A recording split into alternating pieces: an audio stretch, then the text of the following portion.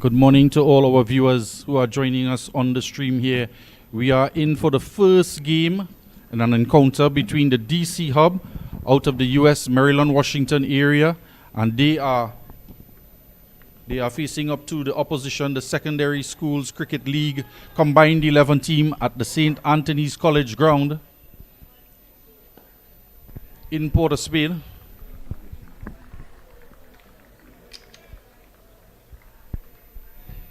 We are here nestled in West Moorings, and it's a beautiful day for some cricket. The team arrived yesterday, late last night. The flight was scheduled. They actually arrived in Trinidad and Tobago at 1 a.m. this morning. And we're off with the second delivery of the morning, and the score just ticking over 1. First run on the board, and that run is to Arab Misra. He is opening the batting. And alongside him is Amit Damaraju. Damaraju is the captain of the DC Hub team, as this is the under-19 team playing. There is also a DC Hub girls team. And this one is short and pulled away. It's going to go into the boundary for 4. So Arab Misra, rather the captain, is off and running. First delivery on a boundary for him. 5 runs on the board.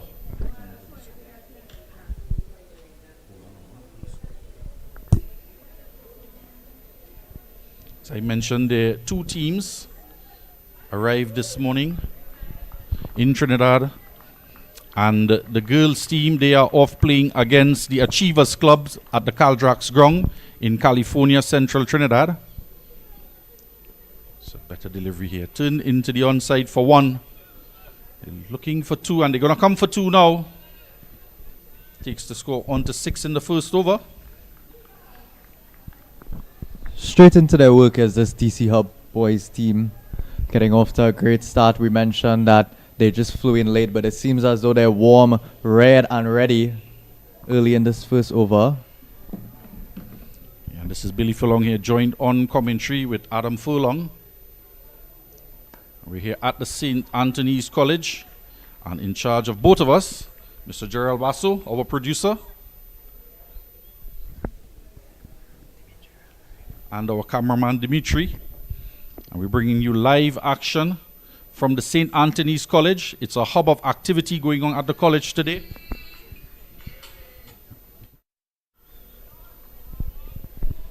So on his cut through the gap, a bit of a misfield there in that cover region. They'll come through for 2. The skipper, Damaraju, rotating the strike nicely. He, of course, puts away that one bad ball that was a bit short pitched.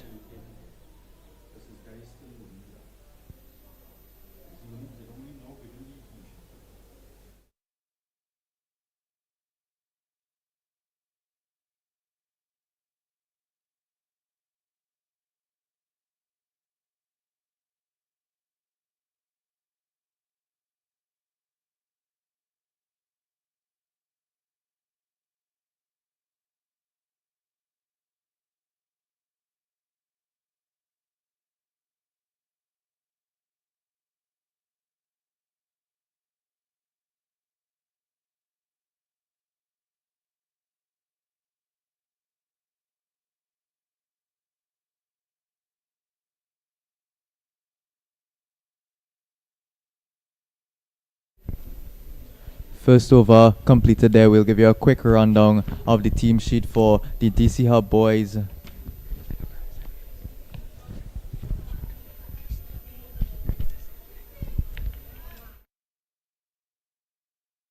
To this delivery.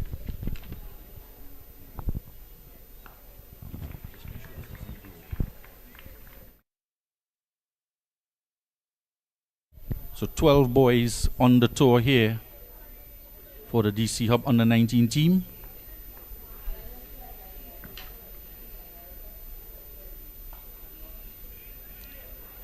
Just give you the lineup for the teams.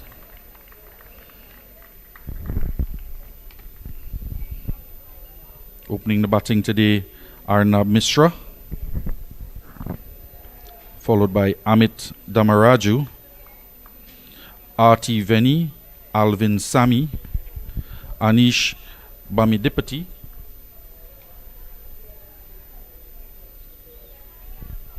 keeping fractionally low there, that delivery. Damaraju is the captain of the team today. Bala Ravi Kumar, the vice captain. Parin Herman.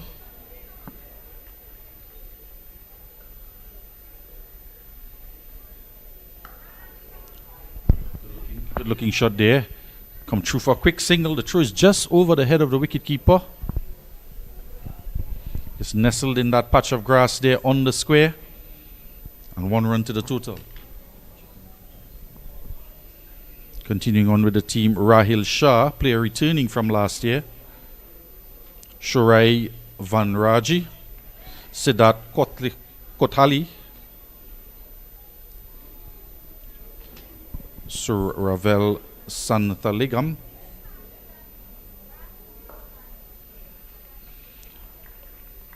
and the captain last year, Wesley Jackson. Jason Jackson is the manager in charge of the under-19 boys, the father of Wesley Jackson.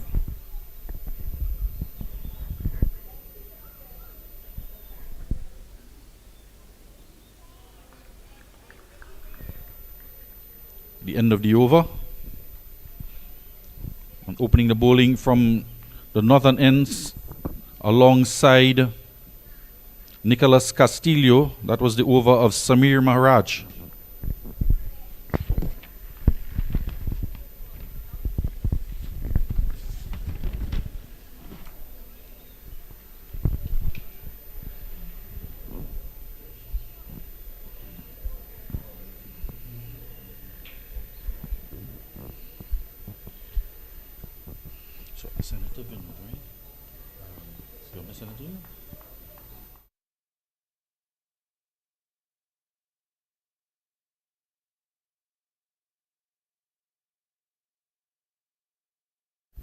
It's gonna step up right behind the wicket. We already see the ball drifting from right to left of your screen over the northern range, coming across the ground, swinging that ball back into the right hand of the keeper, perhaps seeing the opening batter stepping out of his crease a bit to negate the swing, as this one is called a wide by the umpire outside the off stump. Again, we said it's moving back in a little. He'll need to get a bit straighter, just on or around outside off stump. Bring it back in, try to maybe clean him up between bat and pad.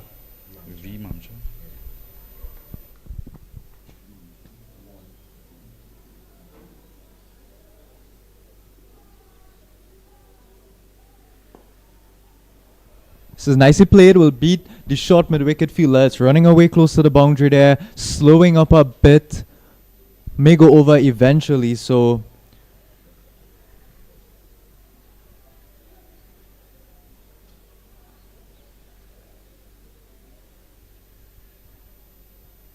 that's Arnab Mishra stroking that ball through the onside, just flicking it past that short mid-wicket. A bit of invariable bounce right in front of the fielder. Bit of a misfield, will run into the ropes for 4.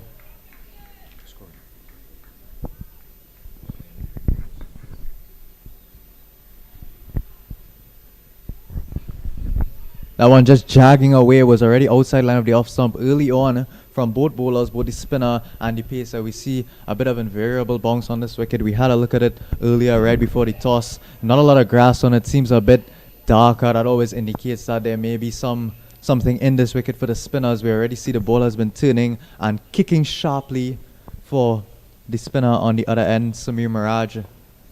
This is a lovely stroke down the ground. Should not run to the boundaries, collected by that fielder there in mid-on. They will come through for a quick single.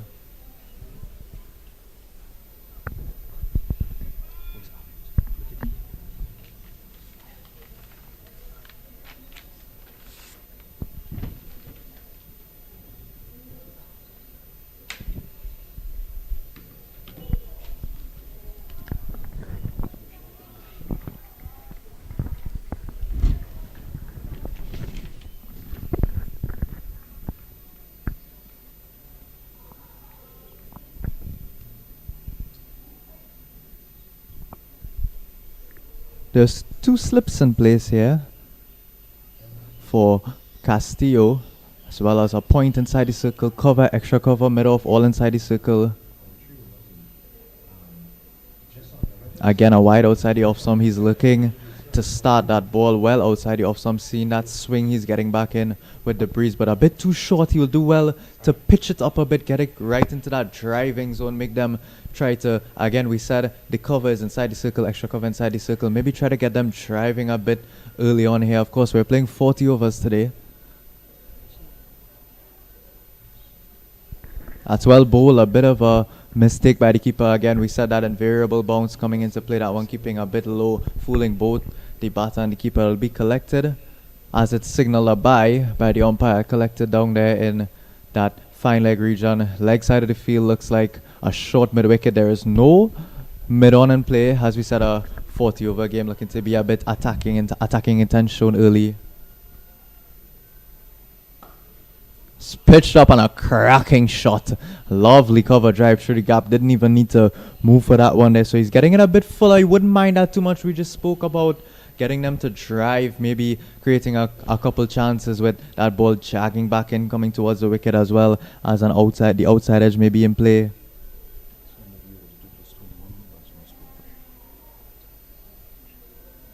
So that'll bring us to the end of the third over here. The score is 21 without loss. We just spoke about the DC Hub 11 that's out there, the DC Hub team rather. We'll let you know the SSCL Northeast boys combined team.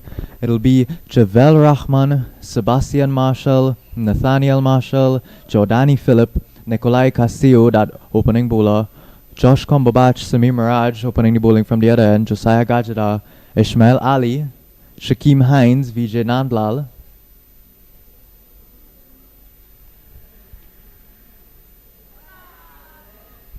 There is a bit of a hopeful appeal to run down to that fine leg.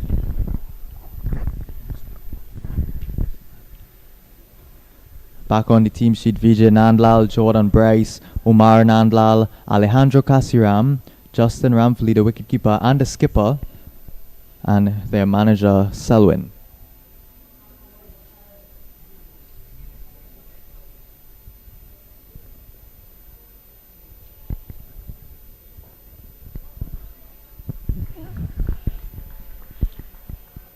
This game originally carded to be the opening game of this tournament. There are going to be 6 games in total for the under-19 boys from DC Hub.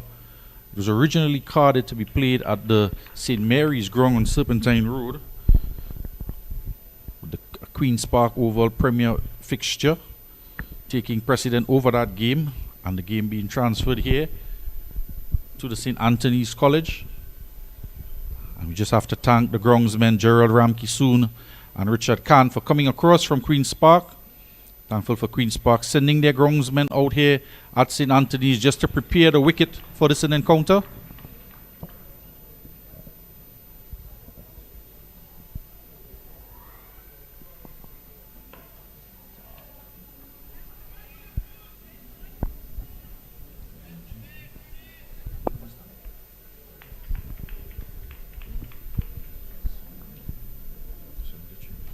So outfield proving to be a bit sticky here early on. Good shots being played by the DC Hub batters. Not much value for runs, but of course we just saw the skipper Damaraju creaming one through the covers that raced away for 4. Again, a bit of invariable bounce, that one keeping a bit low just outside the line of the off stump. So early on, Samir Maharaj here using the wicket to his liking. Spinners would have been licking their lips out there.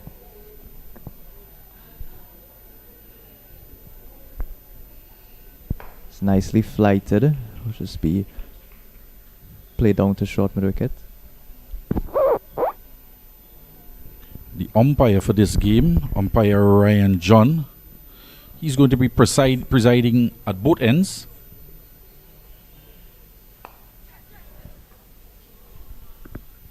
This one is nicely played, a bit uppishly through that cover region, finds the gap nicely, and it'll also run away into the boundary. So getting those cover drives off early here are both batters, Mishra and the skipper Damaraju. This comes to the end of the over.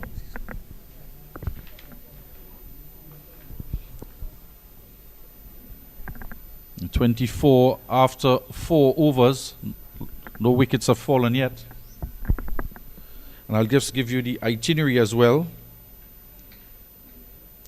Today, originally, the encounter was scheduled to be 40 overs, curtailed to 35 overs. They mentioned the team flight arrived in Trinidad at 1 a.m. Actually made it to they're staying across at the Hilton. Made it to the Hilton and checked in at 3:30 a.m. this morning. So we off here to an 11:30 start, curtailed to 35 overs.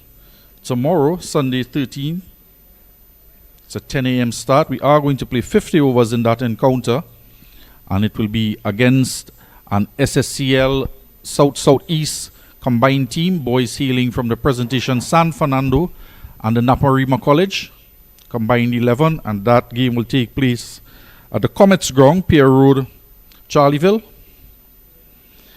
And the team will be having a rest day on Monday and resume at 10 a.m. another 50 over encounter at the Queen's Park Oval against the Queen's Park under 19 team. On Wednesday, they will be down south in Suchet Trace, where they play against PowerGen under 19. As we say good morning to Mr. Chetram. It's a bowling change here. Josiah Gajada. Full toss, might just be called a no ball, and it's picked up and deposited over the head of mid wicket. It just slows up in the outfield, just some rough spots in the outfield on the eastern side of the ground. Well, he heard the sound of the bat. It was a bit sharp, indicating that it might have come off the toe end of the bat. That's the reason that it wasn't dispatched all the way for 4, maybe even 6. The skipper there, Mishra, maybe not expecting, Damaraju not expecting that full loosener there from Gajadar.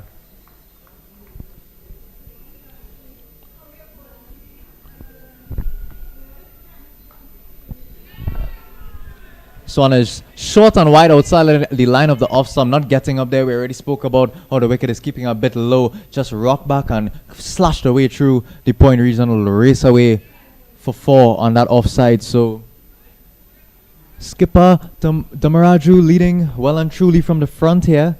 Some classy strokes we've seen through the offside. That one pull shot that went backward of square for 4.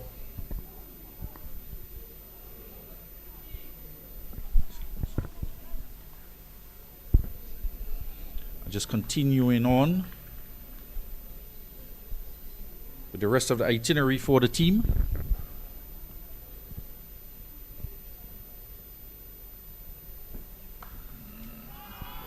And it's not a replay.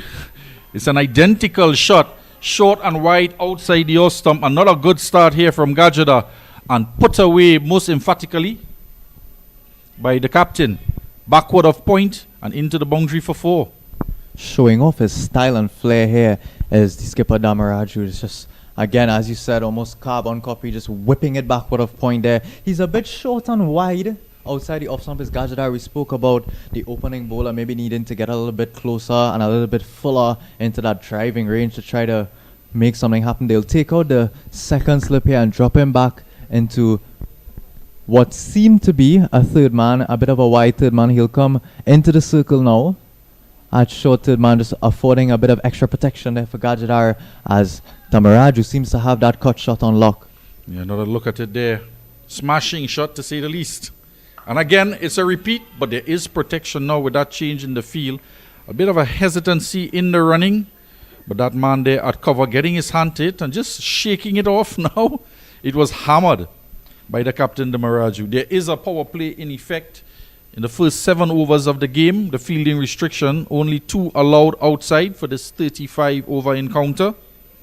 And the captain Damaraju, he's up to 22 now with 4 deliveries, with 4 boundaries. Well, there's a much better delivery there, not as wide outside the off stump. The length hasn't been too bad, but this time the line being adjusted to that 4th stump area, and the captain just looking for that cut shot again and playing outside of it as it angled in fractionally. Yeah, that's that corridor of uncertainty there for batters right outside the line of the off stump. A bit too close to cut as we saw that ball beat the inside edge, and a bit it'll be risky to go driving at that, especially with that slip in place. Again, short and wide by Gajadar. This time a bit wider. It's almost chopped onto the stumps by skipper Damaraju. It'll be collected by that fine leg fielder. They'll come through for the single. So it's been a bit wayward by Gajadar so far, but he's pulling his line and length back well here to end the over. 39 after 5. And just 2 more overs to come in the power play. And we saw a no ball in that over, and the free hit is in effect. And it's hot conditions out there for the touring team as they grab a quick drink of water from the 12th man. And there are 12 boys on this store. And in this encounter, we're just going to have that impact sub in effect for the bowling side, in that all 12 players can bowl in the innings. Similarly for the SSCL, 13 players on roster and all 13 can bowl in the innings. So 39 without loss after 5. And just to complete the itinerary after that encounter against the Power Gen under 19 team, there'll be a rest day on Thursday, and Friday they pick it up against the Naparima College at the Naparima facility in San Fernando, as it's going to be Samir Mirage to continue.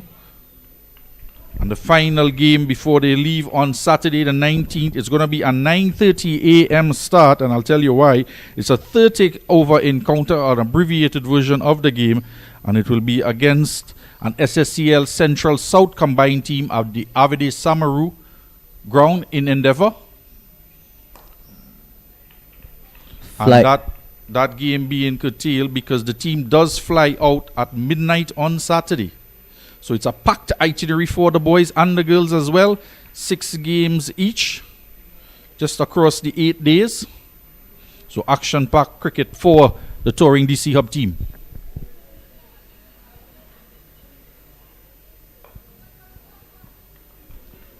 Mirage here varying his line and length nicely, more his length than his line. We see him flighting a few, throwing them way above the batter's eye line, and it just seems to come down and drop quickly on them. And then we see a few that's a bit shorter, a bit flatter, getting pushed through a bit more, looking to get a bit more movement off of this wicket here.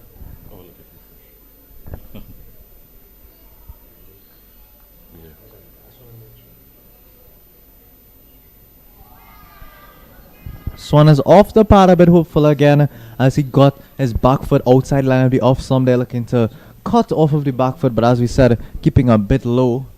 He's passing underneath his bat, so Mirage here, he's looking, making things a bit interesting for the batters out there.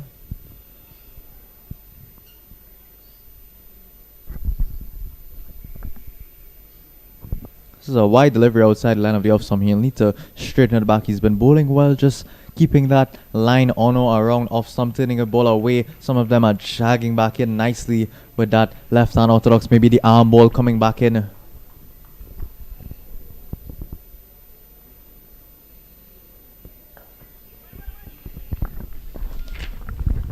So you can see there that delivery is employing that arm ball, the one that's just a bit quicker, a bit faster through the air, and most likely will keep a little bit low on this wicket here, as we are seeing that ball not really jagging away and beating the outside edge of the batter, but rather coming in at pace and keeping a bit low.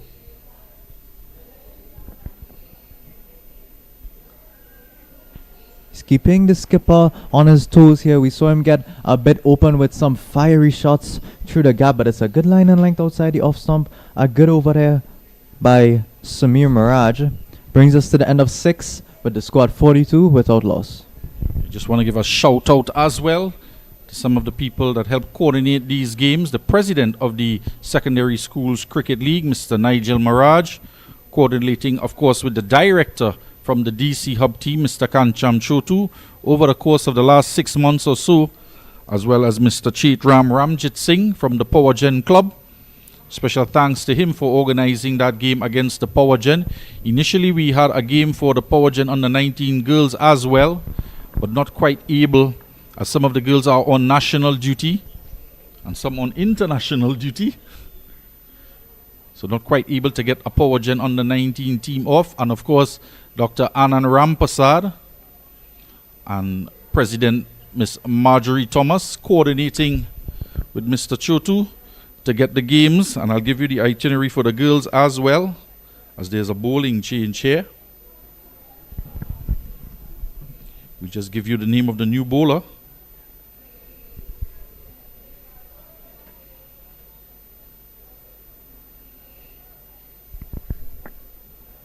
It seems as they're going to continue with some off spin. There is a sweeper on the offside at deep cover.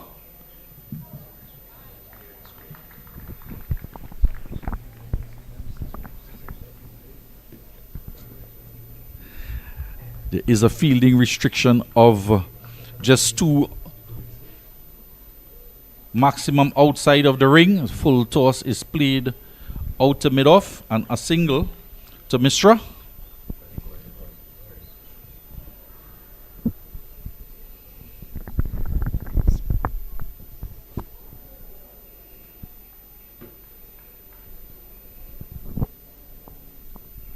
And Javid Rahman is the bowler in the attack, and it's a full toss. Just looking at the umpire just to see if he signals it was over the height of the waist, but seems it was fine, and he pulls it into the onside over mid-wicket for 4.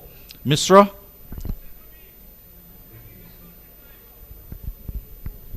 And there's going to be a change in the field. There are 2 allowed outside of the inner 30-yard circle, and there's 1 at the deep cover. Now they're going to put 1 at deep mid-wicket, so that'll be the allotment of 2 in the deep. It's a loose delivery there, well put away. Not a good start here from young Rahman. It's a better delivery there.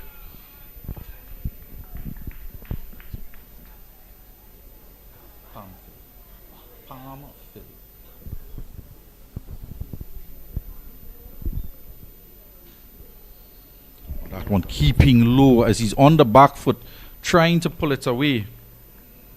Demaraju, he's on 28, motoring along with a strike rate of 128. And had that been in line with the stumps, it would have been curtains for him.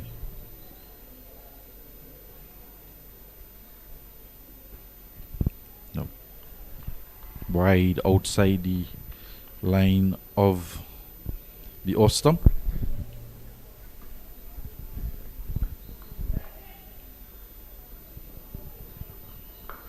Full toss, and he hits it straight to square leg. And he's going to have to go. He was motoring on Amit Demaraju, and he's put that straight in the hands of the captain. He's gone for 28. And the bowling, inexplicably, Javid Rahman gets a wicket with another full toss. Yeah, it's been a good opening knock there by the skipper of this DC Hub boys team, truly setting an example for the lower order to come. I was just about to say, skipper Pamphil behind there, wicket keeping, elected to go with his spinners here, seeing as a wicket, a bit of invariable bounces, pacer, Gadgetar not having too much luck at that end, but bringing the breakthrough now, an important one you would feel like with the skipper Damaraju. He was looking really good out there, a few good cover drives, some nice shots through the leg side, but he has to go a bit early, he would feel. Yeah, he trudges off there reluctantly. He was going well. And to be dismissed from a full toss down the leg side, and you're perhaps thinking the bowling was a bit loose in this over and trying to take advantage, but pulling it straight to the man there at square leg. Yeah, a bit unlucky you would feel. Either side of that man, it would have been racing to the boundary. It was a good catch in the end. Actually, it was hit with a good bit of venom, that full toss there. And yet sometimes when a spinner comes through, we spoke about Samir Miraj, the way that he was flighting the ball nicely, so that full toss there, just getting Damaraju in a bit of a mess as he looked to swivel there, maybe not exactly sure where the fielder was to begin with, as the catch was taken there by Josh Cumberbatch in a bit of a backward square. Maybe he thought the square was a bit more backward for the spinner, but straight into his pocket. Wasn't going to be too hard of a catch there for Cumberbatch. Yeah, I think he was just trying to hit it as hard as possible. And in comes the man who did play with the under-16 team here on tour from the DC Hub, Siddharth Kothali. Did open the batting a couple times, the wicket keeper, but he's here one down now in this under 19 lineup. And that wicket falling on the last delivery of the over. So it is going to be Samir Miraj to continue. Yeah, coming through for his last over here. We spoke about him so far in the innings. He's been flighting the ball nicely. Here's Samir Miraj. It's a good looking delivery there. He's bowling his fourth over of his allotted 7 overs in this 35 over encounter. And after, I don't want to say loose over, but it did pick up a wicket at the other end after being struck for a couple boundaries. Now, although it was just to the left of the fielder, they took off immediately for a single. Yeah, a bit of tightening up here by the SSCL Northeast boys. We see they're packing the offside a bit. They have that one slip in place, as there will, of course, be a field change as the left-handed Kothale will look to face his first ball. So they're packing the offside field a bit, trusting Samir Miraj onto his 4th over now to keep that tight line. And like, it's going to be hard for them to pierce the gaps there, but I wouldn't put it past them. They've been playing those cut shots and those cover drives really nicely so far. Yeah, I was about to give you the schedule for the under 19 women,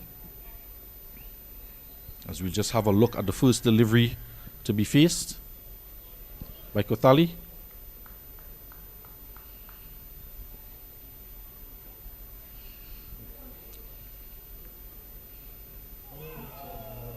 And there seemed to be a bit of a tickle on that, a bit of an outside edge as it runs past. We did say they do have a first slip employed. It'll go all the way to the boundary.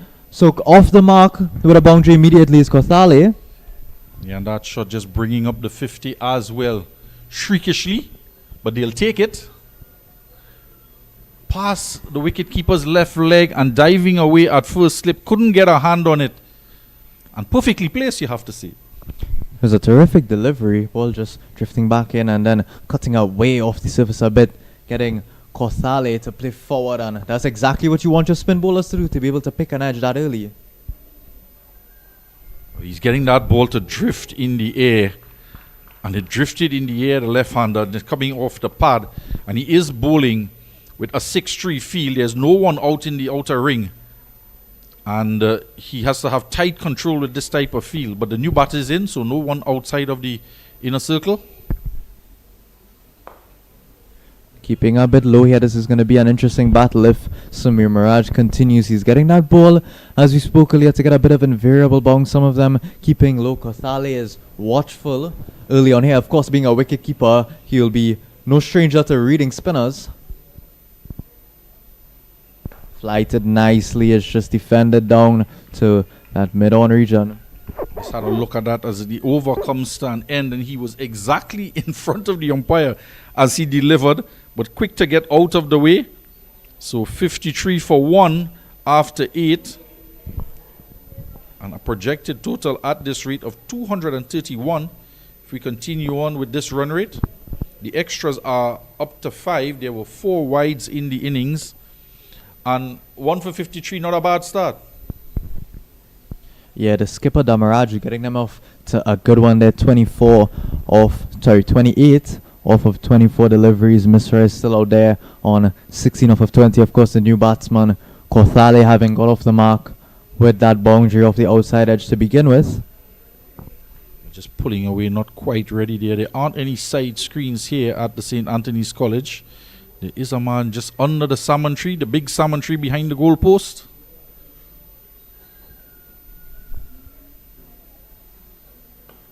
Oh, that's a good delivery indeed from Javed Rahman. We'll see how he goes in this over. He did take a wicket with a full toss. He bowled a couple full tosses in his first over, but he's looking to settle down now after having taken the wicket. Played out to the man at deep cover. A bit of a fumble. Thinking about it, that is the shortest side, it would seem, on the western side of the ground. And of course, in that area there, we see the pickleball tennis courts going up. As I say good morning to Mr. Ryan Ali And Mrs. Nadia Ali working across there at the St. Anthony's College behind the pools, putting down some new pickleball courts.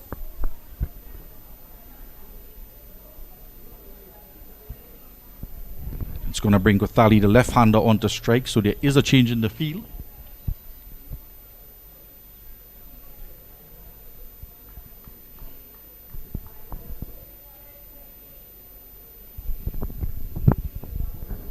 Extra man coming in on the offside to make it that 6-3 field. It's a wide down the leg side. Signal wide, and they're going to come through as well, as it was not taken too cleanly by Pamphile. In fact, they're going to come for 2 as the throw goes to the non-strikers end. There was a man at backward square. The keeper started to give chase, and the ball seemed to just run further and further away from him. It's a very dry outfield here. Couple patches in it. And just a couple to take the total on to 54 for 1.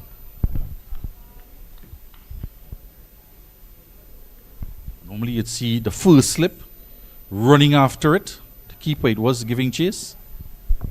So you'll switch to around the wicket here. There is an appeal. It did look very close. He's sent eventually. I guess the umpire thinking that the batter know he was struck so dead. The bowler Rahman striking again now. It's a good delivery this time. Just getting onto the back foot a bit here as we take a look at the replay. Yeah, on the back foot, keeping a bit low. That looked as dead as can be. And the new batter looks like the man Wesley Jackson, is it? Yeah, it's going to be Wesley Jackson, the captain last year, making his way out into the middle. He averaged 80 runs last year in the 5-match series against the Trinidad and Tobago under 16, as well as CIC, Naparima, just to name 3 of the teams that they competed against. And here they're taking on the North and East combined SSCL under 19 team. And the bowler Javed Rahman started shakily. Now all the bowlers we've seen, the spinners getting some drift with the new ball, and the seamers got the ball to move around in the air. So there is some movement on offer, and Rahman just capitalizing on some drift, changing and coming around the wicket to the left-hand batter Kothali, and the ball just drifted into him, didn't really spin away as he anticipated, and struck on the bat foot plumb in front. Yeah, I think he did well, the skipper, to recognize that at this point in time, it was getting a bit tough for the opening pacers. Anything that was a bit back of a length was just sticking in the track and allowing the skipper at that point in time, the Damaraju, to just rock back and cut, and then those that were full into the zone were just getting driven back. So, good move here to stick with Rahman and his spin. Yeah, and the umpire, almost as an afterthought, there was a loud appeal. He stepped away to his right from behind the stumps as he was in concentrated thought, and almost a little bit of a second appeal, and he decided it was out. Short, pulled away on the stumps, and that is going to run into the boundary for 4. He is a very, very, very aggressive batsman, Wesley Jackson. He dominated the scoring across in the US. That was a terrific shot. Of course, once it's drifting down that leg side, you expect it to swivel and pull it away, but we score his skipper being caught out there in almost exactly the same position. So did well to keep his head down over it and play it along the ground to get a boundary.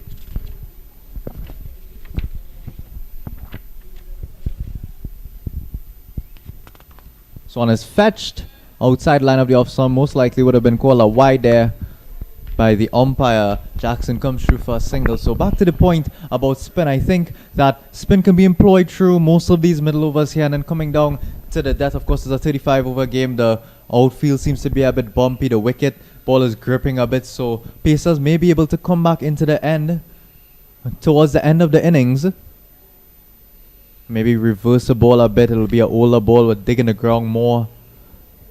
And so we come to the end of 9. 2 wickets are now down for the DC Hub under 19 boys with the score at 62. It's Wesley Jackson and the opening batter Mishra. He's still out there as well.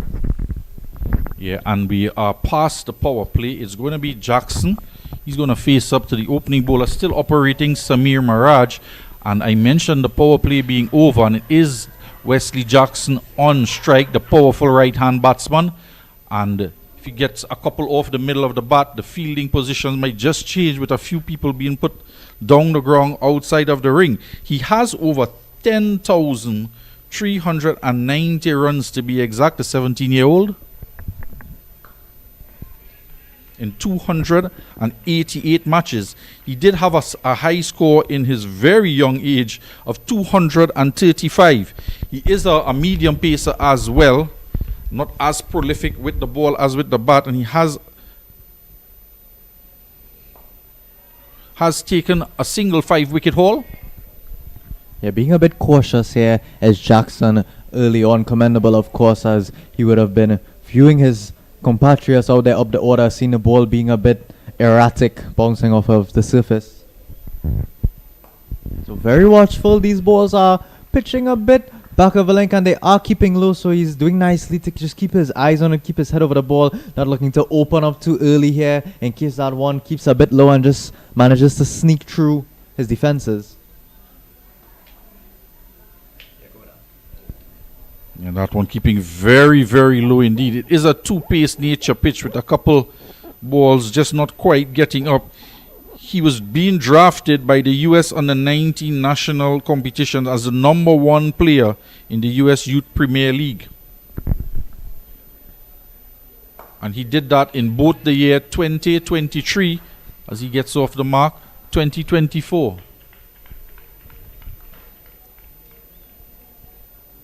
His favorite player, this one might interest our producer, Mr. Basso, is Travis Head.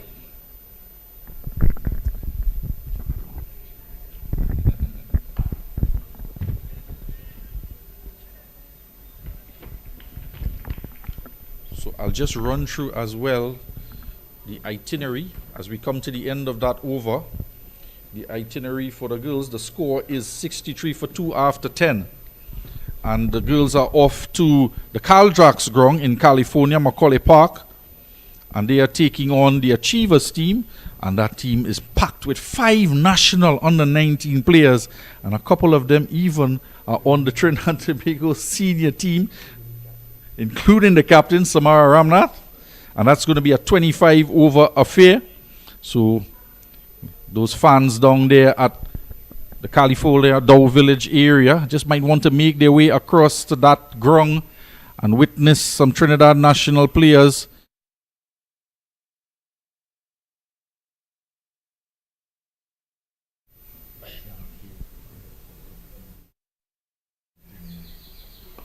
Again, it would have even been, as our producer pointing out, Karishma Ramharak. But she is with the with the West Indies team on tour. Oh yes, World Cup qualifiers currently taking place in the Gaddafi Stadium in Lahore, Pakistan. It's 1 win to the West Indies, suffering a defeat to Scotland, and then coming back with a victory in the second game.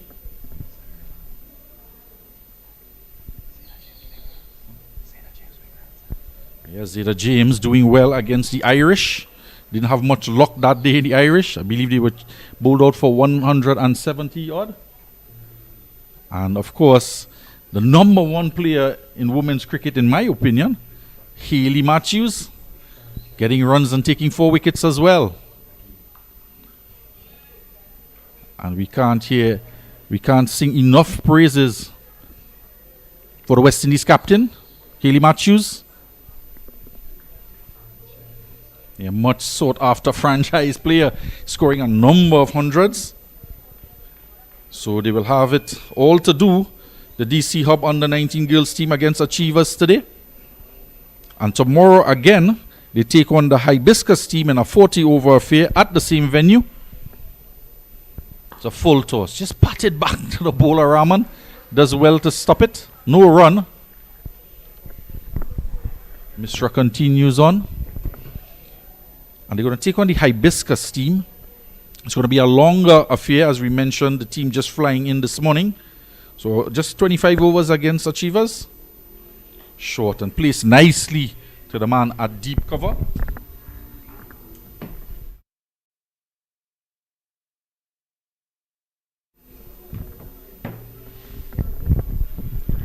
Kamika Kasaf is to feature in that hibiscus encounter, as well as the young promising Amrita Ramtahal, opening the batting, opening the bowling. Such a young talent at the age of 16.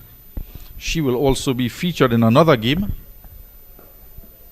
as they take on the SSCL Gills, but we'll get to that. There's a quick single here, a late call, but they do get through in the end.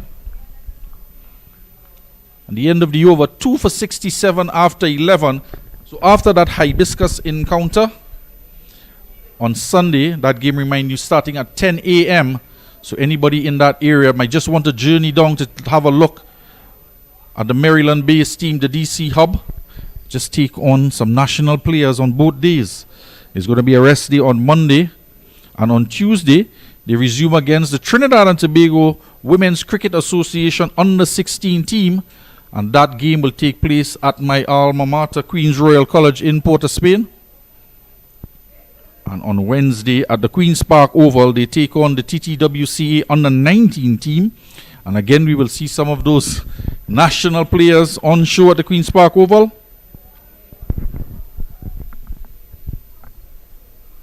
Change in bowling here.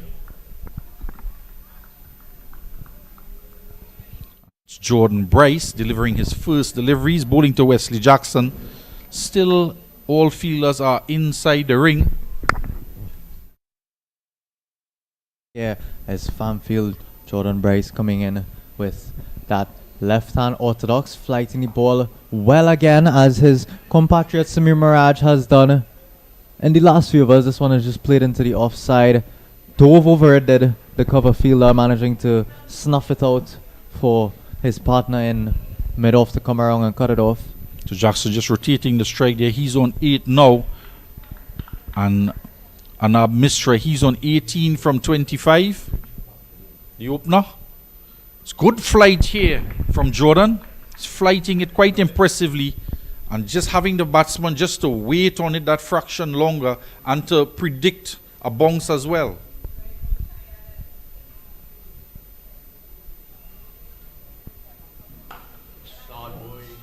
This is a cracking cover drive through the offside. A beautiful shot. Very, very classy. We saw his skipper Damaraju, but Mishra, he's no slouch at those shots as well. Pick the gap so perfectly. It's always lovely to see an opening batter getting full forward and driving nicely. A full flowing shot. I was just about to say, Jordan Bryce seems to be taking a page out of Sunil Narayan's book.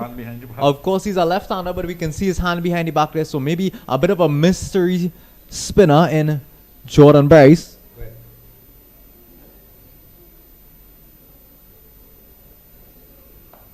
Well, their flight was delayed. There was just a little bit of an incident and the closure of the Piarco airport yesterday morning, and the airport reopening, but it couldn't help that their flight was delayed. They got in around 1 a.m. Their scheduled arrival was 4 p.m. yesterday.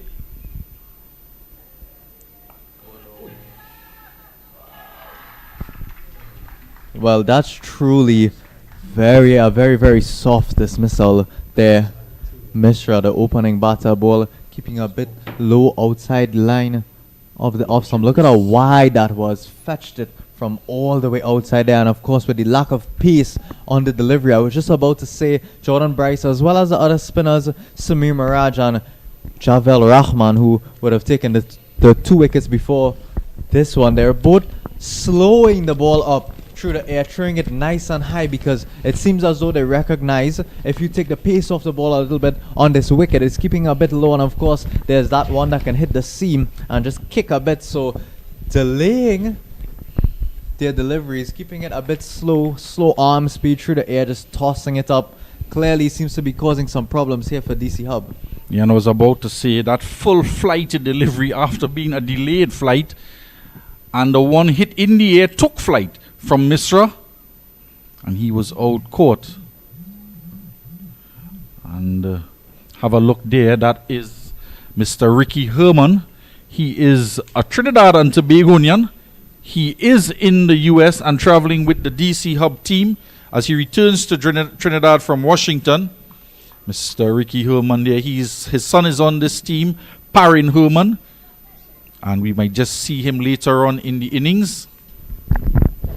he said this morning he was so glad to be back in Trinidad, and he has been trying to plan this tour for so many years.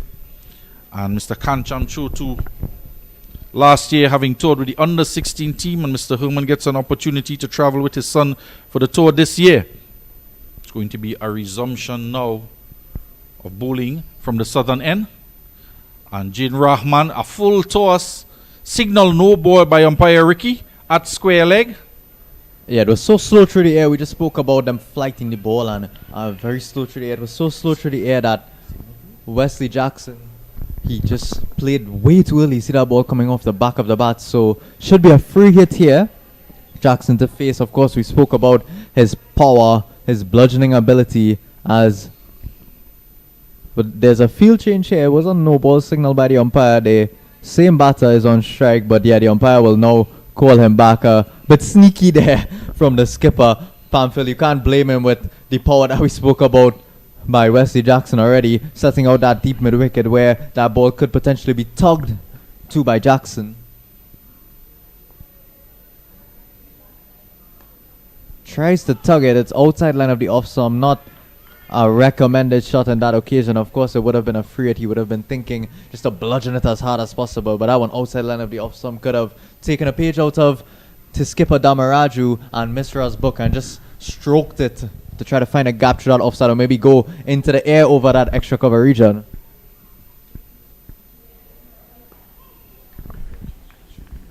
It's very slow from the spinners here through the air. Skipper maybe having a word with them, or off of their own ability, recognizing how the wicket is playing, the conditions, the drift they may be getting through the air, just trying to keep that ball as high as possible in the air for as long as possible.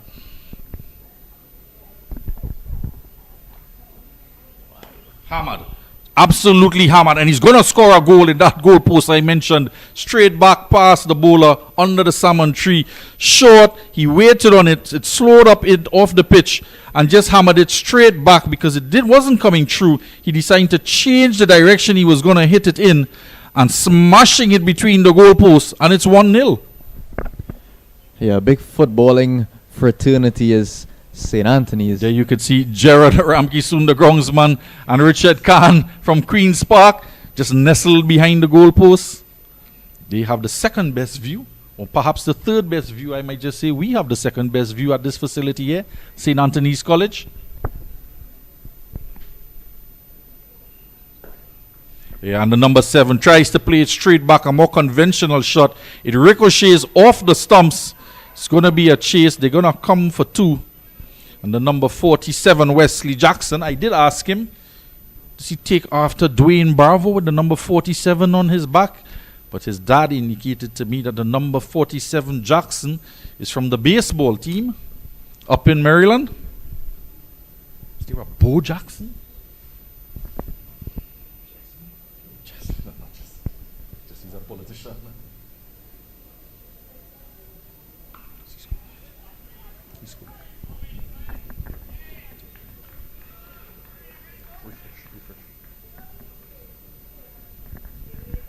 So we're still in the 13th over here. There's one more delivery left to score at 80 for 3.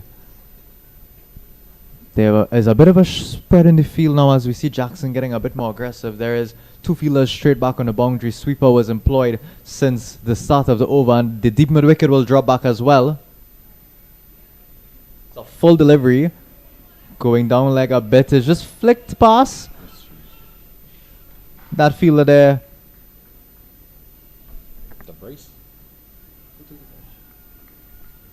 Appears to be Cumberbatch in that fielding position where he took a catch earlier. A bit of a misfield. They'll come through for the second run. So at the end now of 13, score at 82 for 3.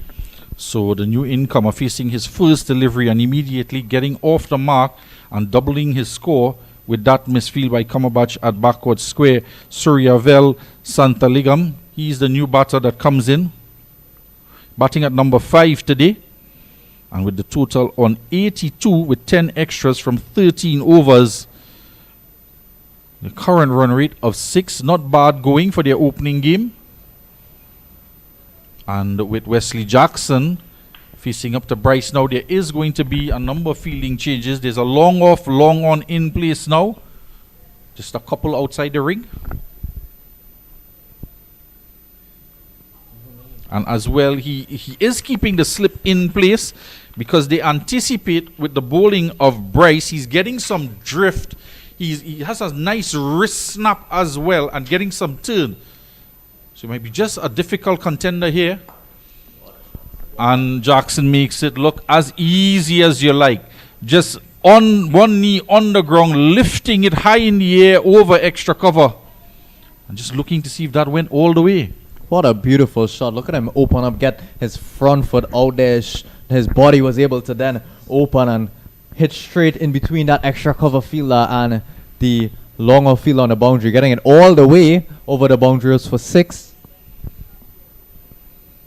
So Bryce looking to come back now. It's not a great delivery. Seemed a bit wide outside line of the off stump, but maybe the umpiring, considering how big Bryce is turning the ball away there, just jogging late. Also, you're probably just looking at the reach of Jackson. He has gotten to some balls pitch wide. And the umpire just giving the bowler the benefit of the doubt on that occasion.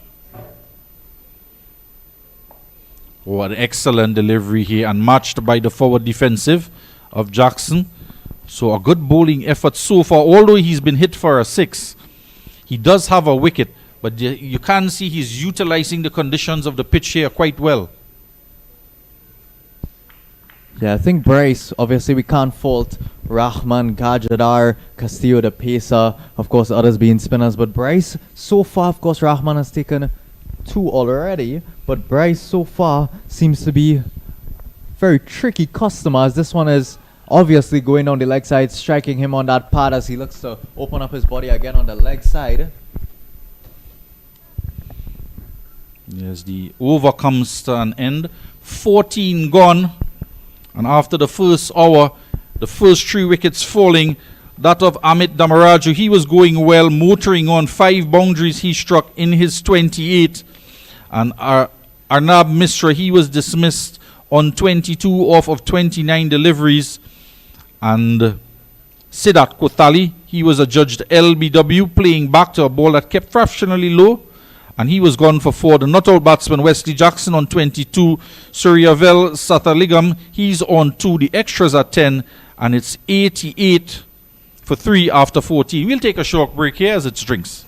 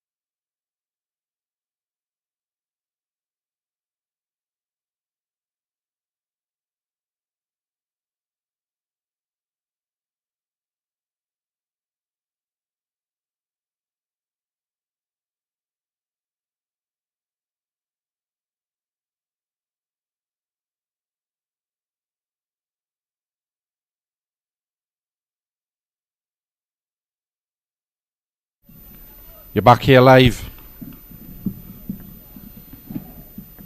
The score 88 for 1, 89 for 1 with that single. There is a bowling change. Young Hines is into the attack.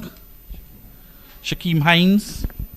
Well, I'm wondering here if there may be a bit of a relation, rather, to Terrence Hines, of course. It seems as though he has a bit of a similar action.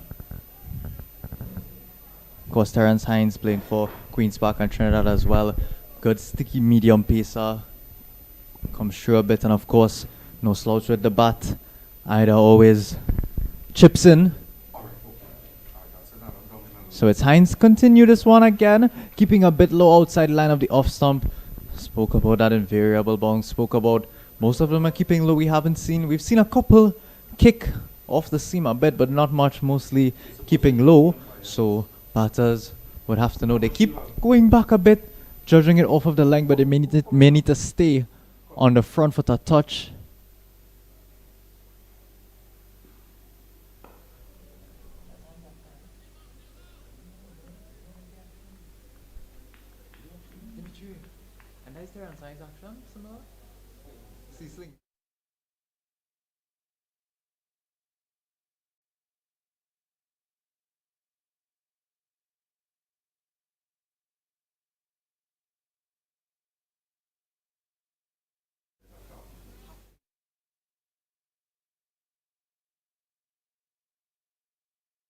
So just knocking it around is Wesley Jackson.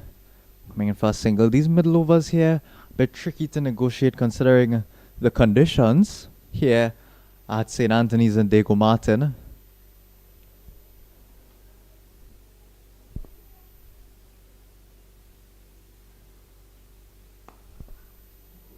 This one is a bit fuller.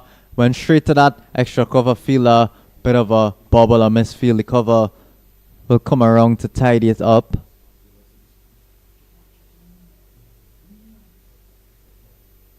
So sweeper, long on, long off, back on the boundary there, as well as a deep mid wicket, and place keeper Pamphil still up to the stumps. So one fetching again.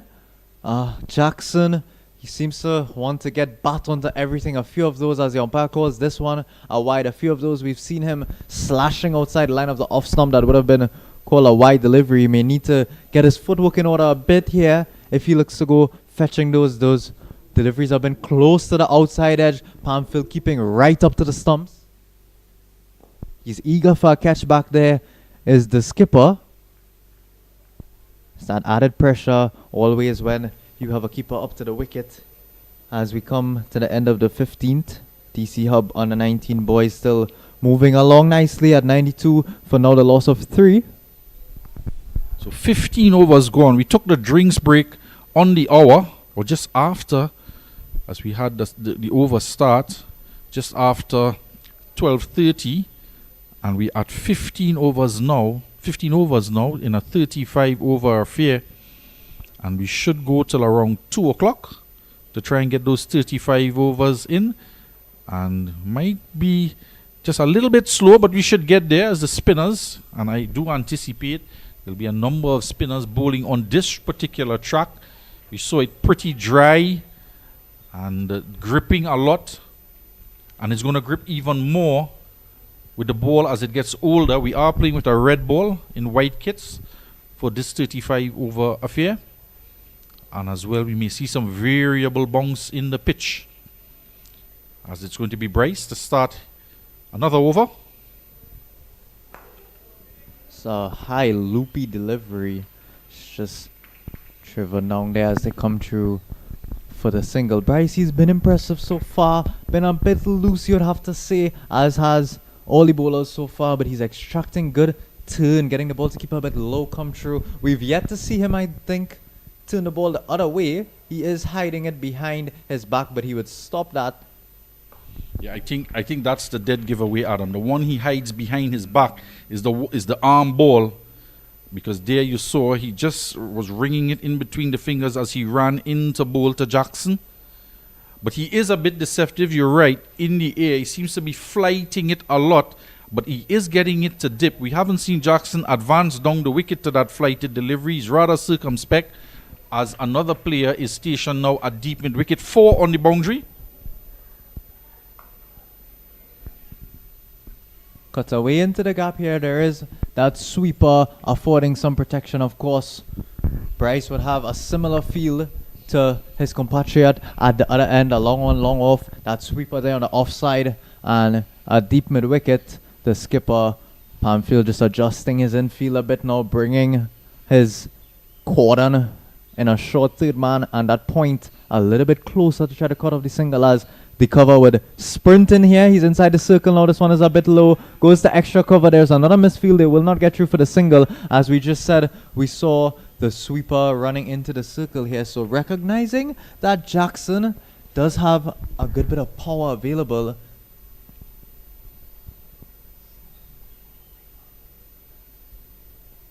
Santaligam is on strike here. It's craftily played. Skipper would have just brought in that point fielder a bit closer to stop. Exactly that, but it's quick running, good running there by Jackson and Santaligam.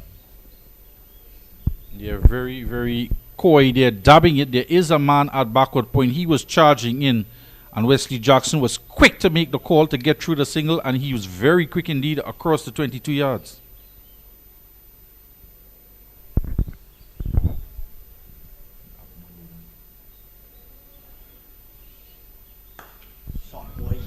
And that goes for 4, just disturbing the pigeon in the outfield, because that is the only thing that moved. That ball was crashed by Wesley Jackson, and you could see why the umpire was not tempted into calling one of those type of deliveries wide outside the off stump as a wide that was left alone by Jackson, because his reach is so long, as you saw there as he hammered that one into the boundary. 99 for 3 on the verge of 100 runs as the 16th over comes to an end. And they've been looking good and getting stronger and stronger here, the pair, as they try to establish a partnership here. The last wicket falling with the score on 72. So they're building 27 runs in the partnership thus far. And I dare say Wesley Jackson has 28 runs. So you can see who's done the bulk of the scoring. He has 3 4s and 1 6. As Santaligam, he's on 6 off of 5 deliveries. So he is rotating the strike and getting Wesley Jackson back on strike to do some power hitting.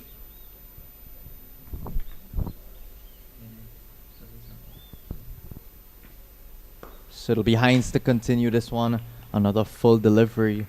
You can see his body language there. Santaligam, he would have wanted to put that away. There is a short mid wicket in place, a mid wicket inside the circle for Santaligam. We saw him drop out and spread the field a bit for Jackson, understandably, of course.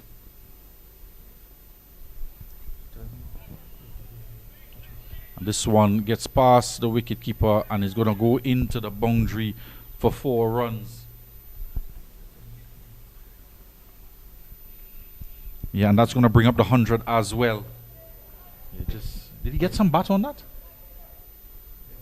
Have to have a look. Yeah, didn't quite see what the umpire signaled, but it brings up the 100 nonetheless. Have a close look at it here again. Yes, it is indeed a Terence Hines type bowling action. I'm not quite sure if he got any bat on that at all.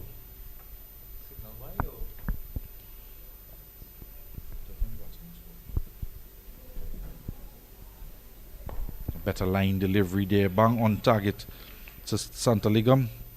So he's on 10, so it was credited as runs to the batsman. Maybe just coming off the toe end of the bat, deflecting it away from the wicket keeper, who is standing up.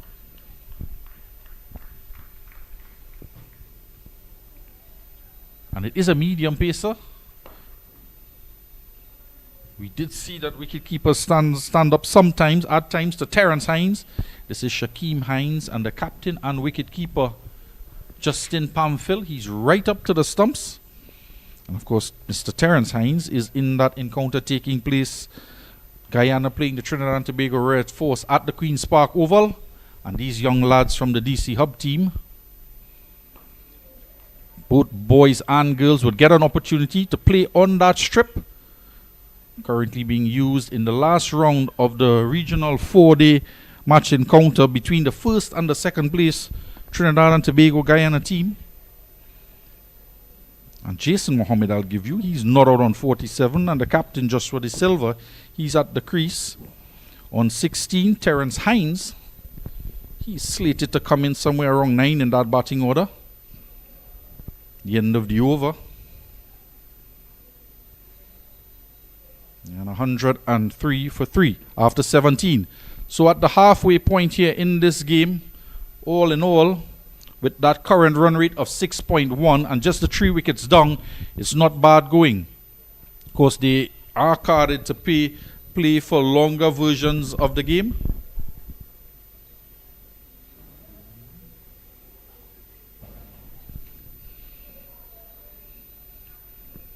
And we are going to see a bowling change here as well.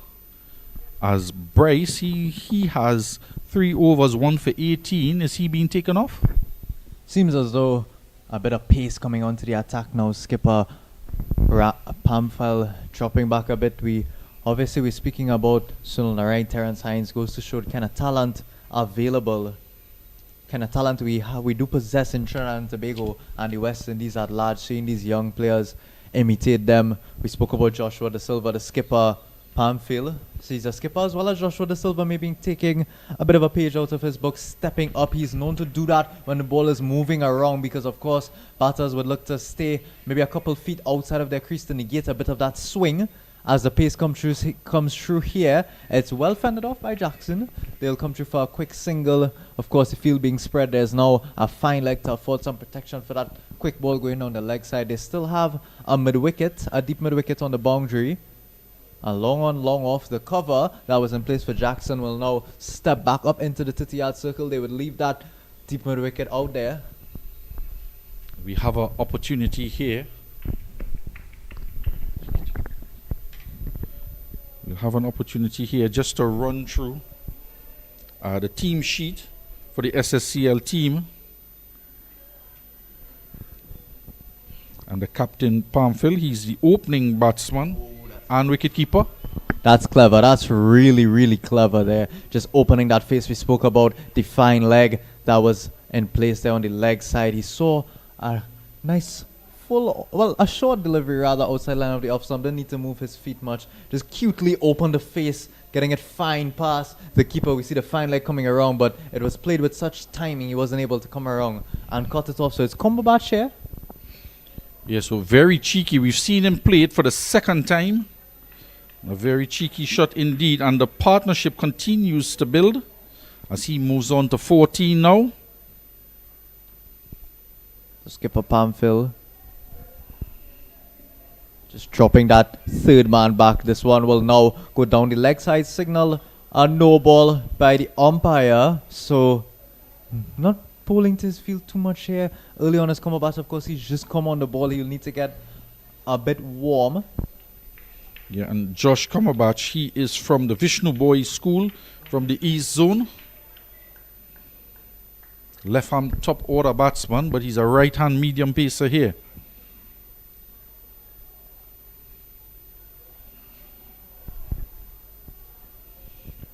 Cheeky again. He's shown the propensity to try and toy with the bowlers.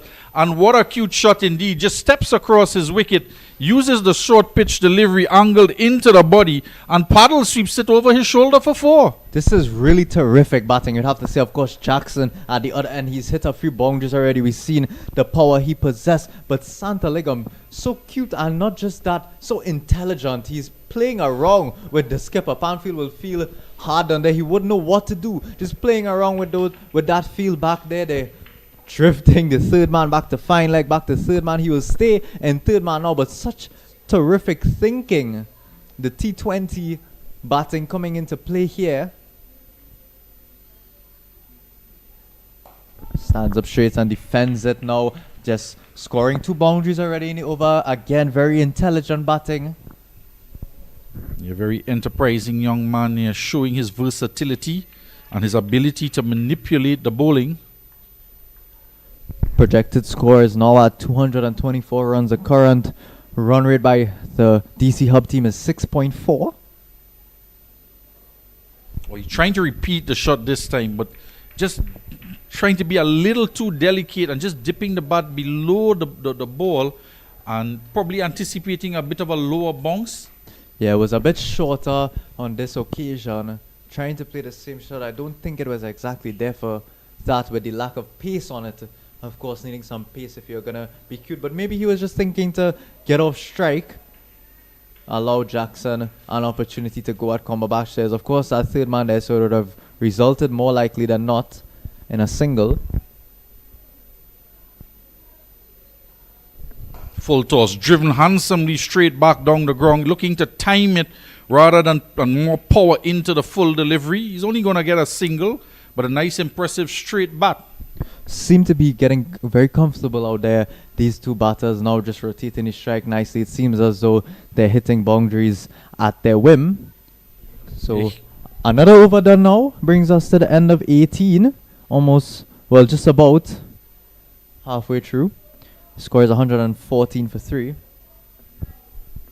Yeah, and Wesley Jackson, the hard-hitting number 4 batsman, he's on 29. He slowed up a tad bit off of 35 deliveries, but as he slowed up, the strike rate of Suryavel has increased to over 100. He is 19 off of 17 deliveries, and he struck 3 fours.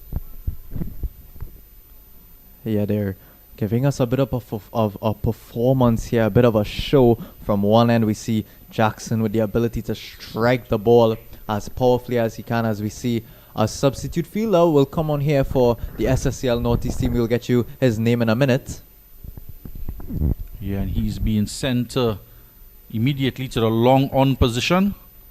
And of course, 13 players featuring from this North and East combined team. It means that for this level of development cricket, any one of the 13 fielders can bowl. Only 11 being allowed to bat, of course. And it just gives the opportunity for the coaches of both the North and the East team just to have a look at a couple additional players as they compete for a spot in firstly the North South on the 19 Classic and Trinidad and Tobago on the 19 team. Full delivery and hammered past the man at extra cover, and it's a good stop on the boundary edge. He hasn't been picking up the ball most comfortably on that cover region, but of course it's understandable because of how bumpy the outfield is there. And I'd have to say he's doing a very good job, even though not picking up cleanly, allowing for an extra run, but he does well to use his body to get in front of the ball to stop it from going for 4. Yes, not quite a smooth surface there in stark comparison to the pickleball court that is just being built behind him.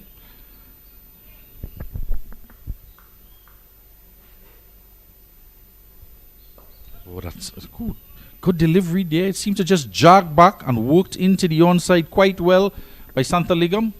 So it'll be Nathaniel Marshall is the new fielder to join us there with the backwards white cap over there at long on. He's showing some flair as he comes out here. You'll need to show some flair and class in his fielding as well, with the way Jackson and Santaligam are motoring on here very nicely. A good partnership being built.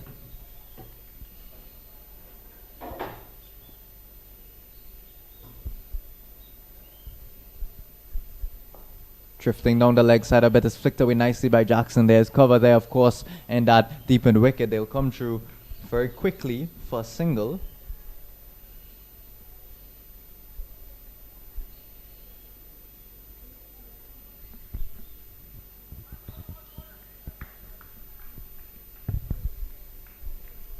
So Santaligam here is actually operating at a higher strike rate than his compatriot Jackson. We spoke about the scoring ability of Jackson. Santaligam now having a strike rate of 110 to Jackson's 83.33.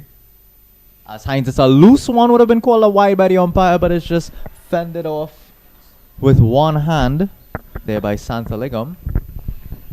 Yeah, and a loose delivery there from Hines. Just to let you know as well, he hails from the El Dorado East Secondary from the East Zone.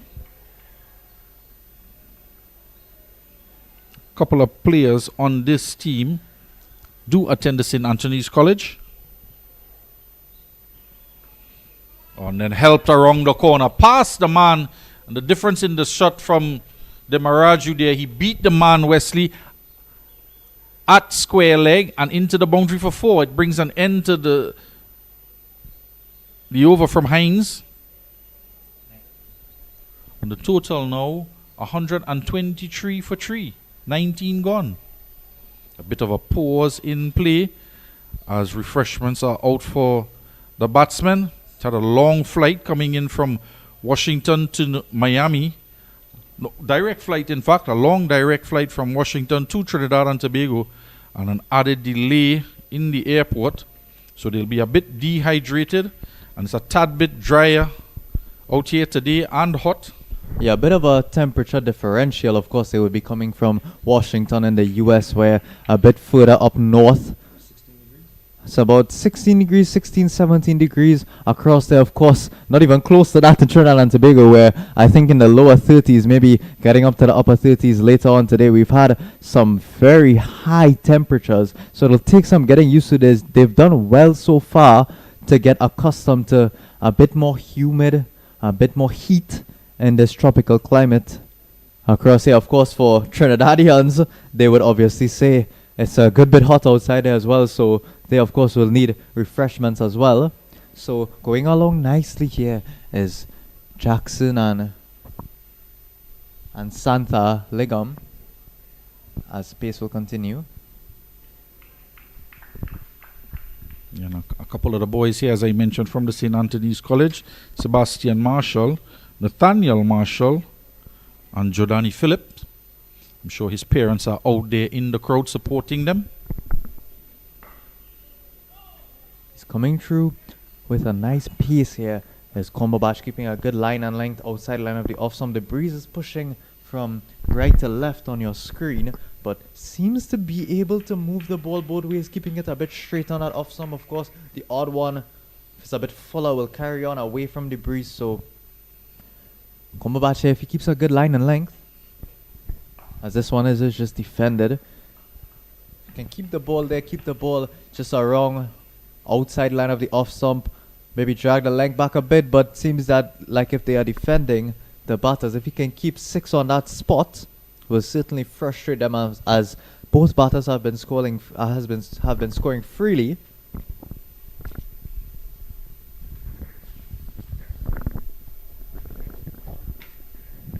Oh, a bit trying to be a bit too clever.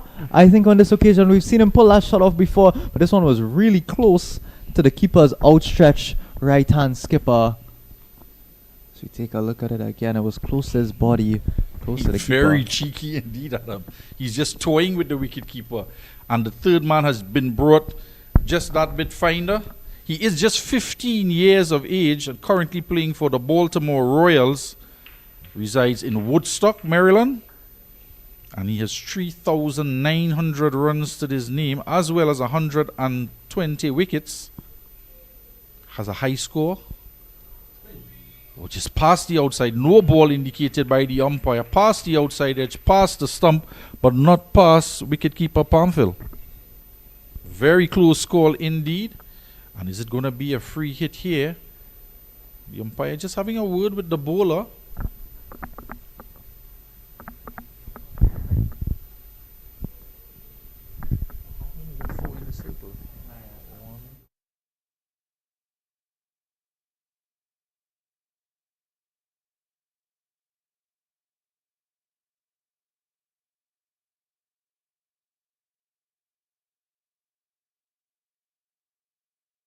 Cracking shot over extra cover. One of the most beautiful shots you can play in cricket. Jackson is showing off his expertise, showing off his skills here. That one was hit with some ferocity we spoke about.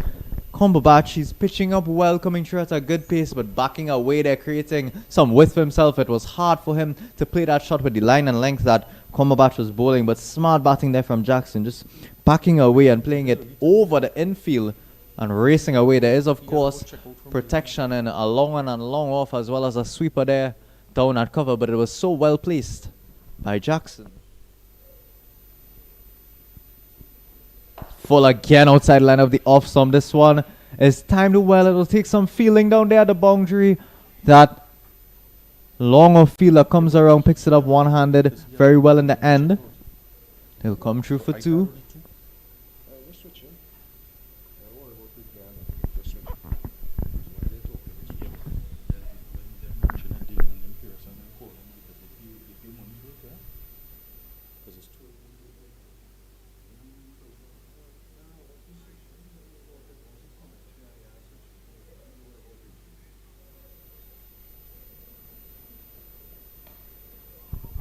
Much better delivery, a good comeback ball there by Cumberbatch, sensing that Jackson is looking to open up that offside a bit, getting straighter. Good Yorker length delivery. It'll bring us now to the end of 20. Score at 128 for 3. Jackson and Santaligam are still out there. Jackson scoring 38 runs so far off of his 40 balls. He said 5 boundaries and that one big 6 that we saw. Santaligam is on 24 of 24. He scored those 3 boundaries, those 3 clever, crafty boundaries.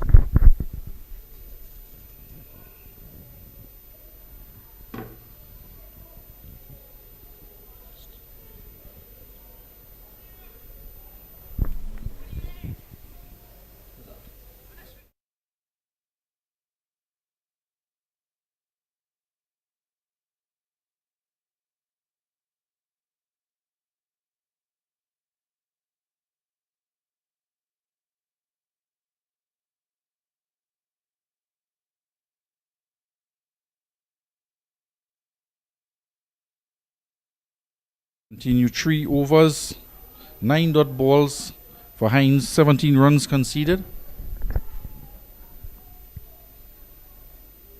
That's a terrific delivery outside line of the off stump. Keeper there. A bit of quick work behind the stumps. The square leg umpire will signal it's not out. A bit of quick work there by the keeper behind the stumps. It's a good delivery outside line of the off stump. They've been a bit wayward so far, the Pacers. Hines would do well to take a page out of Cumberbatch book in this instant, keeping a disciplined line and length on or around off stump, forcing, as we saw Jackson on that one occasion, forcing the batters to come up with something a bit different to combat that disciplined line and length.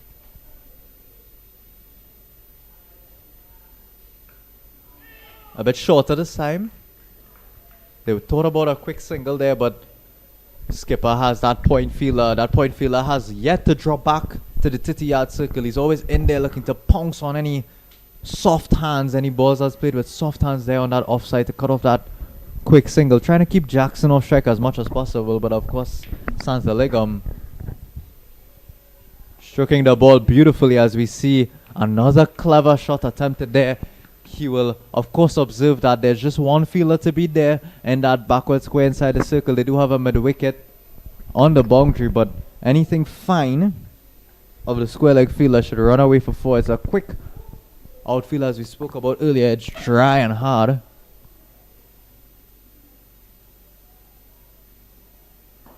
Fuller straighter. It's played very classily down the ground. Should just be a single, but a nice full high elbow straight back face. It's been good technique shown so far by all the batters for the DC Hub boys on the 19 team.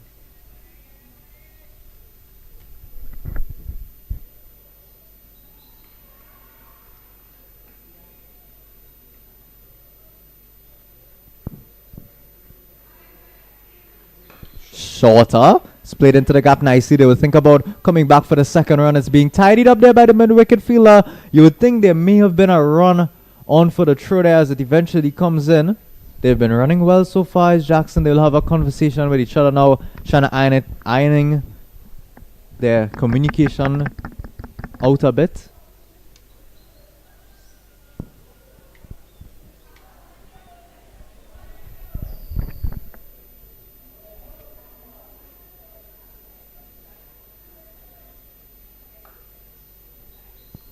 Still those 4 fielders outside the circle as it brings us now to the end of 21. Yeah, 130 for 3 after 21, and the bowling has tightened up. We saw initially the extras just climbing. We did have 9 wides in the innings, but it's been a lot better since then with the bowling of Hines Bryce and Comerbatch. And Hines finishing his 4th over, 19 runs.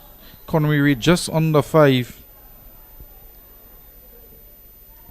And the DC here motoring on at 133 for 3. Current run rate just over 6 runs and over.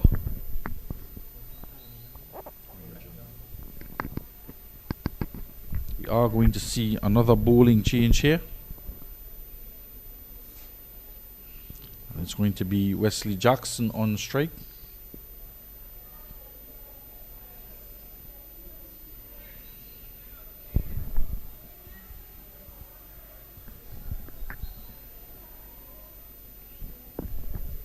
He's gonna come. He's just gonna run up to the right of the umpire. Just look to see if he's left-handed or right-handed to know whether it's over or around the wicket.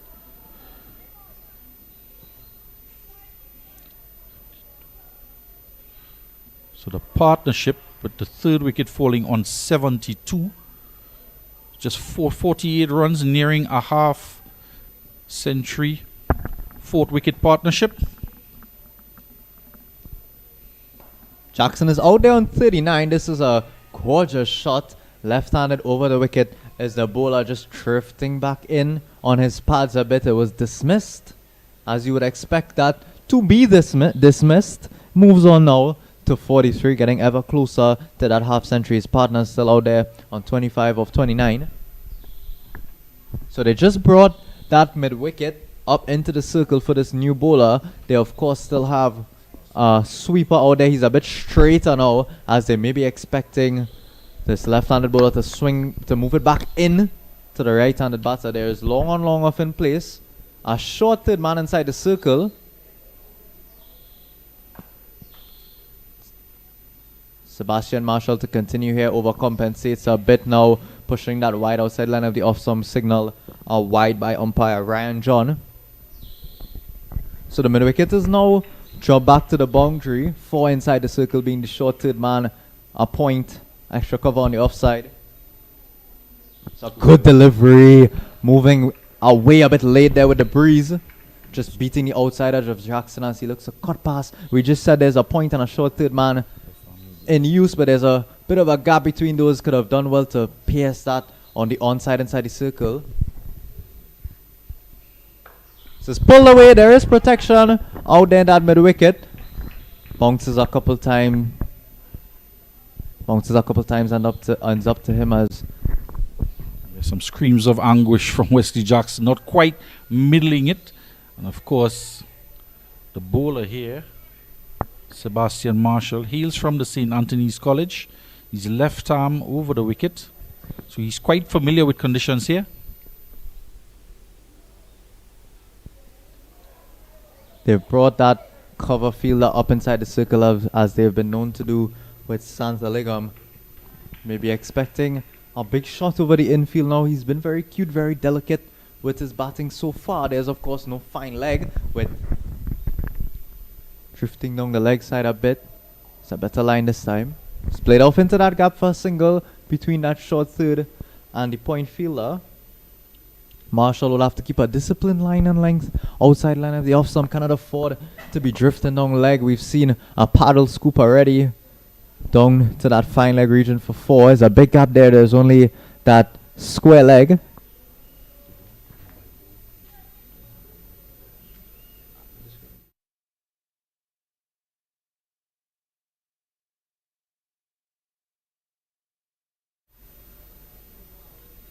And there it is, just as we spoke about that little cute paddle around. Of course, it's Jackson on this occasion. There's nobody anywhere near that region.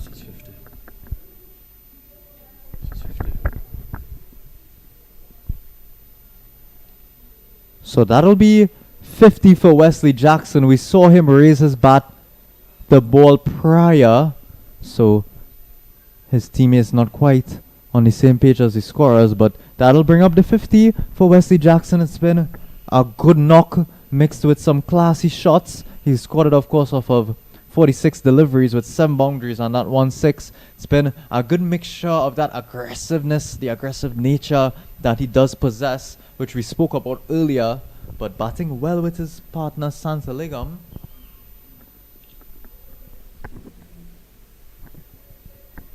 So it'll be Marshall to close off this last ball of the over. This is full but stopped by the bowler. It'll end the 22nd with a dot ball score. Moving on to 142, still those 3 wickets down. It's a great partnership being built here between these two batters.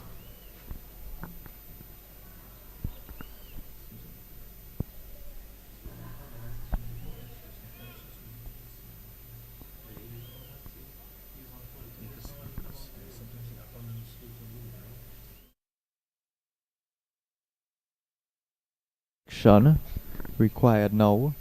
See Jackson on 48.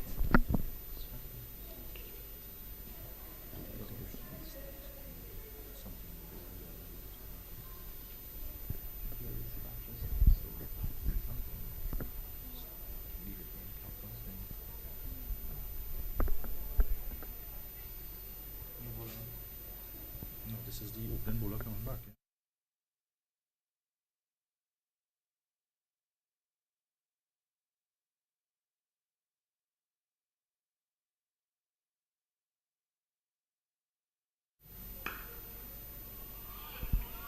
Short and pull away into the onside on a bit of a making a meal of it there in the deep. He charged in toward it instead of running around it, and it beats him into the boundary. So 4 runs to Santaligam. Well, we heard the entire dugout there, including his coach, appreciating that shot. There was a cry of shot, good shot, boy. As that ball peeled off the middle of the bat, found the gap perfectly in between that mid-wicket fielder that we spoke about on the boundary and the short mid-wicket that's inside there. So needing to carry up his length a bit here.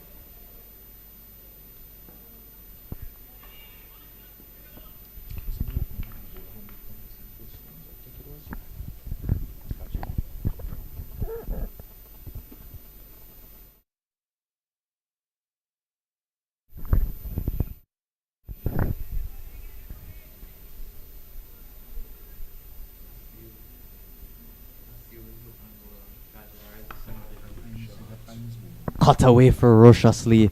There is that cover fielder down there on the boundary. The result, just a single for Jackson.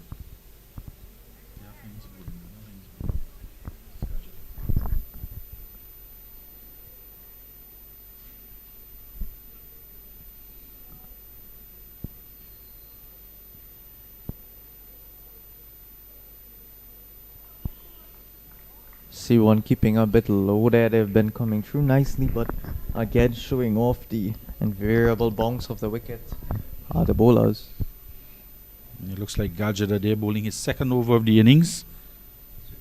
Josiah Gajada and Suryavel pops this one up, not quite to the man feeling at cover. He's on 31 now from 32 deliveries.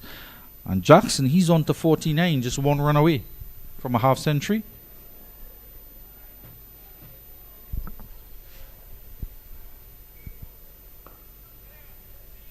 And this is what we've seen him do a number of times here, rotating the strike quite well.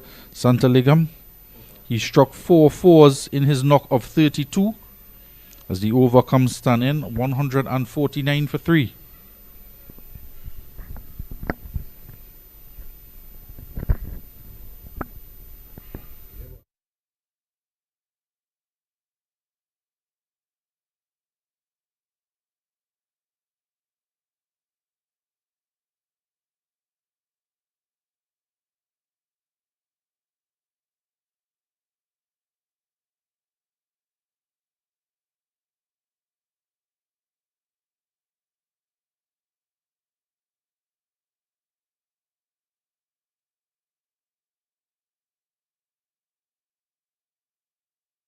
Just a little bit of a break in play there as some refreshment provided, as well as a change to the umpire.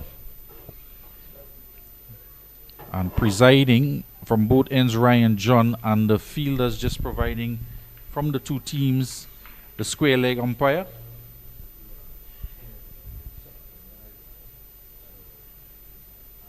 It's going to be Santaligam to come on strike.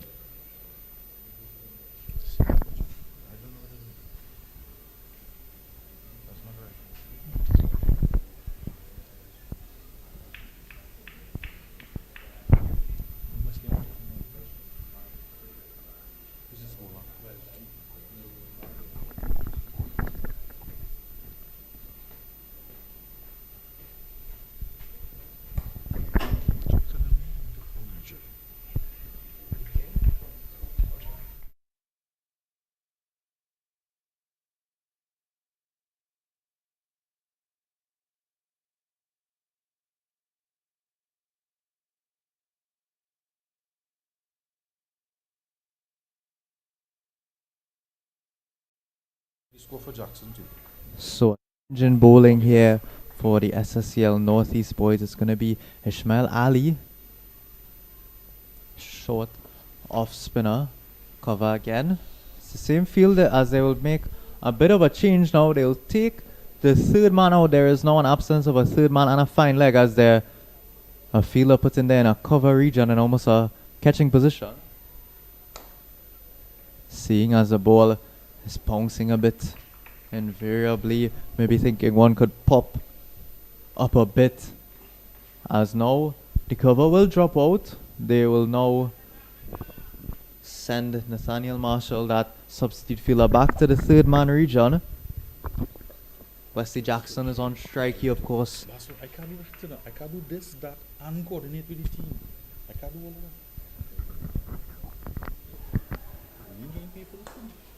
Oh, there was an opportunity for a catch there again. Wesley Jackson, with the power he does possess, it came off the middle of the bat very quickly. Should have been taken, you would think, as Wesley Jackson, he's done so well. He now will receive the applause from his dugout, and as his coach is a bit of a muted celebration to bring up his 50 there. But it is 50 up for Jackson. He's played such a good inning so far, hunkering in after the loss of those 3 relatively early wickets. Short again. Refusing to pitch it up is Ismail Ali. Doesn't want to get into that firing range at all.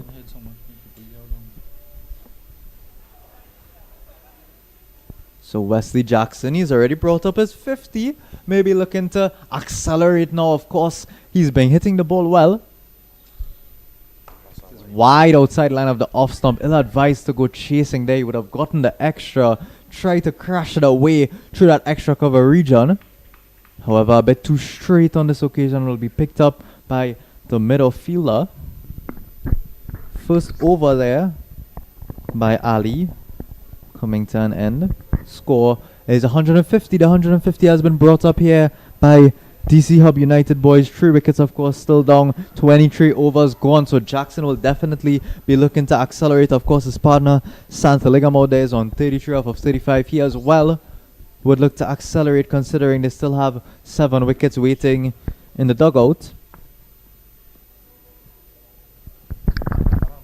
Just want to ask somebody bowling in. Is that his gadget?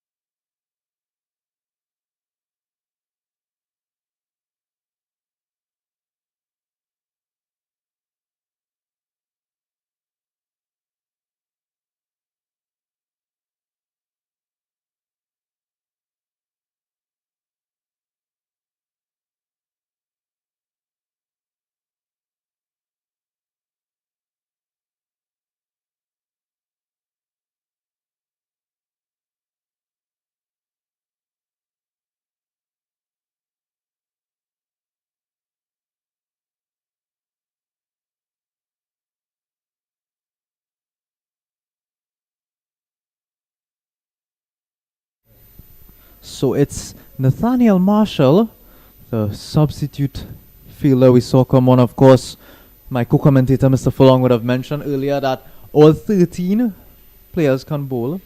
As we saw, that last delivery there was a bit uppish, didn't look too interested in getting his hands to that one. Would have required a bit of a forward dive there by that fielder situated in short mid wicket. He's now moved to third man, a short third man.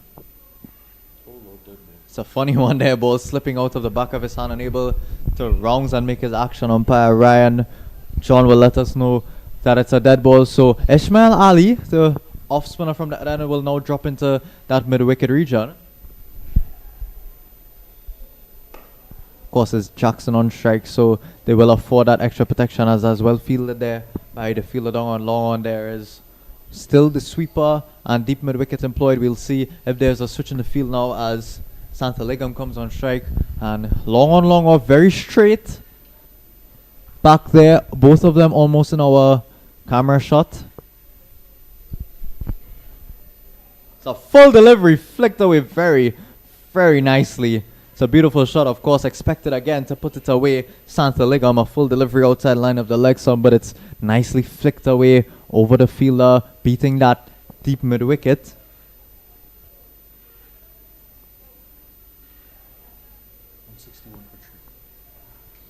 Score is 161 for 3.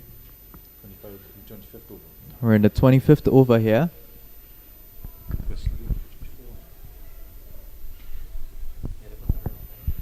So Marshall, off of this over, he's bowled 4 already, gone for 7 runs. Santhaligam's still there. He's on strike. He moves on to 39, nearing that half-century milestone. It's a full delivery and cracked away. It's a beautiful shot. I don't know where he's running going. His partner Jackson was just looking at that one sail away into the gap. It's played well, another full delivery. Yeah, just smacking it away. He's growing stronger and stronger in confidence with his boundary hitting. That's his 6th 4 of the innings and takes him up to 44. He's in the 40s now, 43 rather. And placing the ball quite well. There's the big gap between deep mid-wicket and long on over the head of the mid-wicket fielder in the ring. And 4 good-looking runs.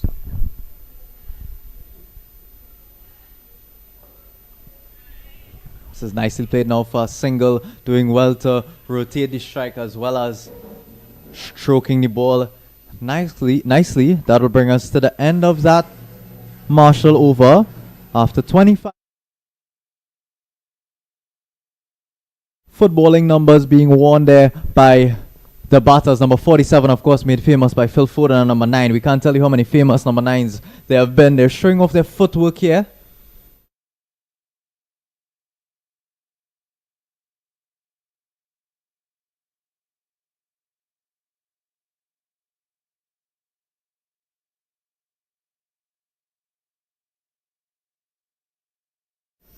.25 overs gone. The score 3 for 166, motoring on. They've maintained that run rate of over 6 runs and over. It's 6.6 runs and over currently, and just under a little bit of pressure here, particularly coming into the last 10 overs of the innings. And they've gone for quite a few runs, some of the bowlers, and we are going to see another bowling change being made. Just run through the bowling card for you. Nikolai Castillo, 2 overs, 20 runs conceded. Samir Miraj, 5 overs, 16 runs rather conceded. And Javed Rahman, 4 overs, 29 runs conceded. Did pick up 2 wickets. Joyce Bryce, 3 overs for 18 runs. Shaquem Hines, 5 overs, 27 runs. Josh Kamabach, 2 overs for 16 runs. Sebastian Marshall, 1 over for 12. Ishmael Ali, he's being replaced, 1 over for 4 runs. And 1 over from Nathaniel Marshall for 12 runs. So wide delivery here from the new bowler. Chasing a bit as the batters, they would do well to maybe leave some of those outside line of the off stump. They would have gotten a few extras. But eager to get bat on ball here, both batters.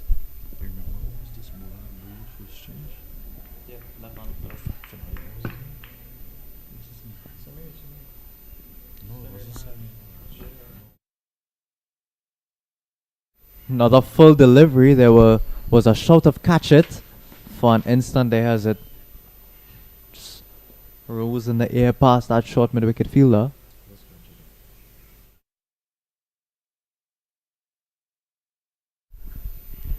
And we've had just a 1 over from Gajada as well to make up that 25 overs gone.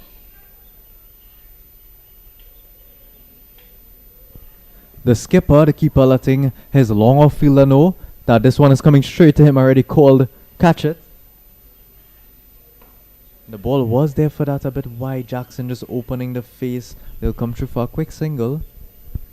And Jackson now, he will want to increase his scoring rate. He's just a strike rate of just over 100. And as we enter into this last phase of this 35 over encounter, he's on 55. and he'll want to push on here now. He's found a good partner in that of Suraville Santaligam. He's on 45, facing up, backing away, and the one just pushed wide from the bowler just to keep him in check. Vijay Nanlal.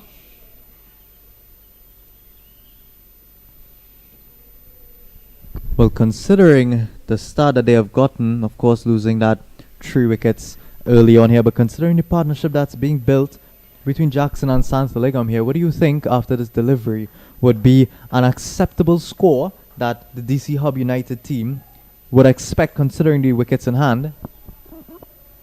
I'll just hit straight back past the bowler. Vijay Nanlal, there are protection in the deep with 2 people out there at long off and long on. It would depend really on the captain, Palm Phil, and how he wants to use his bowlers, because there are quite a number of bowlers in this outfit, not forgetting all 13 of them can bowl. So he might just want to give a taste of the cricket to some of the other players. So that will dictate what type of score we might finish here with. It screamed away. It was close to that fielder there at mid-wicket, but we just heard the sound off the bat, that cracking sound. They've been doing well with those cover drives in addition to those flick shots that they are playing, scoring some very helpful boundaries. At the end of the 26th over, it's 173 for 3. And Wesley Jackson, he goes on to 59. And one thing is for sure, whoever comes on to bowl, they will want to try and get as much dot deliveries or even keep Wesley Jackson off of the strike. But I tell you what, Santaligam, he's not backward either. He's on 46 off of 46 deliveries.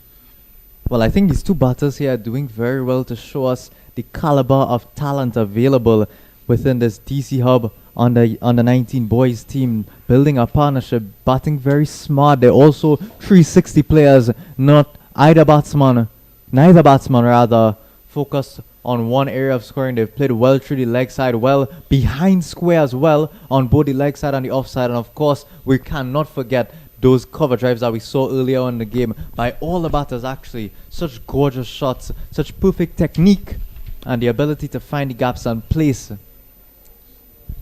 It's a good show here by all the batters so far in the DC Hub under 19 boys.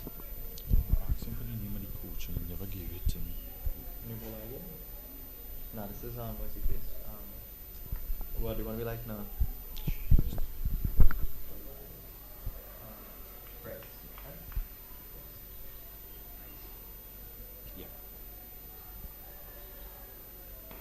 So it's Bryce to continue. We've spoken highly about him so far, being a tricky left-hand orthodox bowler as they will rush through for a second run here. He's taken 1 so far, has Bryce, but he's done well to mix it up. You'd think the skipper turning to one of his better bowlers. Of course, he does have other options available to take a wicket. This is a very crucial stage of the innings. These 2 batters have been set well. It's flighted a full delivery just over the head of that short mid-wicket fielder. Marshall will come around, Nathaniel Marshall that is, will come around and do well to cut that one off.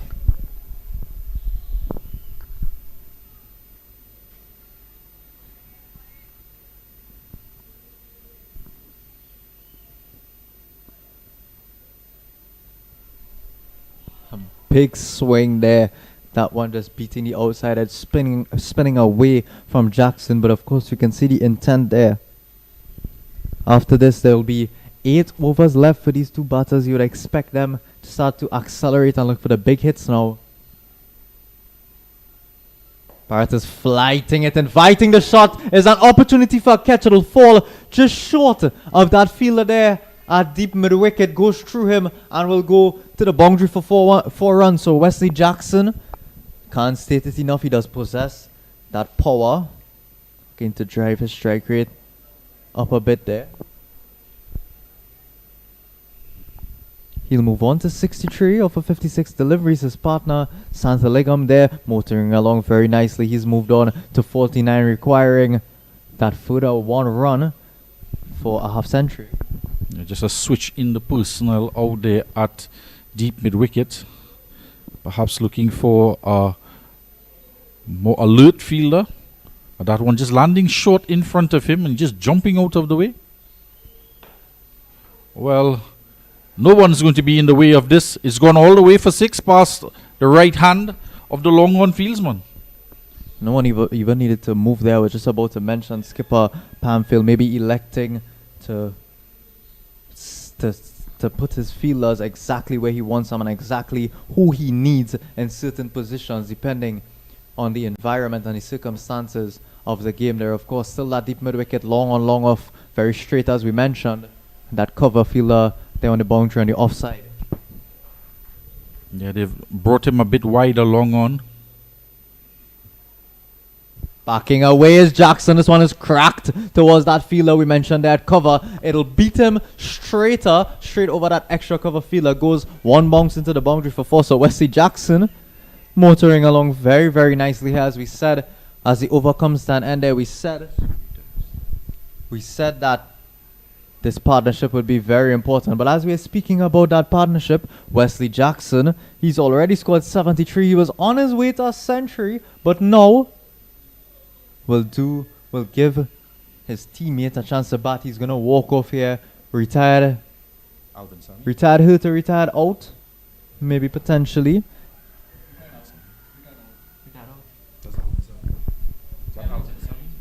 So it'll be Alvin Sami to replace Wesley Jackson here. He'll be retired out, giving the opportunity. Very commendable. He seemed to have been having fun out there, but he will do the right thing and give give Alvin Sami a chance to go out there and show his worth. Santhaligam, of course, still remains out there on 49.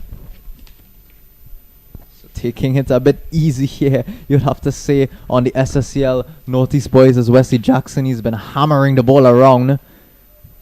Yeah, we've seen him do it on the tour last year as well, retiring out, just having gotten to 60 odd runs, 68 runs, I believe it was, and 75, yeah, just assured by Mr. Jignesh Shah, who's accompanied us just to provide us with some much needed information.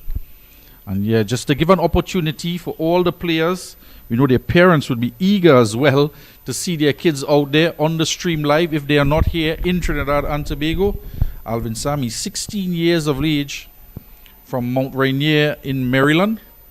He's been playing cricket for 8 years for his club, Super Over Cricket Academy, otherwise known as SOCA, named after the brand of Calypso, the short form, the word SOCA. So swing immediately. Wasn't a bad offer, but considering the amount of turn available here, we see Samir Miraj, the opening left-hand orthodox bowler, coming back, turning that ball nicely away from... It's not Sami on this occasion, rather. It's Santhaligam. He still faces up. Outside the off-stump again. This one turning. There was a nervous look by Miraj there to the umpire. Maybe signaling that he thought that was a bit wide. Maybe got away with one. There, Santhaligam, of course, still requires that 1 run to get through to the milestone. He's been out there for 49. This will be his 50th delivery. Track down again outside line of the off-stump. We've seen him be clever and play that cut shot where he opens the face. There is a gap available there between that straight third man and that straight point. Backing away a bit. This one is played nicely down the ground. Will not get that single. He's looking for it to get through to that half century. Being tight in the field so far as SSCL Northeast boys in this over.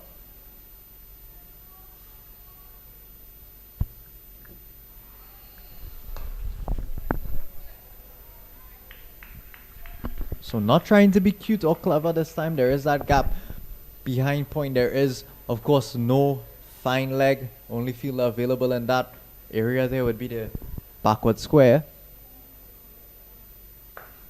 And what a shot this would be to bring it up. Gets it into the gap. A bit of a chase onto the fielder. He'll not reach there. So it's a half century for Santhaligam. He's played excellently outside there with the accompaniment of Wesley Jackson. This is a terrific little sweep shot. He was looking for that one earlier in the over. Finds that gap where a corner fielder would have been situated, it's going to bring us to the end of 28. Score at 194 for 3. And the projected score with the run rate climbing now to 6.9. Projected score of 241.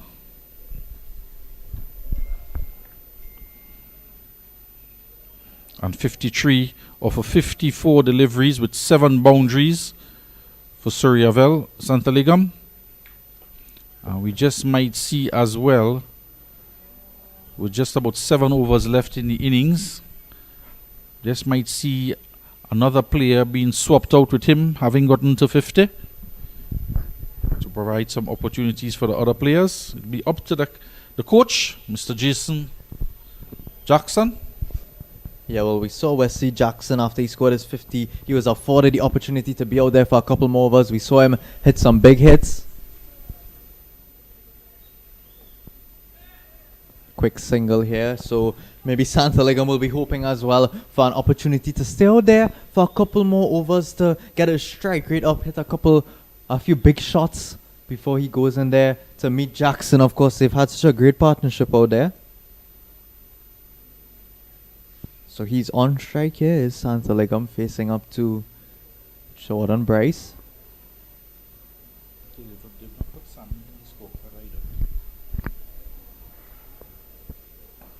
Flighted, just dipping there at the last second, almost yoking himself, Santaligam, as he looked to put some oomph into that cover drive.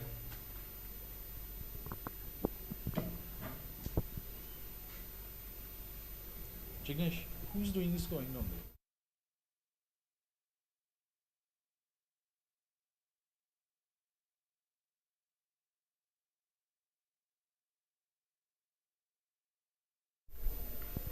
It's good running there, Santaligam and his partner, new partner joined by Alvin Sami, as we just mentioned out there. So the deep mid wicket now being employed for Santaligam. We saw it for Wesley Jackson, but of course skipper Pamfield would recognize that also Santaligam has the ability. Down the track a bit, track down will come through for a quick single. Brings Alvin Sami on to strike.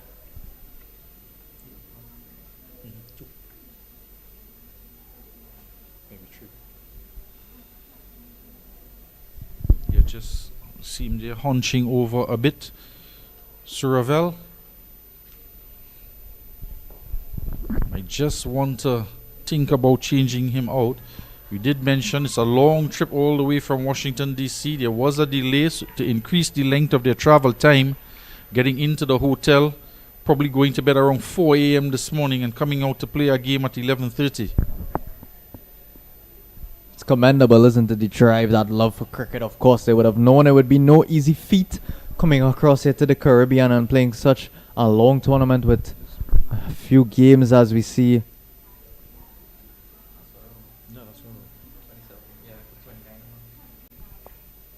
29 overs have been completed here.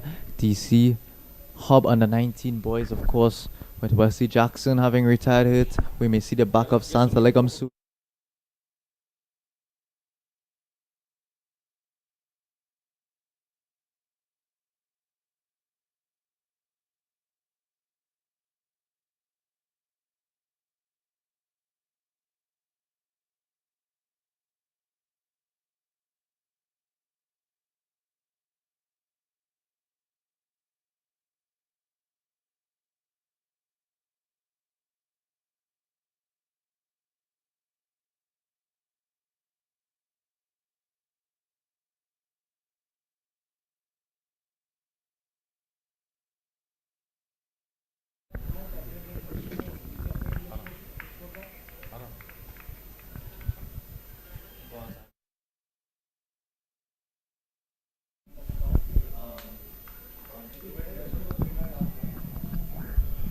Continuing on here.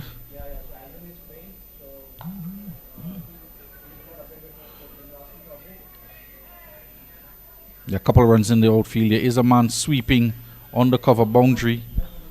The 2 out sweeping either side of the wicket and 2 down the ground. So just 4 in the outfield. Yeah,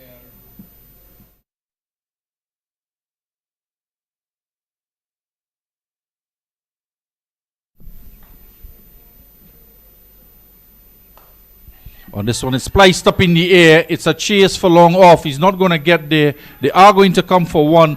And the ball just skipping away from the fielder. And they're going to turn that one into two. It's 198. And that two might just bring up the 200. 200 for three. Sammy's on 7. Coming to the crease. The extras are 14.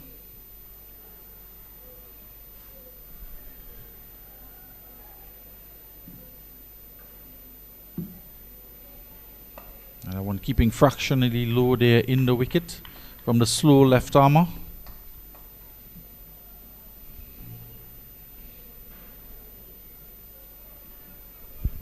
Just 5 overs to go after this.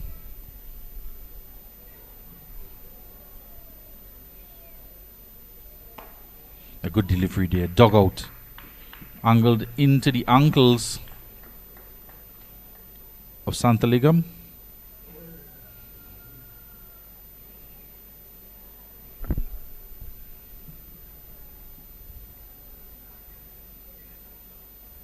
And he's making room, clearing that front leg, and you could see he might just be tiring out there in the middle.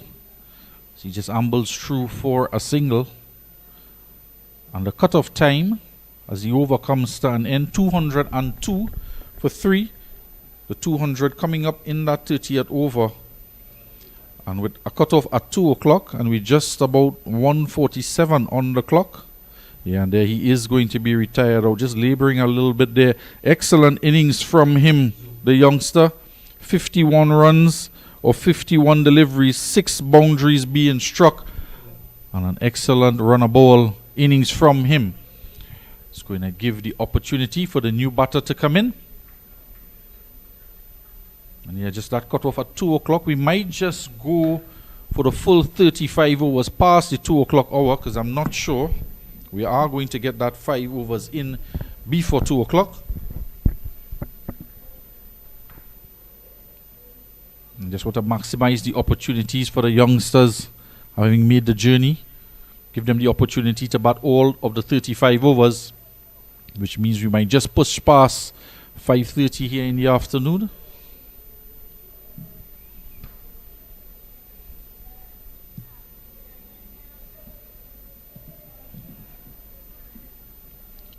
Batsman in Ativeni.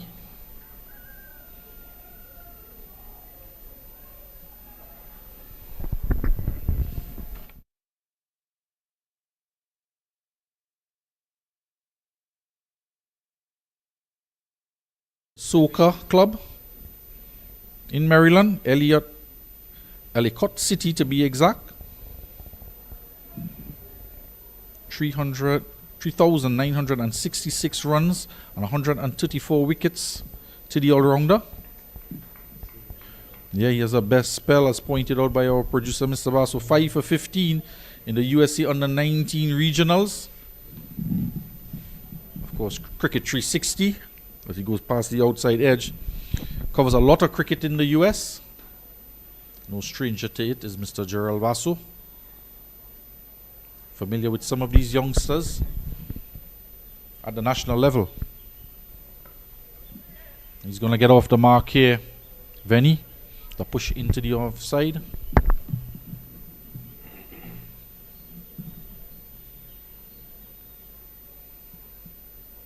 It's going to bring Sammy into strike on 12. And they don't want to have a slowing of the scoring nearing the end of the innings. Yeah, they're going to get a quick single there to backward square leg. Throw comes in, but a good early call and fast running. It's a bit rough, the outfield here at the St. Anthony's College. A couple balls just skipping away in the outfield.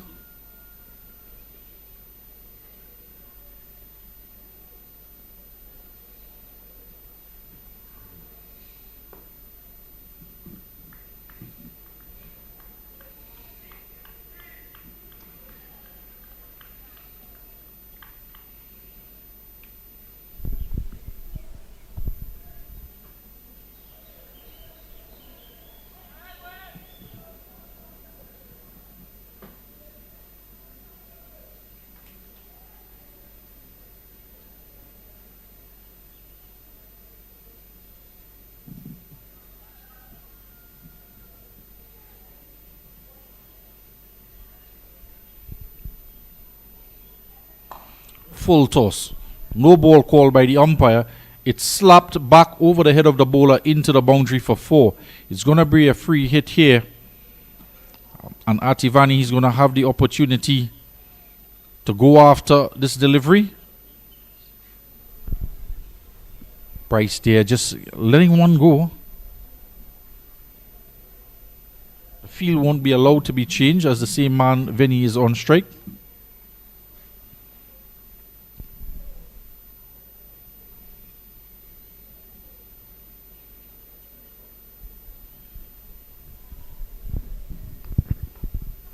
And it's put in the air. Of course, it's a free hit. He's not going to be out. The fielder's thinking it's a catch. The batsman thinking he's out. But it's a free hit and just a dot ball.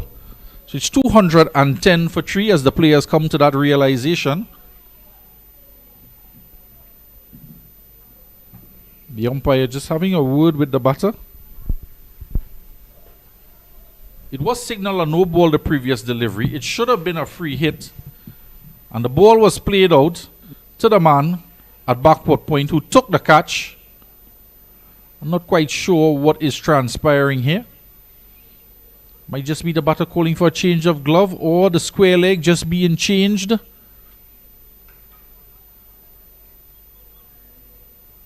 Just the one umpire for this game. We should have had 2 umpires. Just the one, Mr. Ryan John.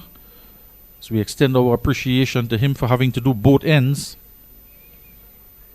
And the square leg being provided by the fielding team. In fact, the batting team has done the square leg. And that'll be the changeover as we have another delay here. As we approach the 2 o'clock hour.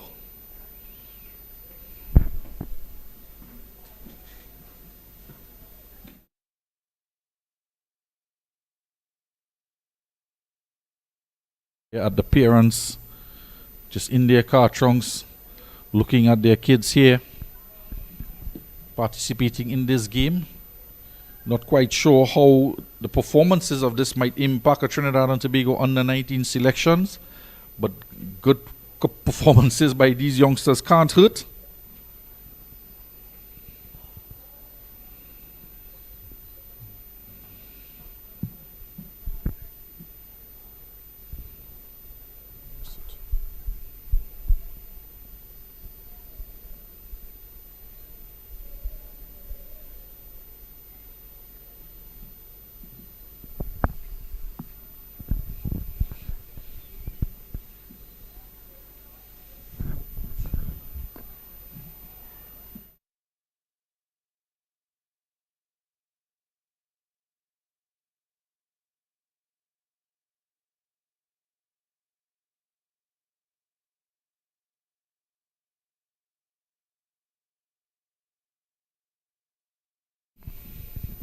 Continuing on here, the score is 210 for 3 after 31 overs. It's a bit of a break in play as we change the square leg umpire.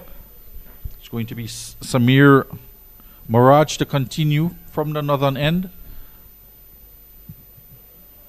He's going to be bowling to Sammy. Short and pulled away into the onside. There is protection there. Well, the protector didn't protect the ball. It's gone straight through his legs for 4.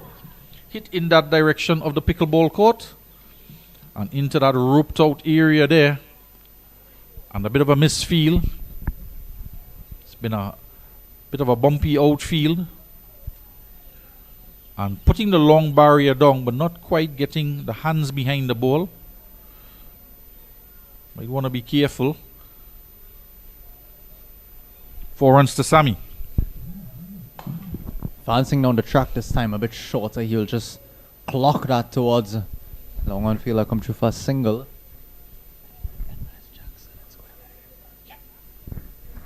So we saw Wesley Jackson. He retired out a little bit earlier to give his compatriots a chance at the bat. We now see him, as we mentioned, the change in square leg. It's actually that man himself, Wesley Jackson, putting in a shift there.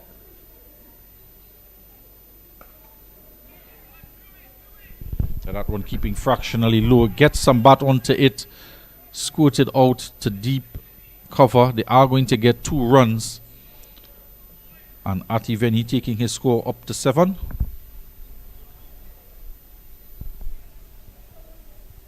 216 for 3.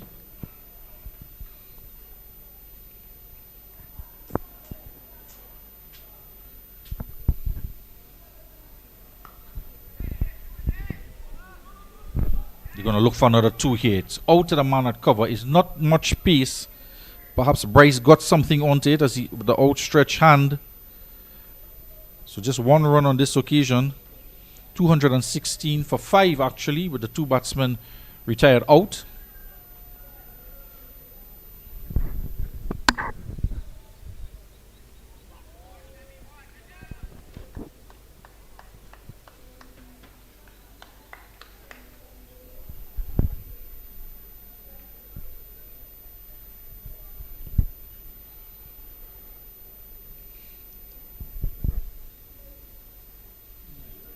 And that's wide down the leg side, a full wide down the leg side. Very difficult for the wicket keeper. We'll have to look at the umpire to see if there was any bat on it. He said it's a wide, so no contact at all. As the extras continue to mount now, on to 16 with 12 wides.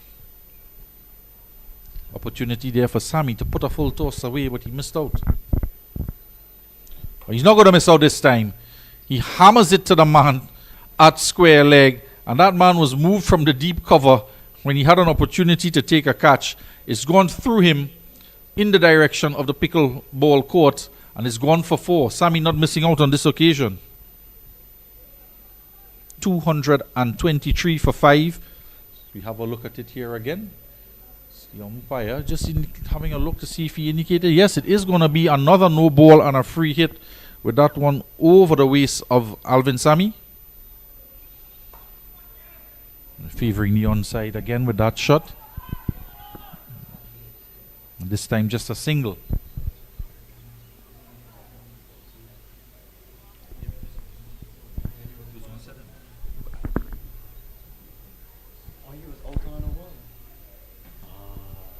So the end of the over. 32 gone, 224 for 3. As we are just a couple minutes before 2. The umpire hastening to the other end.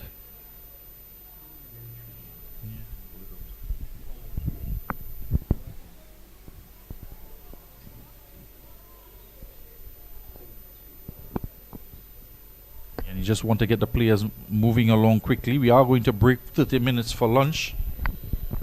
Not quite sure where the lunch is.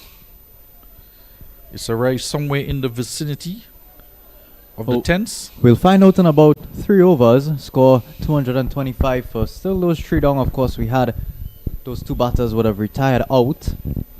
So moseying along nicely. The projected score is at 248 at a current run rate of 7.1. They were in the high 6s for majority of the game. Run rate being sent up a bit here. Of course, Sammy seems to have that power in his striking. Ability to get a few quick boundaries here. As we see, it'll be Jordan Bryce to continue the left hand mystery spinner. This one is outside the off stump. Would have done well. It seemed to set up nicely on that full length for a lovely flowing drive over extra cover as he rehearses that shot now. Just trying to drag it. There is of course that mid wicket on the boundary, but there's a sizable gap between that short mid wicket. He's very straight and a wide mid on. Advancing down the tracks. It was a bit too far away from the stumps for the skipper Pamfield to collect in time. Get across to break the bails. As we take a look back at the take here, he was advancing. Sammy looking for that big shot. Had a bit of time available there as Sammy made a good ways down the wicket. Did Pamfield, but just that extra spin of Jordan Bryce taking the ball a bit away from the keeper. He had an opportunity there. His head was in the air. He's looking to score quickly, but he has to keep his eyes on it and his head down. Going is Sammy. This is over the infield, beating that short mid-wicket fielder. It'll run close to the boundary. There's a chase on, and eventually it's just stopped there as they will come through for 3. It's well run as the throw comes in here. So 3 runs to Sammy's score.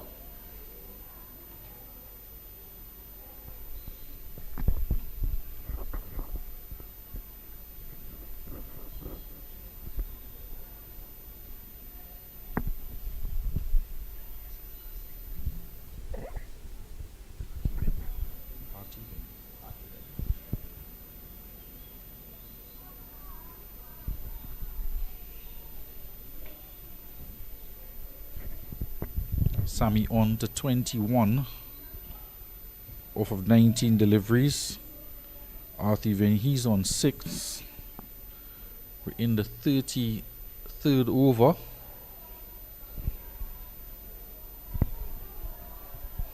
Still flighting nicely as Bryce. He's unafraid to go for that flighted delivery. Of course, would provide the batter with a bit more time through the air to see the ball, and it's coming through a bit fuller, but still trying to take wickets. Still that attacking intent from Jordan Bryce hasn't gone into a shell. This is a good shot behind square. Will beat that short fielder. It's going to run into the boundary. There's only that deep mid wicket out there. So swiveling well is Venny. Yeah, the over comes to an end. 33 going 232 for 5. And the projected score of 245. The current run rate is 7. So we can get there if we maintain that run rate. And that would represent a good healthy total for the touring DC Hub team. The question here now for Justin Pamphil is to determine who is going to bowl the final 2 overs from either end. Is it that man Cumberbatch coming into the attack?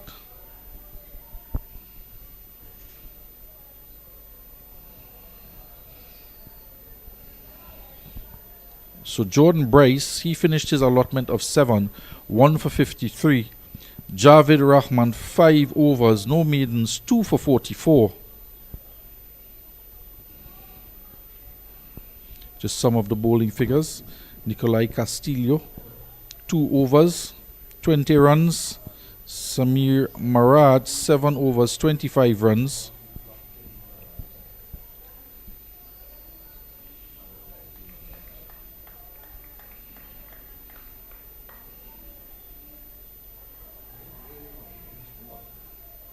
Javed Rahman, as we mentioned, 5 overs, 2 wickets for 44.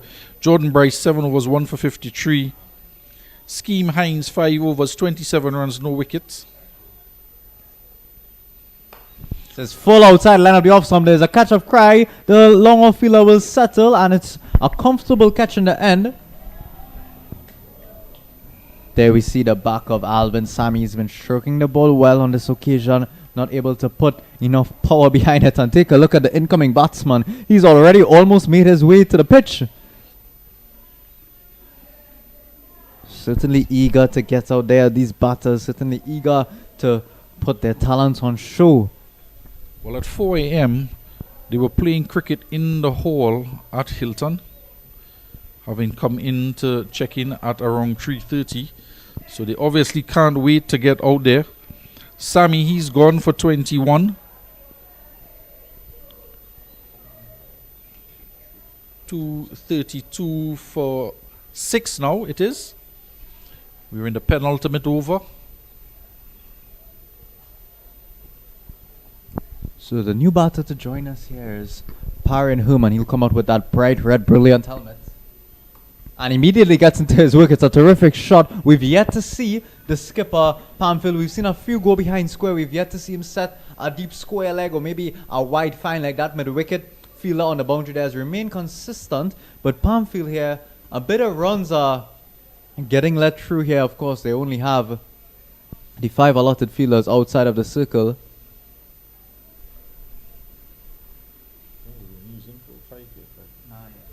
So he's off the mark, Roman. So his dad doing the square leg duties earlier, Mr. Ricky. And they're going to challenge the straight mid-wicket there. Quick single. Well, the bowler looking a bit disappointed. Of course, Herman was in a flash. You heard the call. Yes, yes, yes. Absolutely immediately. But maybe the short mid-wicket fielder could have thought about lobbing a throw to that non-striker's end. We take a look back at it here. Yeah, he would have been comfortably gone, you think. So the opening bowler being selected, Nikolai Castillo, to come back and finish off the innings from this end. Slower ball. Worked in the onside. There's been a lot of balls played out the deep mid-wicket boundary from this northern end with the breeze coming across the ground in the direction toward the pickleball courts. But a good change up there from Castillo with that slower delivery. Coming off a shorter run now. They're just changing it up here a bit, just hustling the batsman. The new batter coming in to play. Herman, he's not out on 5. It's the end of the over. 237, 238 for 6. With the 2 batsmen retired out, Wesley Jackson for 73 and Suryavel Santaligam on 55. Just wondering if Santaligam might have been retired hurt, because he did seem to be suffering and labouring somewhat coming down to the end of his innings.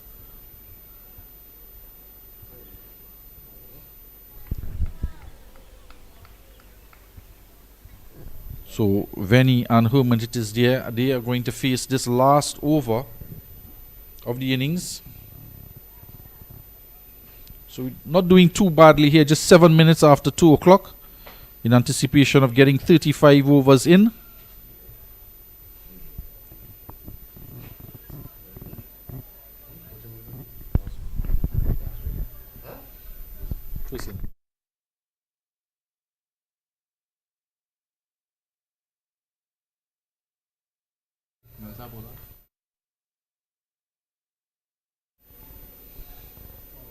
Hines. So it'll be Hines here to deliver our last over of the innings, score 238 for 6. It would now move up to 239 with that extra. He may have been a bit lucky to have that not being called a no ball. It was very wide outside line of the off stump. You could see that one swinging away even against the breeze, even further outside, as we see young Ali will switch. And that cover fielder is still out there now. Short extra cover, a point and third man inside the circle on this offside. But he shuffles across, loud appeal. He shuffles across outside of the off stump, but his left part was struck in line and given out by the umpire. So Venny has to go with 239 runs on the board in the final over. 11 runs to him. We'll have another close look at it there. The umpire didn't hesitate, but he seemed to be struck in front. I was just about to say, it's an interesting field here from the skipper Pamphil. He had 5 inside the circle at that point in time, and of course again there is that short fielder in backward square, no fine leg, no protection behind us. So it wasn't the worst idea from Venny, considering we are in the last over, but it's a good comeback, that line and length from Hines. We'll just try to run through the scorecard as we are in the final over.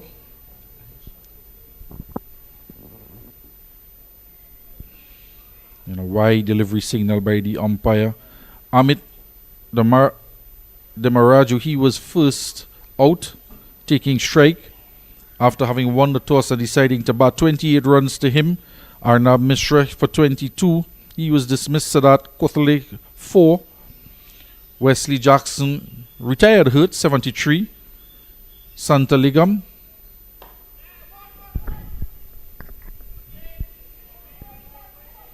240 on the board.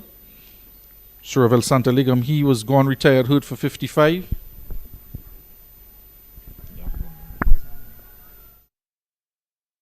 And Sami 21.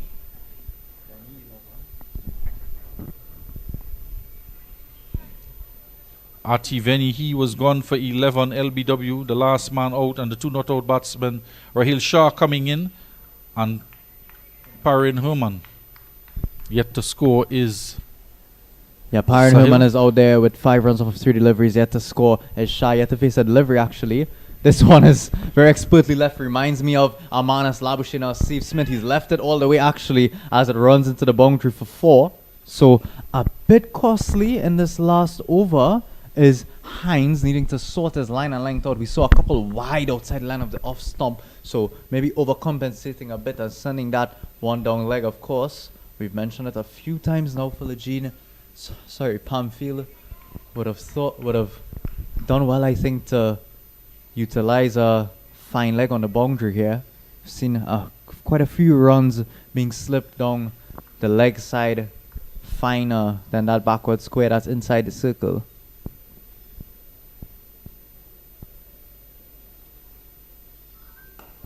Oh, it's a cracking shot. The fielders are interested for a second. It'll bounce once. It's a good piece of fielding. As they come back for the second, they make it comfortably in the end. It's a good bit of fielding there. Good teamwork on the boundary. Just parrying that one off was the long off field and collecting long on. Yeah, just parrying it in front of the goalpost. So 247. Herman going up to 7. Rahil Shah, the other not out batsman, just coming to the crease. He's gotten off the mark. And an interesting last couple deliveries here to come up. We'll just have to wait that bit longer. Signal wide by the umpire. So we saw in his opening spell, he did bowl a few wides outside of the off stump, and he's trying to hold a tight line out there. Well, Paran Herman, he's only faced those 5 deliveries, but he's been a very exciting batter to watch in that short time he's been out there. It's a brilliant delivery. What a comeback by Hines.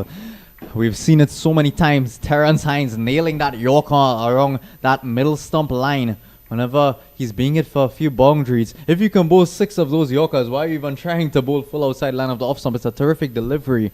Herman on that instance tried to jam his bat down on it late. As we take a look at the replay here, it was quick, it was full, right at that big toe of his right foot there. Herman getting cleaned up there. It's a good comeback by Hines. 248 for 6 with the fall of that wicket. And just noting on the scorecard, Wesley Jackson and Suryavel Santaligam, they've both been given retired hurt, hence just the 6 wickets down. So we see the ground staff from Queen's Park Cricket Club off in the distance at the goalpost, getting ready just to come on at the end of the innings, just to tidy up the pitch and remark the lines. Special thanks going out to Mr. Ricardo Patti and Mr. Kishore Williams, the General Secretary of the Queen's Park Cricket Club, for affording us the opportunity. So it's cut away nicely. It's a very full delivery. It'll go down to that sweeper. He'll pick up comfortably. They'll come back for the second. It's well run in the end. So missing his lengths a bit, maybe trying to go for that Yorker again. There was Hines. It was too full on this occasion. It'll bring Shah onto strike here.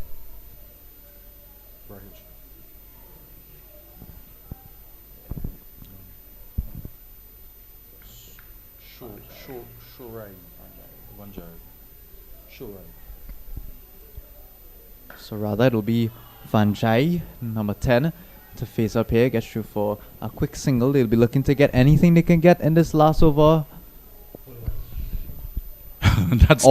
Or rather, they've got everything they could have gotten in this over, as our umpire, Ryan John, calls this first innings stand end. 251 for 6, 35 overs bowled, 26 extras in the innings. And we'll have a break here for lunch and resume in about 30 minutes' time.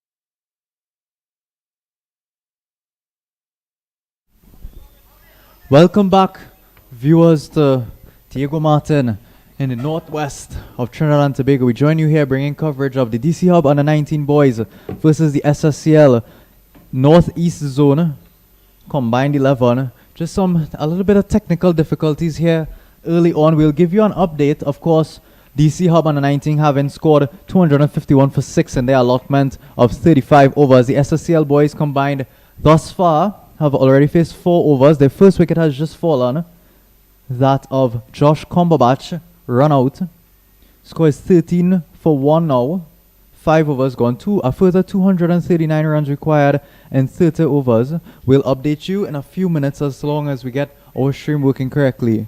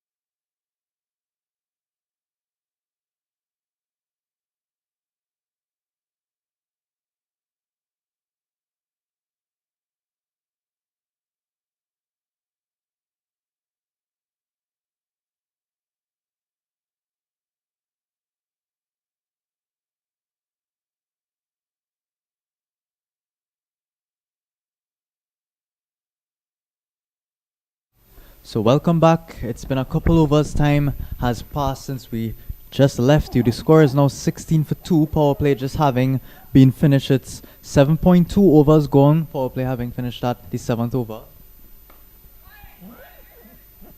It was Josh Cumberbatch to open the batting with Jordani Phillip. They're both gone now. Cumberbatch gone for 10 off of 27. He was run out. Jordani Phillip then sent caught behind by umpire John.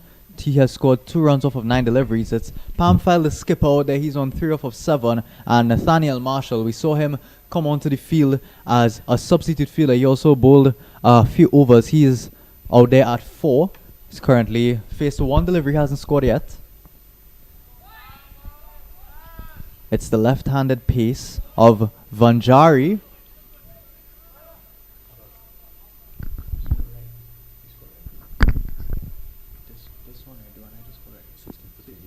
But we were getting problem with that. The score was hardly ever right in the first innings. It was always slow.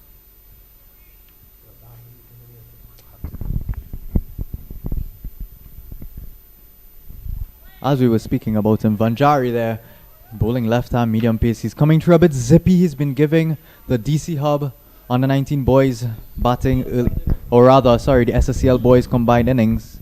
He's been giving them some trouble, the early batters. It's Ravi Kumar, right-handed medium pace on the other end. He's bowled 4 overs, having 1 maiden.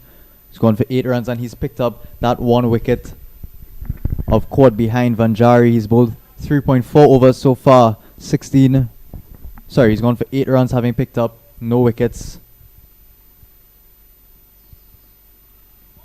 So it's a disciplined line and length here from the 2 opening bowlers. Skipper deciding to stick with his 2 pacers bowling what would be now 4 overs each.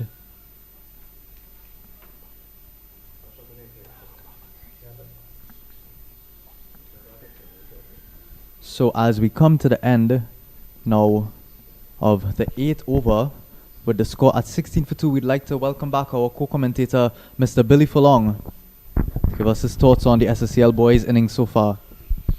Yeah, thanks, Adam. What we've seen thus far is a very disciplined line and length from the 2 opening bowlers here, Shurai Vanjari as well as Baladitya Ravikumar. And they've been holding a good line and length and getting the ball to swing away from the right-hander and into the left-hander, not unlike our producer here, Mr. Liam Mamchan, who's joined us at the St. Anthony's College, bailing us out of a little bit of technical difficulty. Thanks to Mr. Jason Passad as well, doing yeoman service on the Cricket 360 team. Well, glad to have you back joining our live broadcast. Of course, problems you were having were less than ideal. You've missed a good period of cricket, going on 2 wickets, falling for just those 16 runs. It'll be a new bowler here, who welcomes himself with a full toss. It'll be Shah, Rahil Shah, the number 30 to bowl right and medium pace. He'll be replacing, of course, Ravi Kumar from this commentary end.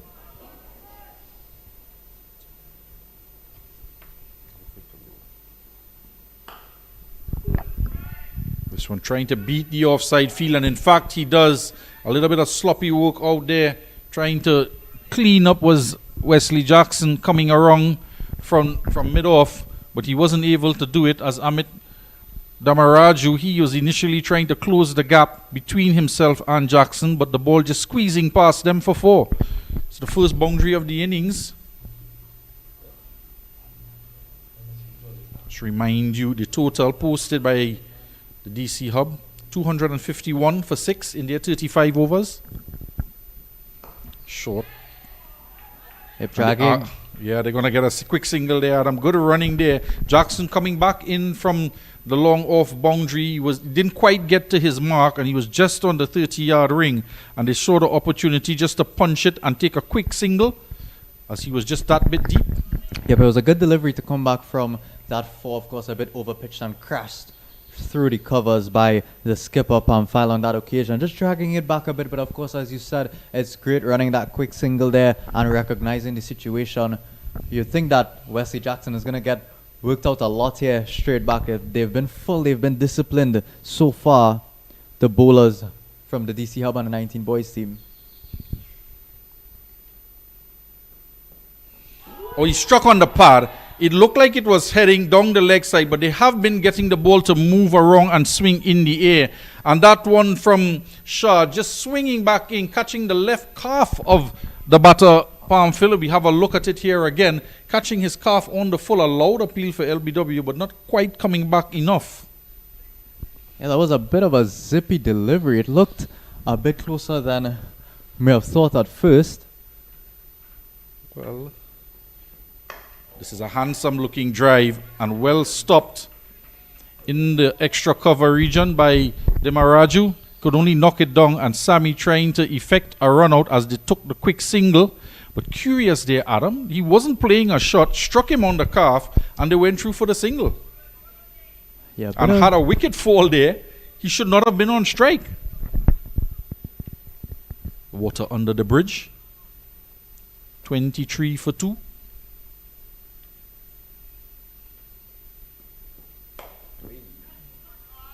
Just clearing the front leg. Some indecision in the running. A call of yes, and then both hesitated. A misfield, and it's all happening there.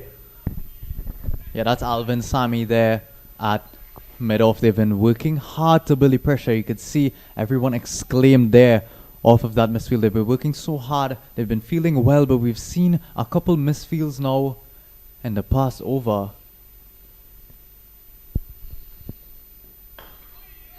Very risky from the skipper, Pamphile, on that occasion. They'll come through for a quick single. So Shah will complete. It's his first over.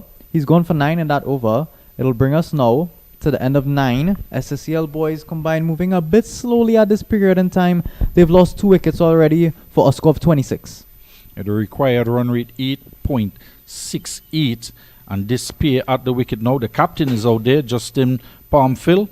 Nathaniel Marshall, he's a resident here, student at the St. Anthony's College, and they're looking to rotate the strike. It's almost as if it's a hit and run here, but they are looking very closely if the ball is to the right or the left, and they're taking off very quickly, so much so off of that last delivery they were even looking for 2 off the misfield. Yeah, maybe a bit of a different approach here. We saw the DC Hub under 19 boys, specifically Wesley Jackson and Santa Ligam. They were going after the balls that were in their slots, driving nicely, hitting some sixes.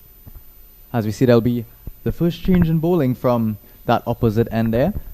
Taking over from the left-handed Vanjari. He's bowled 4 overs, gone for those 8 runs. He hasn't taken a wicket. Seems as if the skipper electing to switch to spin now. We saw the skipper in the first innings, Pamphile, he also elected to use a lot of spinners, only used 2 or 3 pacers, and they didn't all bowl out. So it's going to be Anish. Oh, and he's bowled. The leg spinner, the bowling change being made. Anish Bamidipati comes on, and his first delivery after a couple warm-up deliveries strikes and immediately gets a 3rd wicket for the DC Hub. Well, there it is as we take a look at the replay. Spin reaping rewards very early on. First ball, actually, it was well, it seemed to keep a bit low there on the skipper, Pamphile. Of course, we've seen that in the first innings. Needed to get his front foot out there and meet the pitch of the ball almost. Seeing the invariable bounce on this wicket again, bringing about a fall in a wicket, this time for the DC Hub under 19 boys. It's a spotter border here early on for SSCL boys combined. It's now the 3rd wicket down for just 26 runs. We're still inside of 10 overs. Yeah, it looks as if Mr. Jordan Bryce is making his way out to the middle, and he'll have to face up to the leg spinner. And kudos to the skipper of the DC Hub team, bringing on the change after 2 very good bowling spells, or opening bowling spells from the 2 fast bowlers. 4 overs each, 1 for 8 for Ravi Kumar, and no wicket for 8 runs for Vanjari. So after a very tight opening spell from the fast bowlers, and now spin being introduced, and leg spin at that, and immediately picking up a wicket. Well, how often do we see it happen? Liam will know this. After a fast bowler has run a bowl 4-5 overs on a trot, breaking their back, putting as much power, trying to extract whatever they can from the wicket. And then as soon as a spinner comes in, the ball is slowed up a bit, thrown up in the air, and there is movement off the wicket, and they seem to pick up 2-3 quick wickets. So it was hard work early on for the two opening fast bowlers, but then a nice line outside the off stump there, just to show the batsman Bryce just how much turn he can effect off of this St. Anthony's pitch. 16 years old, Bamidapati. He's out of Virginia, Ashburn, and his club, Future Stars School of Cricket. He's played 184 matches and 213 wickets to his name. This is really tricky bowling here. Maybe not reading him as well as he would have liked, Jordan Bryce. Of course, we spoke about him earlier on in the innings. He had a run with the ball, that left-hand orthodox. We compared him to Sunil Narayan in the way that he was holding the ball behind his back. Of course, he's a left-handed batsman now, but he'll need to have a bit more temperament, you would think. Of course, Sunil Narayan is always aggressive, looking to hit the sixes and fours, but he'll need to have a bit of temperament here as SSCL boys combined 3 wickets, 3 early wickets down. Of course, DC Hub under 19 did lose a few early wickets, but for much more than 26.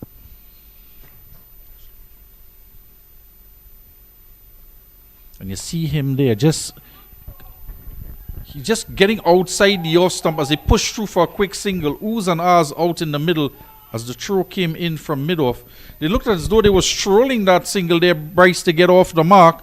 But I see him just stepping across his crease, realizing that the bowler is pitching outside the line of the off stump, just trying to smother any spin and get any impact on the pad as a second form of defense outside the line of the off stump. So trying to work out the leg spinner is young Jordan Bryce.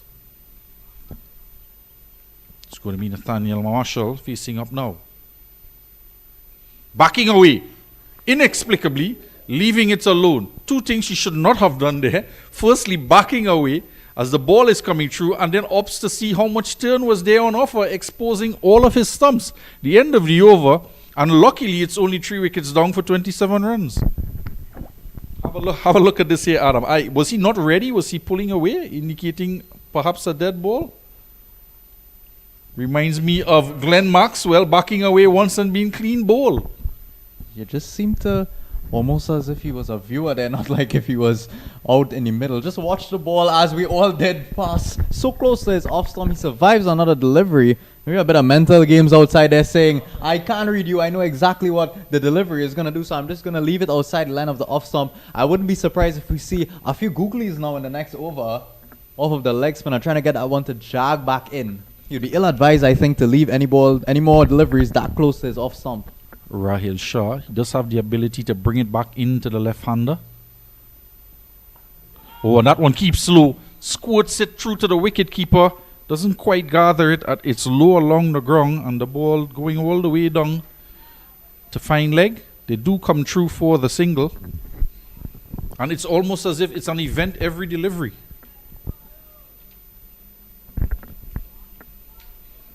Rahil Shah, his dad is here on the tour, Jignesh Shah. All-rounder, can bat, up the order. And very capable with the ball as well. And is he backing away, moving toward the leg side as the bowler is running in? And the ball angling into his pads, he's just backing away from that even more, stepping across, allowing it to go behind him.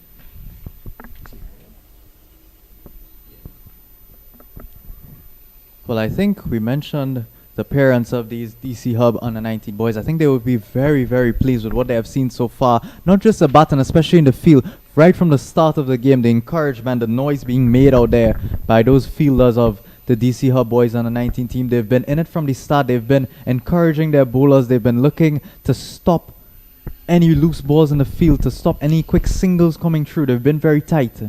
Oh, a proactive approach here. He decides to change and go around the wicket to the right-hander. On an under edge as he backs away as well. It gets down to fine leg. There are, of course, two slips in place for that right-hander with the breeze as well, drifting that ball from, again, as we said, from the right to the left of your screen, away from the right-hander. So maybe looking to just get that one moving from leg stump over to off stump to try to pick an edge there. He'll move back over the wicket now to the left-hander. Well, as I say that, he goes back around the wicket now, so trying to drift that ball back in. There is only the one slip for the left-hander, so definitely playing with the swing. Tugged into the onside, a bit of bat onto pad. He's going to come through for a single as the run rate continues to climb. The required run rate, that is, with the current run rate. Just a bit static. Required run rate just 9.1.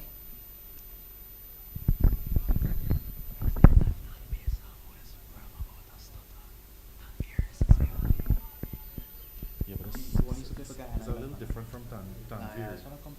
A little bit like Santo. Because we don't talk about Narayan and them. Yeah, Santo. This is over the infield. Wesley Jackson will try to run after it. He's not going to collect it. He's going to run into the boundary for 4. So a good shot, much needed. Release of pressure, you'd feel like, for the SSCL boys combined on a 19 team. Yeah, a low thud there off the bat. Not quite the song you heard on the microphones. Just building some excitement in the commentary area as that one hit over the infield and into the boundary for 4. Speaking about that run rate and some urgency now being shown. Necessary, I think the run rate has been climbing. It's 9.02 right now. If it climbs up to 10, they're going to see some issues. So I think this is well, of course, you would think that they would also want to rotate the strike. As we saw, they have an example to follow in Wesley Jackson and Santaliga. It's a good delivery outside the off stump, keeping a bit low. The batsman swing with his head all in the air, and because it kept low, it went past the wicketkeeper, Siddharth Kothali. Have a look how low this one kept. He's keeping up to the stumps, the wicketkeeper. Yeah, and just goes between the pad, under the gloves, and Rahil Shah, he is no stranger to conditions here in Trinidad and Tobago. He was on the tour last year with the under-16 team. He is currently 16 years of age, so he did get to play 5 games across in Trinidad and Tobago.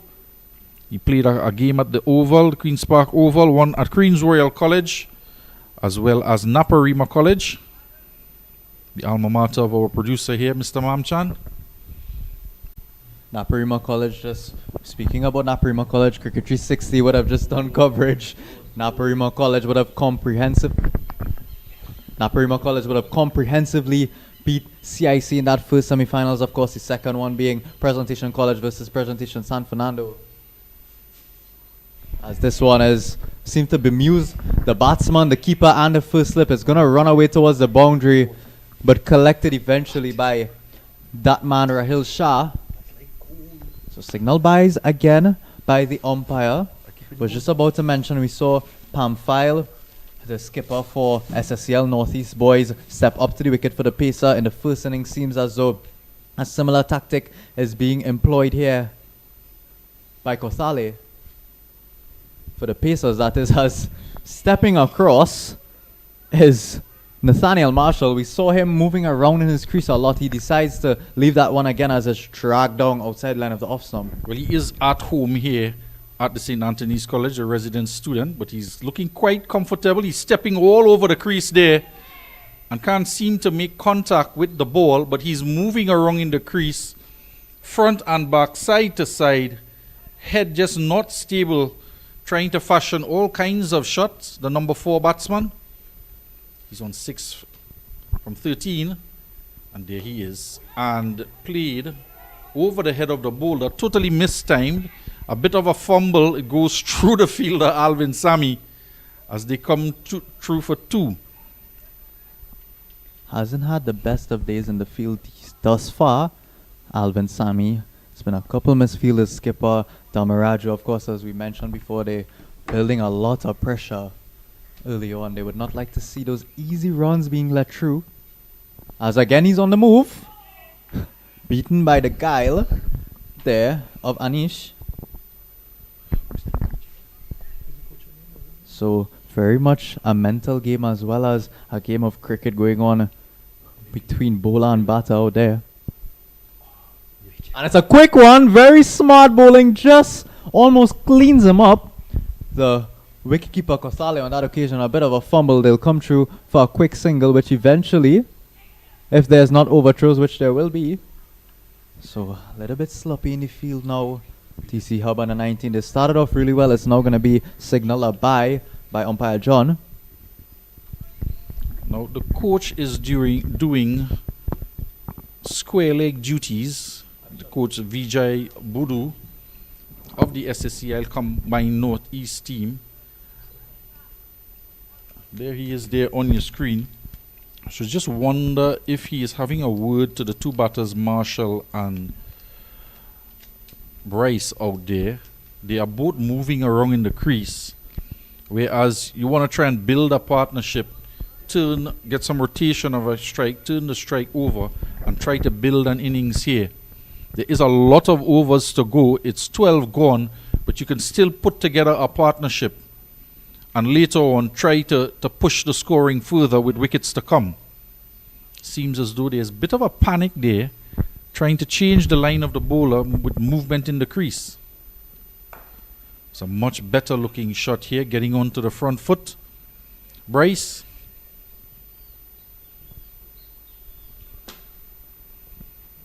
Again, Costale up to the stumps for the medium pacer. Of course, we spoke about the breeze blowing from the right to left of your screen, so he's looking to move it back in, maybe possibly with a bit of seam movement as well. So Costale will step up to ensure that he stays inside his crease, the batter. This one is a bit wide outside line of the off stump. The non-striker is coming down. It'll be closer around here if he can hit. In the end, it seems as though it may go through for some overthrows, not making its way to the boundary. It's cleaned up there on that occasion by Alvin Sami, doing some good work in the field now.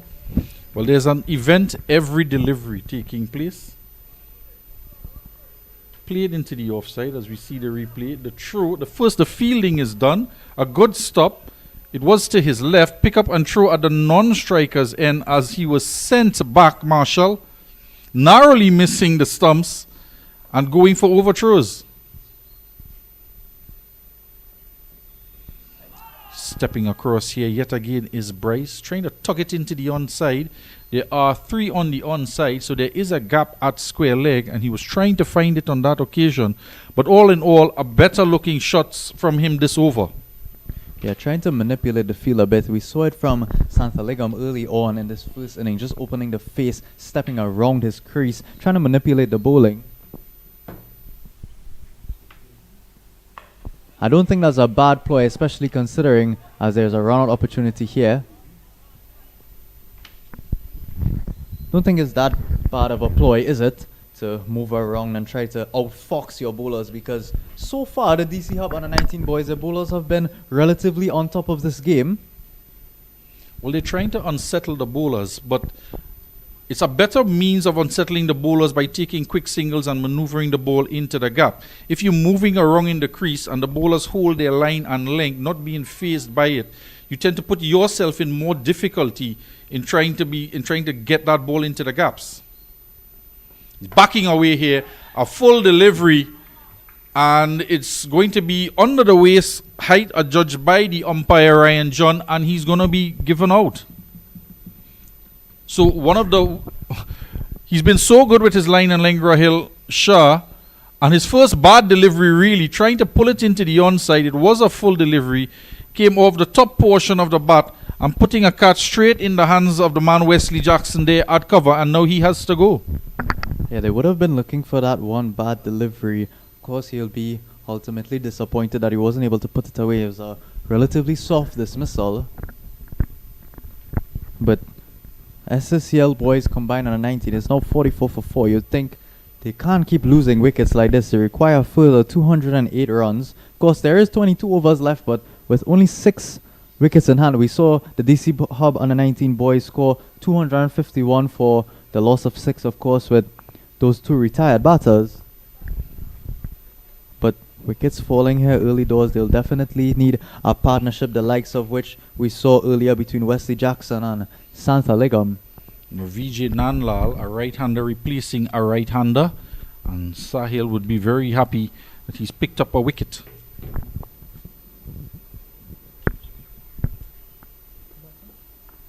Oh, and that has passed off the inside edge, past the off stump, and between the legs of the wicket keeper. Kothali, he's still up to the stumps for Rahil. It's the end of the over. 45 for 4 after 13.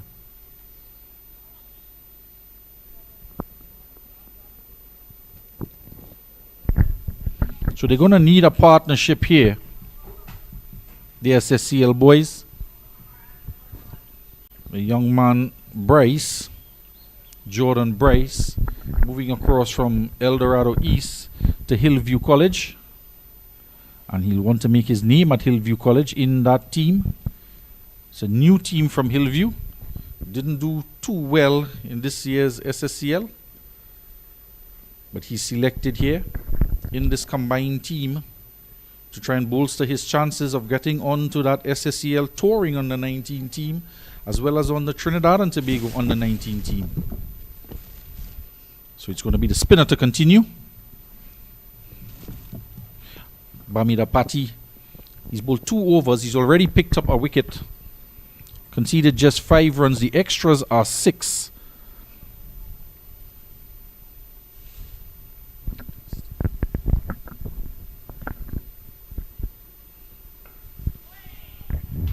Good line and link here shown by the leg spinner. Yeah, Anish. Yeah, he's looked good so far, Anish. Of course, we spoke about Bryce being a bit of a mystery spinner, and leg spin, he seems to be disguising the googly well as this one is tossed way up in the air. It's going to be a full toss. Just pat it down eventually.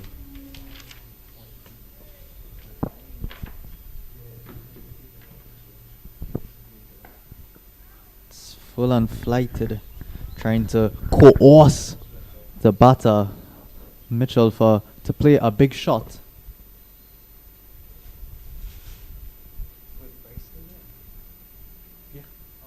Is Marshall right hander? Yeah. Nandal is right.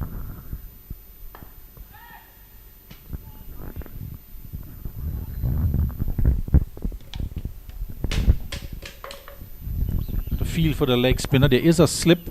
There is a man at a deepish gully in that of Sahil. Shah rather. There is a point, a cover, extra cover mid-off, and 3 on the onside.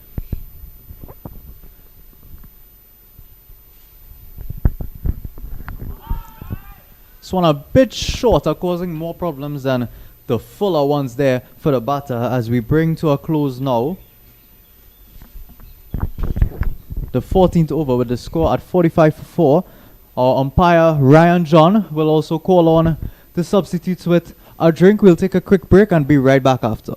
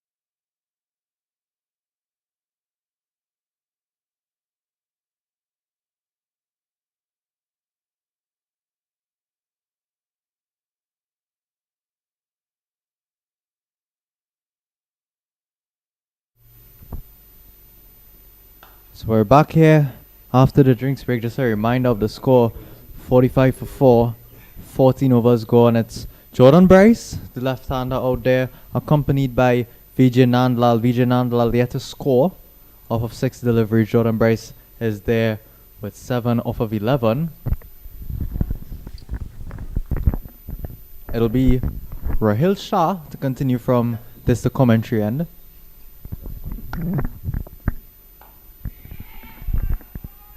And there we see, it's almost as if it's a push and run and a drop from one every time they middle the ball. And it was straight to the fielder who was charging in. Couldn't quite pick up cleanly. And they do get the run.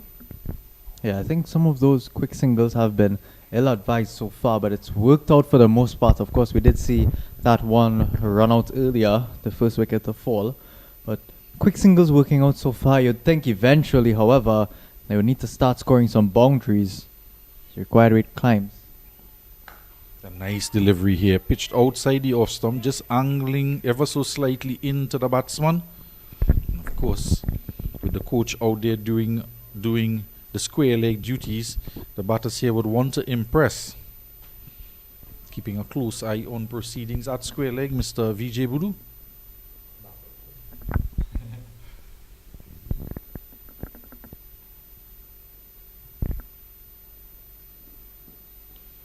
There's Kotali behind the stumps there. Dhoni like with that type of that attempt at a stumping. And he's been up for Rahil Shah ever since he came on to bowl. Can you term the umpire as the backward point umpire? We typically call him the square leg umpire.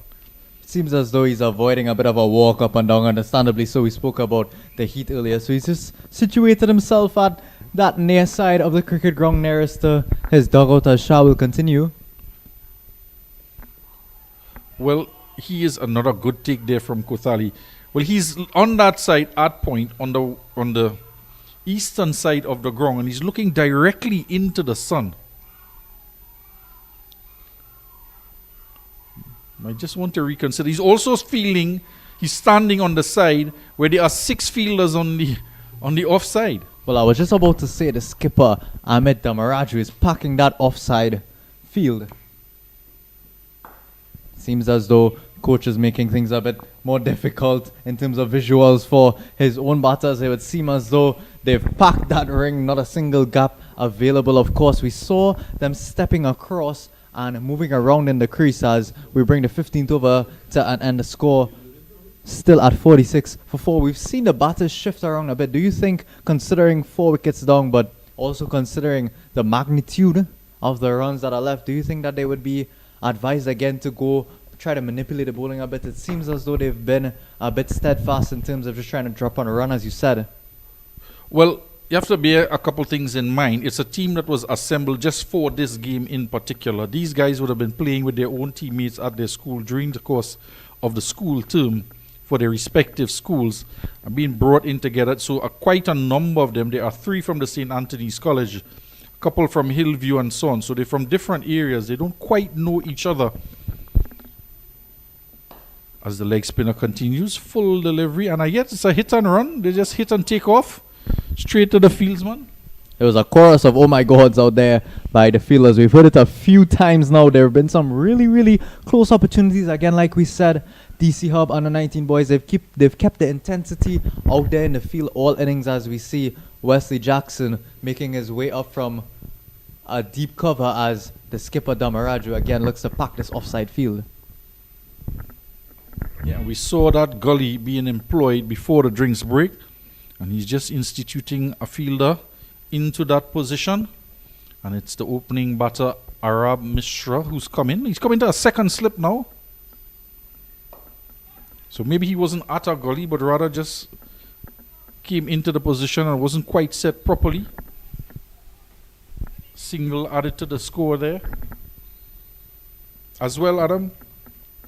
With the team being assembled, it's more for them to get some practice in, to learn to play under the conditions. They as well would want to gain some experience against a foreign opposition. Yeah, struck plumb in front and given out. Easy decision for umpire Ryan John, given out LBW 48 for 5 now. Another wicket to the leg spinner.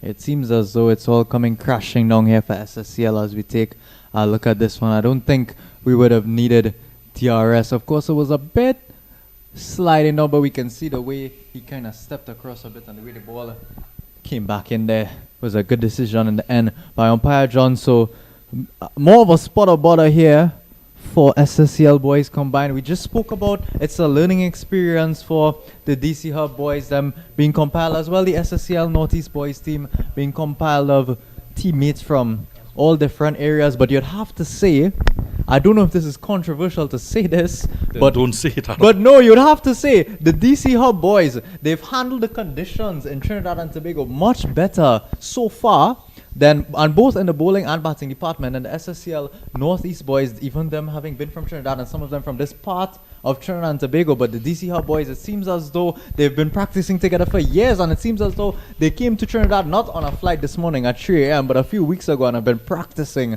on this wicket and practicing in the climate and the conditions. Well, you've hit the nail on the head. They did have a early morning practice session in the corridor of the Hilton Hotel at 4 a.m. And they've been together for quite a number of years. There are a number of players that participate across the different zones in Maryland, Virginia, as well as Washington, D.C. And this D.C. Hub team is an amalgamation of those players from the different clubs.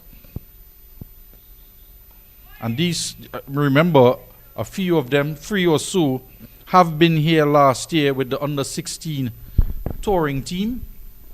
So they are familiar with some of the conditions there. And of course, Mr. Kancham Chotu, the director of the Maryland Cricket Club and the Bowie Cricket Club. He attended Queen's Royal College. And he ushered me into playing cricket at the tender age of 12. Took me on a tour to the Gary Sobers tournament with Queen's Royal College. And he is no stranger to these types of conditions. And he really wanted. Yep, so that will bring us now to the end of 16 with the score at 48 for 5. It seems as though there may be a change in bowling. We spoke about Alvin Sami in the field today. He'll take his chance with the ball now. Hopefully can make a bit of a comeback.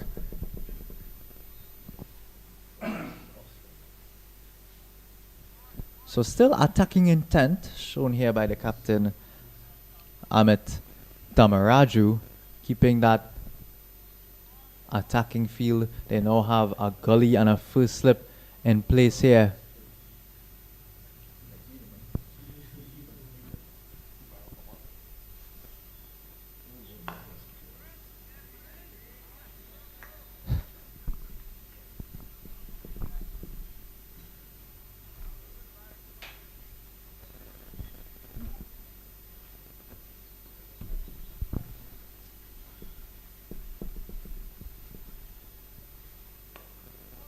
So he's flighting the ball well, is Alvin Sami. This one is just played through the gap. It's going to be a good bit of fielding. They thought about the second, maybe it was on there, but a nice bit of sliding effort.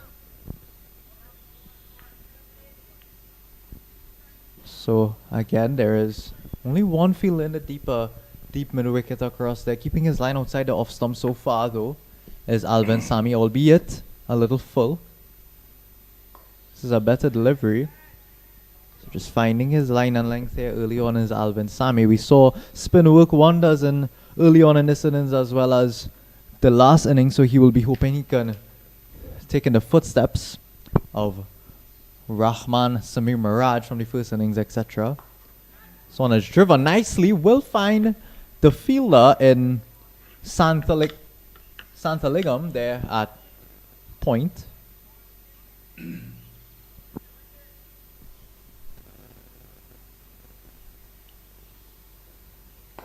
This one is in the air, a chance for a catch. It was a bit of a difficult opportunity. It was a very full delivery, just trying to drive and go over the top. That one there, the spinner Anish not being able to help out his other spinning compatriot on the other end. We'll have a look back at it. It was really full. It's been very full so far from Alvin Sami.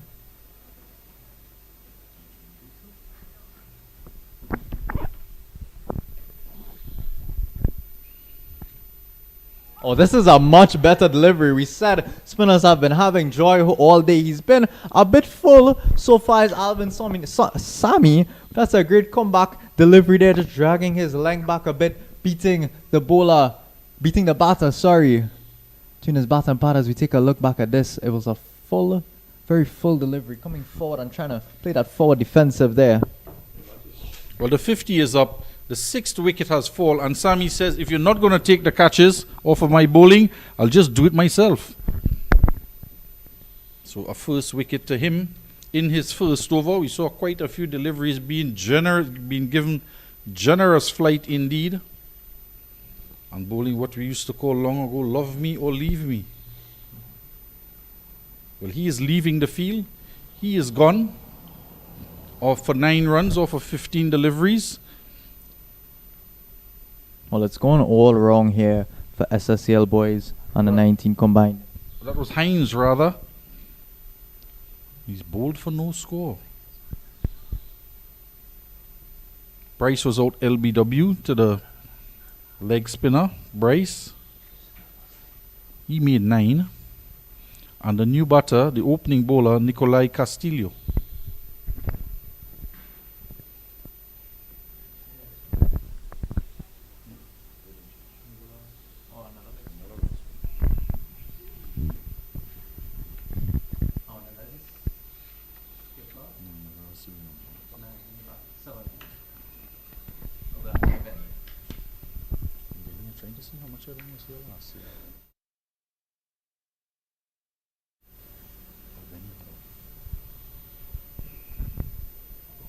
It's going to be a change in bowling here. One leg spinner to replace another, as Fenny, he's into the attack now, still with that slip and gully in place.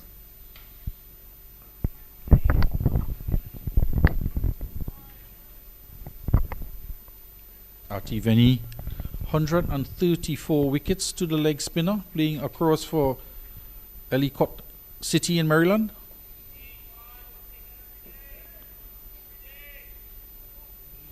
So the bowlers, you can see, giving 4 overs, being given 4 overs each. So they want to distribute the bowling around.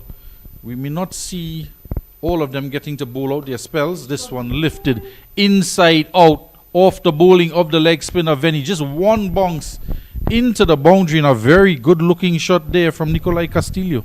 Well, where was that all the time from the top order of the SSCL boys on the 19 team? We could take a look at this gorgeous inside out shot. We saw a few shots being played through that offside region very uppishly by Wesley Jackson, Santaligam. They provided a clinic to us this morning, including the skipper Damaraju. They provided a clinic to us this morning about how to go about selecting the right delivery to play that shot. And so Castillo here is putting up a bit of a fight.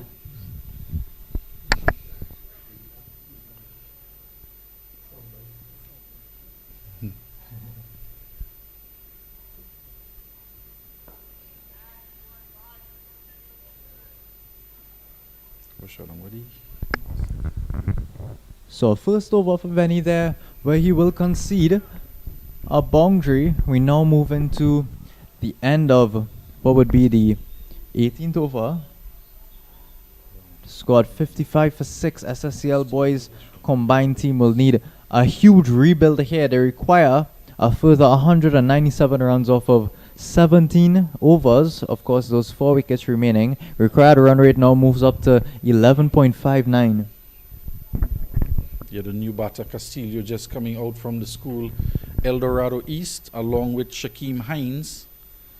And of course, Bryce transferring from El Dorado East into Hillview College now.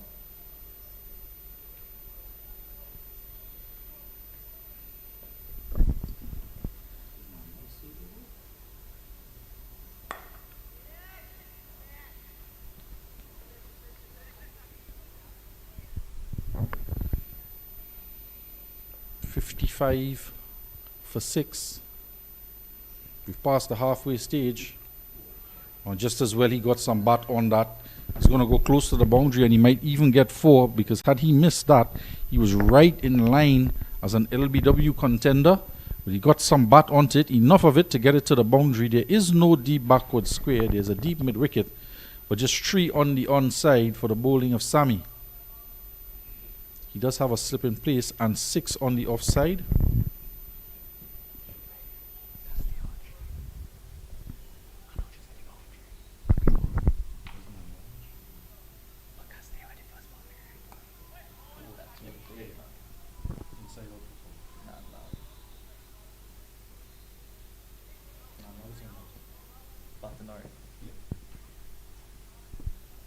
So the skipper, Damaraju, will switch the field up a bit. We spoke earlier, there was a lot of space available behind the keeper. As we take a look at this delivery. Driven, lovely shot. Wow. Took some stopping, did well to get a hand hit there. The extra cover fielder, that would have surely been racing to the boundary for 4 as it's cleaned up there by the long off. Yeah, so back to my point, we saw in the first innings a lot of space afforded behind that keeper region. We just saw a lovely little scoop around the corner. So now they will switch on. They will take the first slip out and put him into a short fine leg. Flighted again, it's played down. There is that fine leg in place there, of course, now who will come around and stop the single. The end of the over. Some good feeling in the over there from Param Herman. His dad, Ricky Herman, of course, from Trinidad and Tobago, initially migrated about 30 years ago and has been eager to return to the most southerly isle of the Caribbean, his homeland, and have an opportunity to bring his son back on tour to play some cricket here. We are at the St. Anthony's College ground here in Diego Martin, nestled somewhat in the valley. It's a cool afternoon here, and the fielders for sure will appreciate it coming in from the chilly Washington area. It's going to be the leg spinner of Venny to continue. Hammered through the offside for 4. Onto the back foot. It was short. It was a hit me ball, and he smacked it between cover and point for 4. Good looking shot. Yeah, again, the skipper, Damaraju, for the DC Hub on the 19 team, is keeping that offside packed. But as you can see, rocks back there and finds a gap perfectly. Does Nandlal. So showing off his skill, showing a bit of fight, a bit of sting in the tail of this SSCL boys under 19 combined. Of course, they would need a lot more of those cracking shots if they are going to get anywhere close to this total. Flighted by Venny again. It's a good shot, but will avail no runs.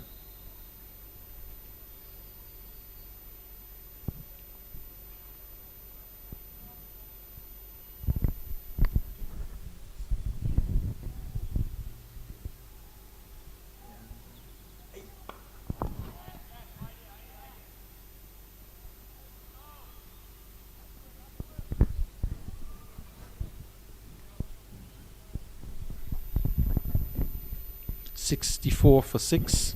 We're into the 20th over.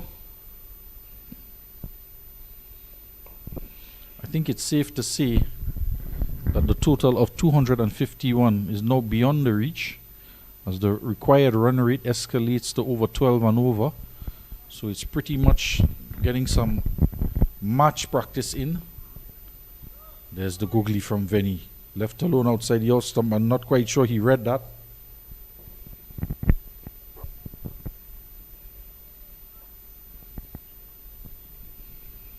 He does have a sip in place. He's gully out. Put him at backward point.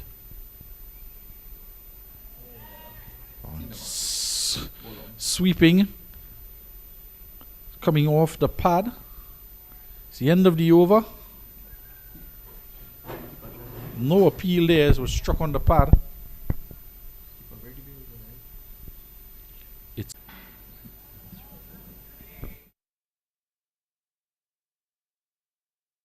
clean ball. 7 wickets down, 65. So he's been clean ball there by Venny. I'll give you an update on the score now as that'll be the 7th wicket. to fall inside this the 21st over, score being at 64. So it's been a quick decline for the SSCL boys combined under 19. No real fight shown early on. You'd have to say Cumberbatch being dismissed for 10, Phillip going for 2, Pamphel going for 10, Marshall again going for 10.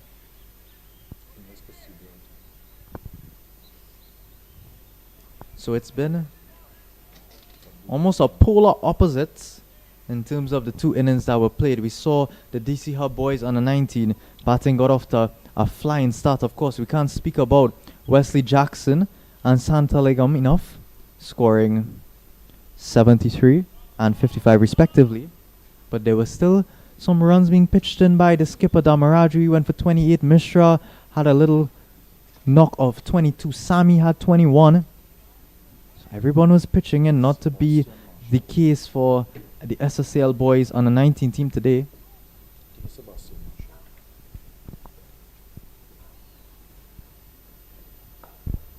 So it'll be the flighted bowling of Alvin Sami to continue. Castillo would have been the last wicket to fall, having gone for 9 of 11 deliveries. Wide outside line of the off stump. There is an appeal from the fielders. The keeper and the bowler himself didn't seem too interested in that one. Going after them outside line of the off stump now, trying to get those runs in as quick as possible, as this one is straight through him. The flight of Alvin Sami seems to be the undoing of so many batters. That'll be his third wicket. That one just disappearing into the air above the eye line of the batter.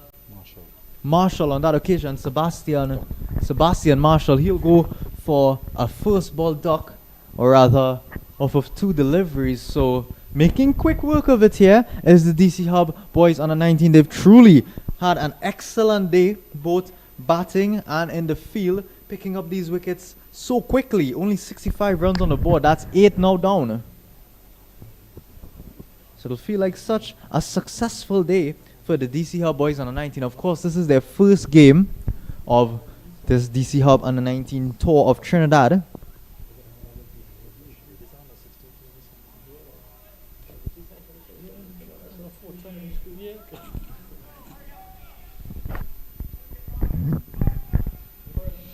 So the DC Hub team well on top here. Seems to be, it might be an early day and off to the pool at Hilton.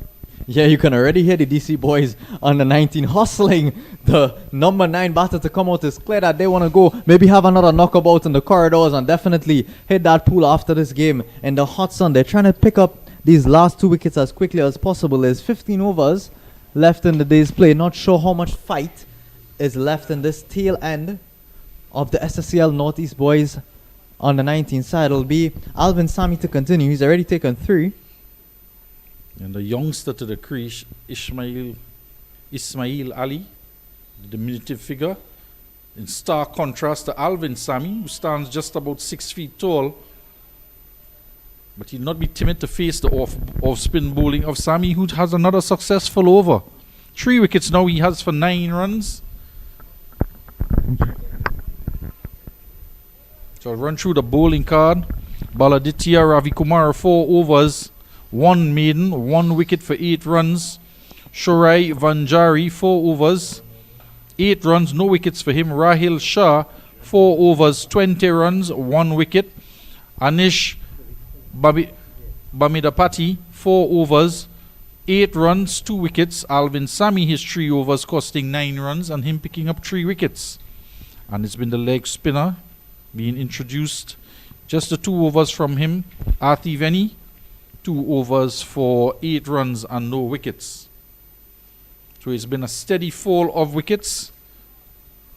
Looked on by Vijay Nalala at the other end. He's going to face now the bowling of Veni. And he might as well bring the gully back into play. Yeah, the skipper, Damaraju, still has that aggressive field set. Like you said, that there is that one fielder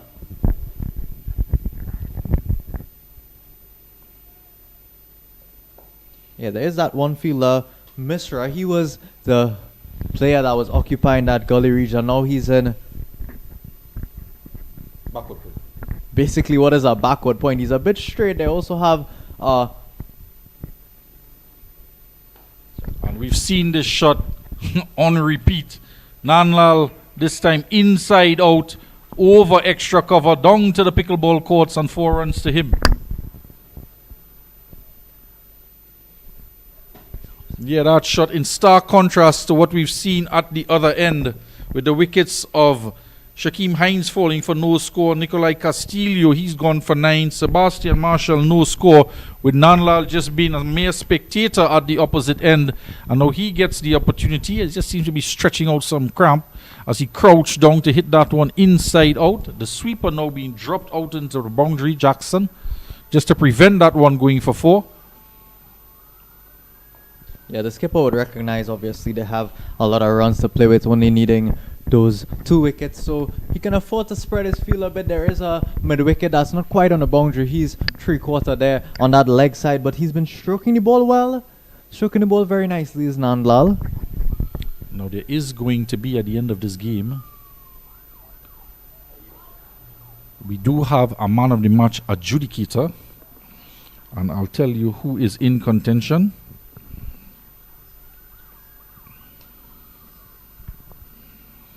Shaquem Hines, he had 2 for 40.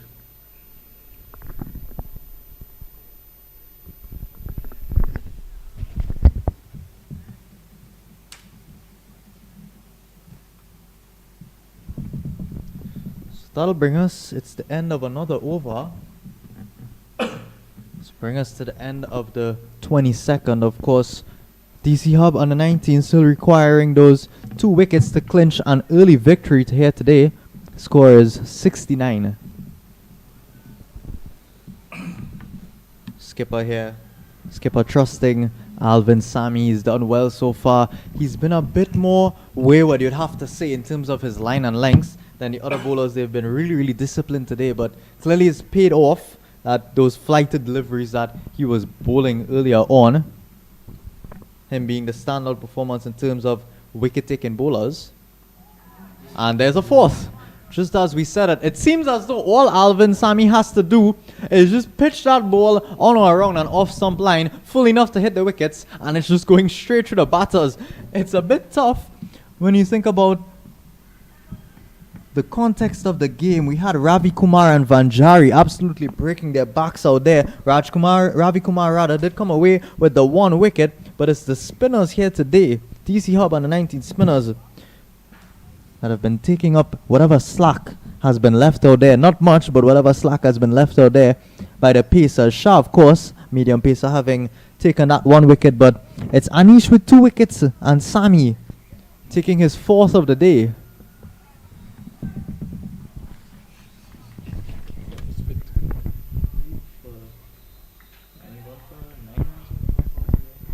Yeah, and clearly showing their superiority against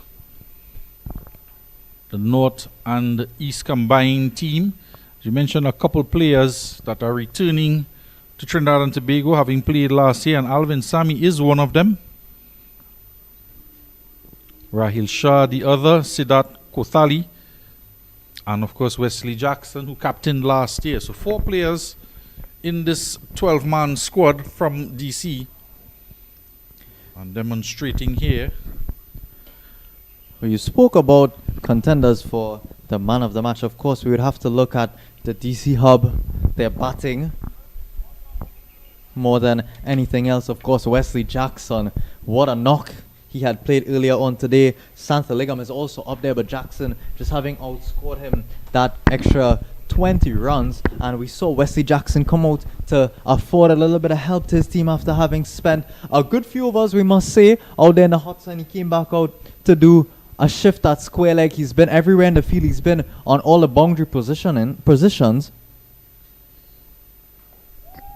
So the last man in, Josiah Gajada, comes in to join Vijay Nanlal, who has top scored in this innings, scoring 13 off of 32 deliveries. Struck 2 good-looking boundaries through the offside. And he might just be in contention for man of the match.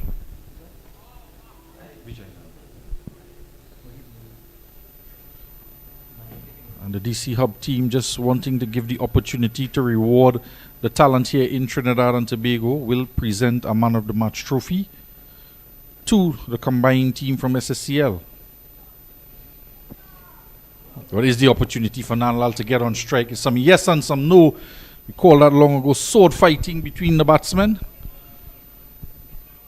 Quite like fencing. An opportunity safely grasped and the single completed. So Nanlal is going to be on strike. It's 69 for 9. 22 overs gone. We're in the 23rd. And this innings a stark contrast to what we've seen from the batters of the DC Hub team.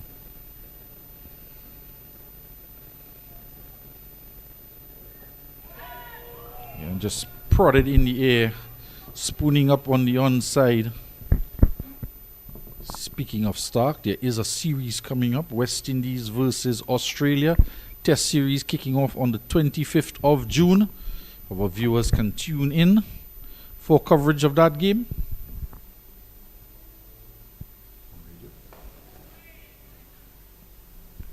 This is Cricket 360 here. We're bringing you coverage of the DC Hub's Under-19 boys tour to Trinidad and Tobago. And they're taking on the SSCL boys combined team from the north and east. They're currently batting in reply to 251 for 6. They are 70 for 9 with 23 overs gone.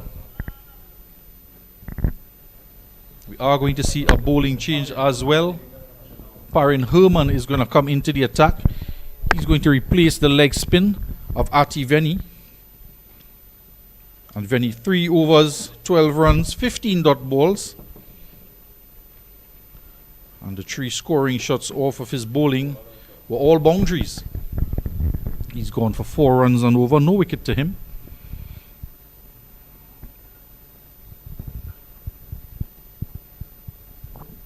So we're going to see the field. There is a gully for the left-hander Gajada. There's a slip, a gully, a backward point, a cover point, extra cover, and mid-off on the offside. And it seems to be the mission of Mr. Gajada just to bat as long as possible, take this game down into the deep overs, get some batting practice out there,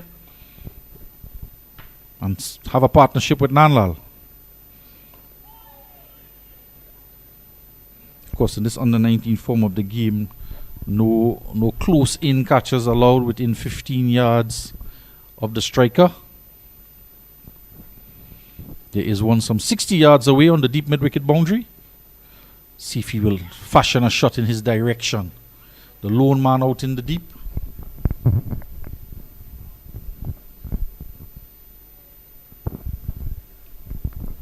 Coming around the wicket now is Herman, maybe looking to fire it with the angle back in to the left-handed Gajadar. This one is a bit wide outside line of the off stump, just spinning away from the batter, eventually called a wide by umpire Ryan John.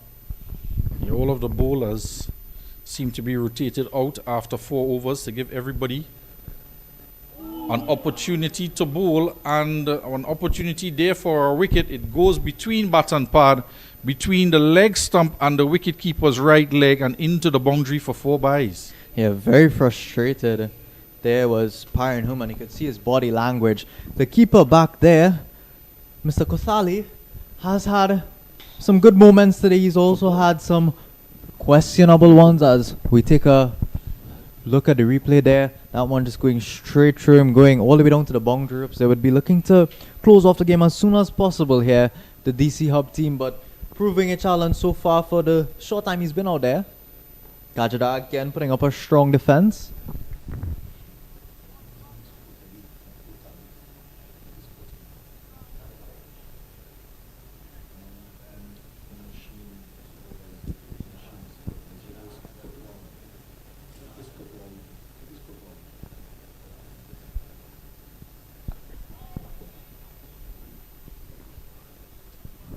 End of the over, and we're just inching along to the close of play here with 24 overs gone, just 1 wicket to get, and indicating that the bowlers were being rotated out after bowling 4 overs.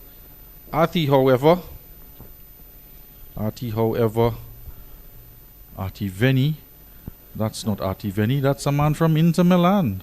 Well, we spoke about what a great footballing fraternity St. Anthony's does possess. On this very ground, we've seen some good games, most notably coming to mind, QRCA, etc., playing some football. We spoke about the goalposts as well, available on the ground.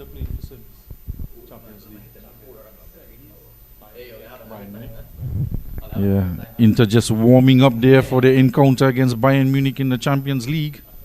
Well, it's been a performance almost like an Arsenal versus Real Madrid, as we saw last week from this DC Hub, as opposed to Northeast boys. It was a bit improbable. Our cameraman, Dimitri, of course, he's an Arsenal fan. He would disagree that it may be a bit improbable, but a 3-0 score deficit, as we see. This one just led past again by the keeper. Again, some frustration showed by Sammy there, not unlike Courtois.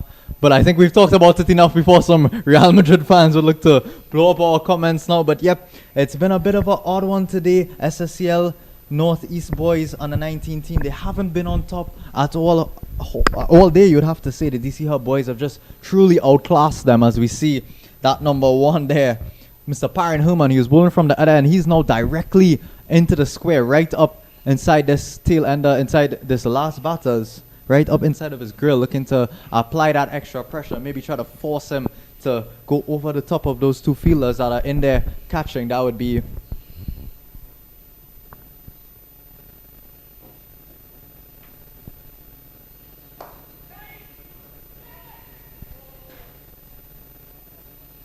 Yeah, he's just right on the edge of where a 15-yard mark would be. He's not allowed in any closer. And might just have a precaution of putting the helmet on if he's in that position as well. There are 2 in close. Yeah, I think if our umpire John sees Gajadar hit a few big swings like that again, he may ask them to either step back or employ that helmet for at least one of them. So I'm keeping very low, DC Hub boys. They're red and ready to take this last wicket. You can see every single opportunity that presents itself. You can hear the O's and R's out there.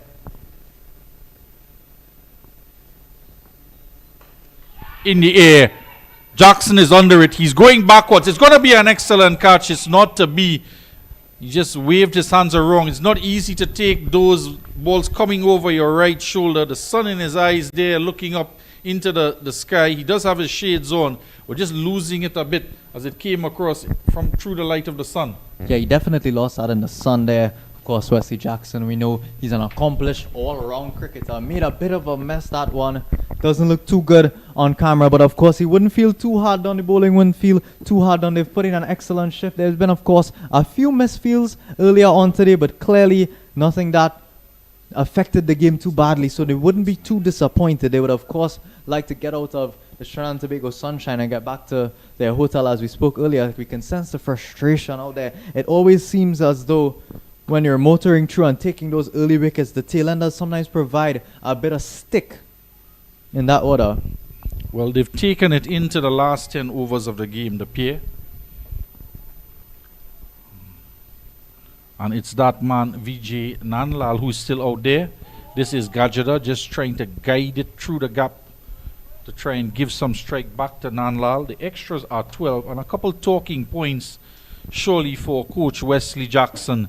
So the wicket keeper up to the stumps a couple times and a couple going past him. The catching will be spoken about as well. This one turned into the onside, not missing out on the opportunity to a badly lined delivery, and is just going to creep over the boundary for 4, and he's off the mark with a good looking sweep shot. 5 runs in fact to him. He did get off the mark previously, and it just goes to show if you stay there long enough, batting does become easier and easier. Yeah, he could maybe go and give his top order some advice after this one. He's just sticking in there with Nanlal as well. He must be commended. He's been there for a few overs now, so just sticking in there and annoying the DC Hub team a bit. They would have expected to be back in the dugout. Of course, that aggressive feel is still in play. They do have the first and second slip.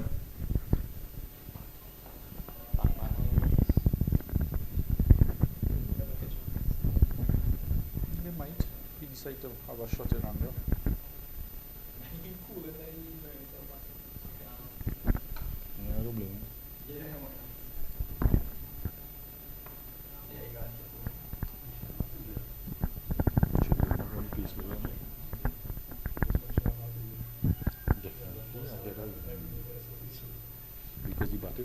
wicket after 6. So the man who bat probably a opener, the old man who didn't bat. What's his name? Cassira.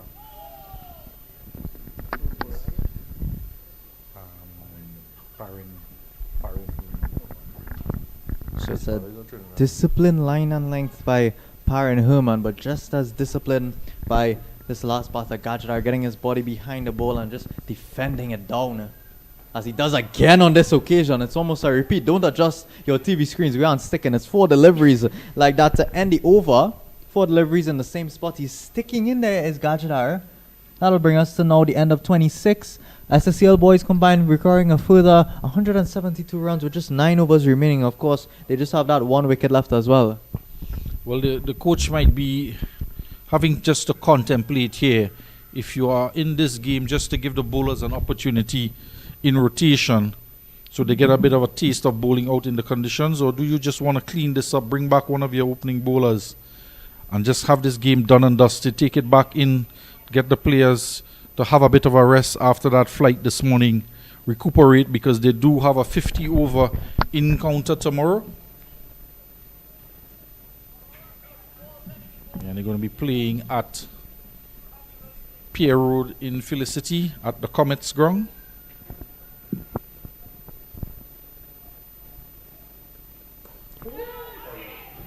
This one is high up in the air. We'll take some catching again. Oh, and it's dropped. Just popping off. That's the skipper there. Ahmed Damaraju will have no one to blame with himself. You can hear the complaints from his compatriots.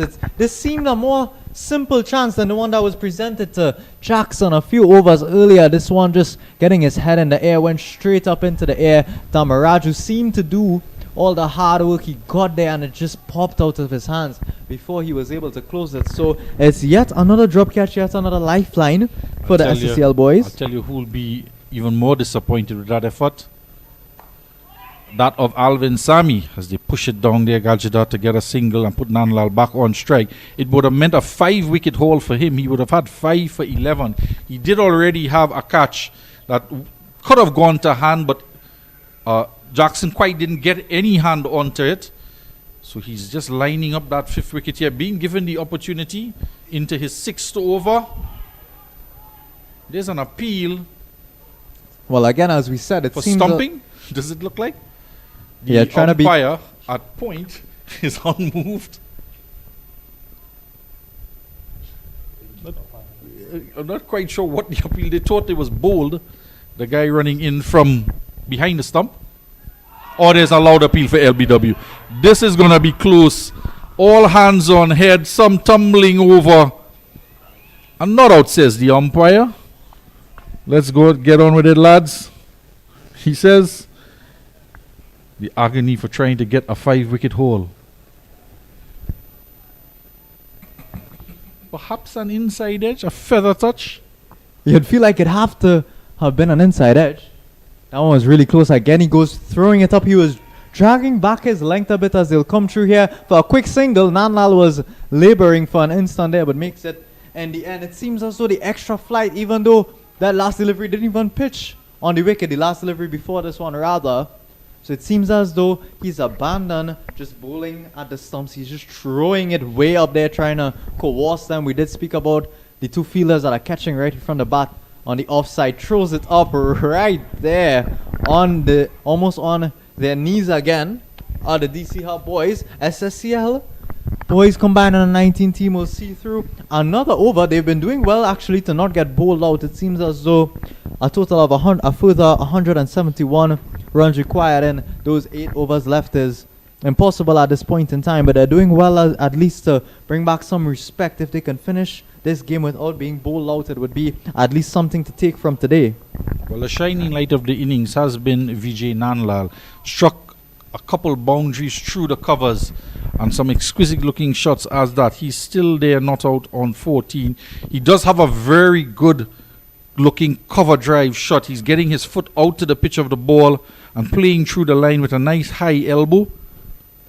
He's going to be facing now. And there we see a good example of it there again. Very competent at the cover drive. Throw is coming in. Direct hit. Clearly not out.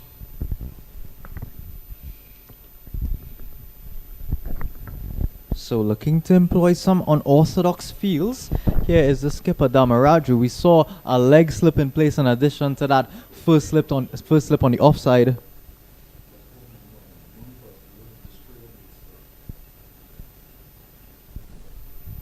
It's going to be young Josiah Gajida. He's on 5. He's faced 24 deliveries, the young man. 14 less than his teammate Nanlal. Needless to say, quite a few deliveries more than some of his other teammates who didn't get into double fingers, some of them not even troubling the scorers. We've seen 3 ducks in the innings, 12 extras, just 2 wide, so it's been a disciplined performance in terms of the bowling.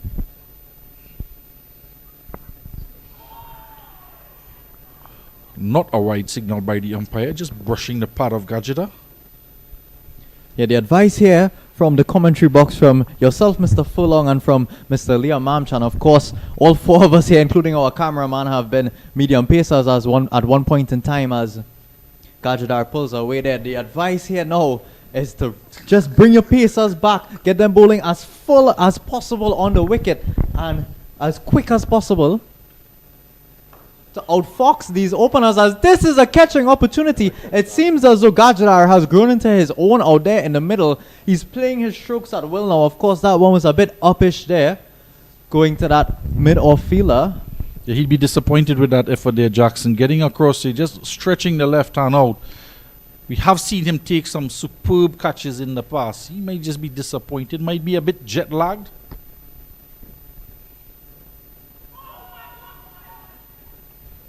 Just appealing to anybody who would listen. The DC Hub team. They are having fun out there, aren't they? We see from Mr. John, we can see this all the way from our vantage point in the commentary. He's a big smile on his face. The DC under 19 boys, we've said they've been energetic in the field since the beginning. Keeping that momentum up as they can almost not believe it. It sounds as though a chorus of oh my gods after every single delivery now.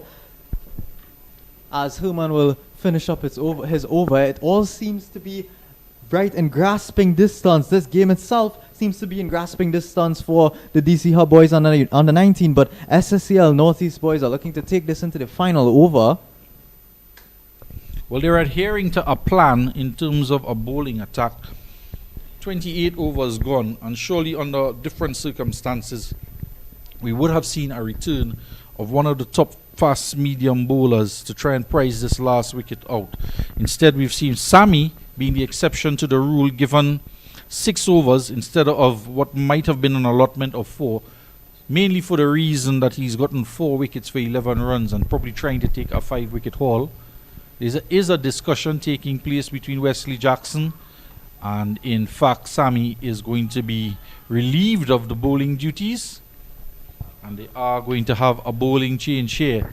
So they have returned to their plan of trying to give everyone an opportunity with the ball, as Bala Ravi Kumar comes back into the attack. And as anticipated, we're just asking the questions as proactive commentators we are. If you just want to bring back your opening bowler and try and put an end to proceedings and call it a day.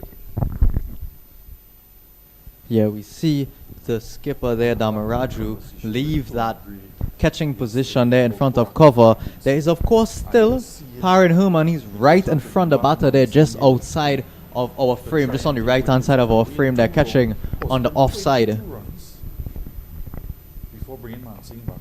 Ravi Kumar, it goes to those fielders situated there.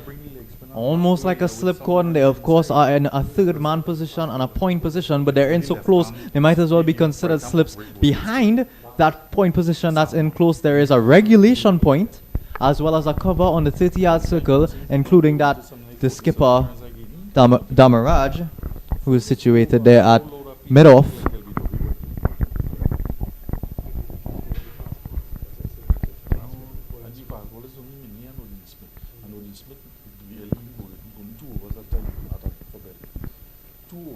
At best.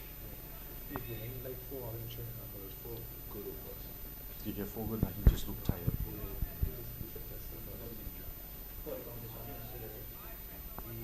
Yeah, and I went, no, Trinidad draw. Be interesting to see the final points table, how close they get. And knock Trinidad out from second. You lie. They come back to it? Wow, you see, we can't play the guys. So our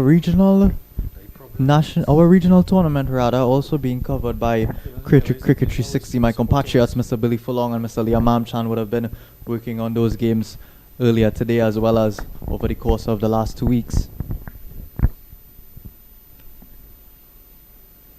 It seems as though we're getting a bit of 4-day cricket in terms of coming down to the end here. It seems as though SSCL are almost playing for a draw, isn't it? Like that, Mr. Fulong. We're just counting down over after over and they're sticking out there, this last pair.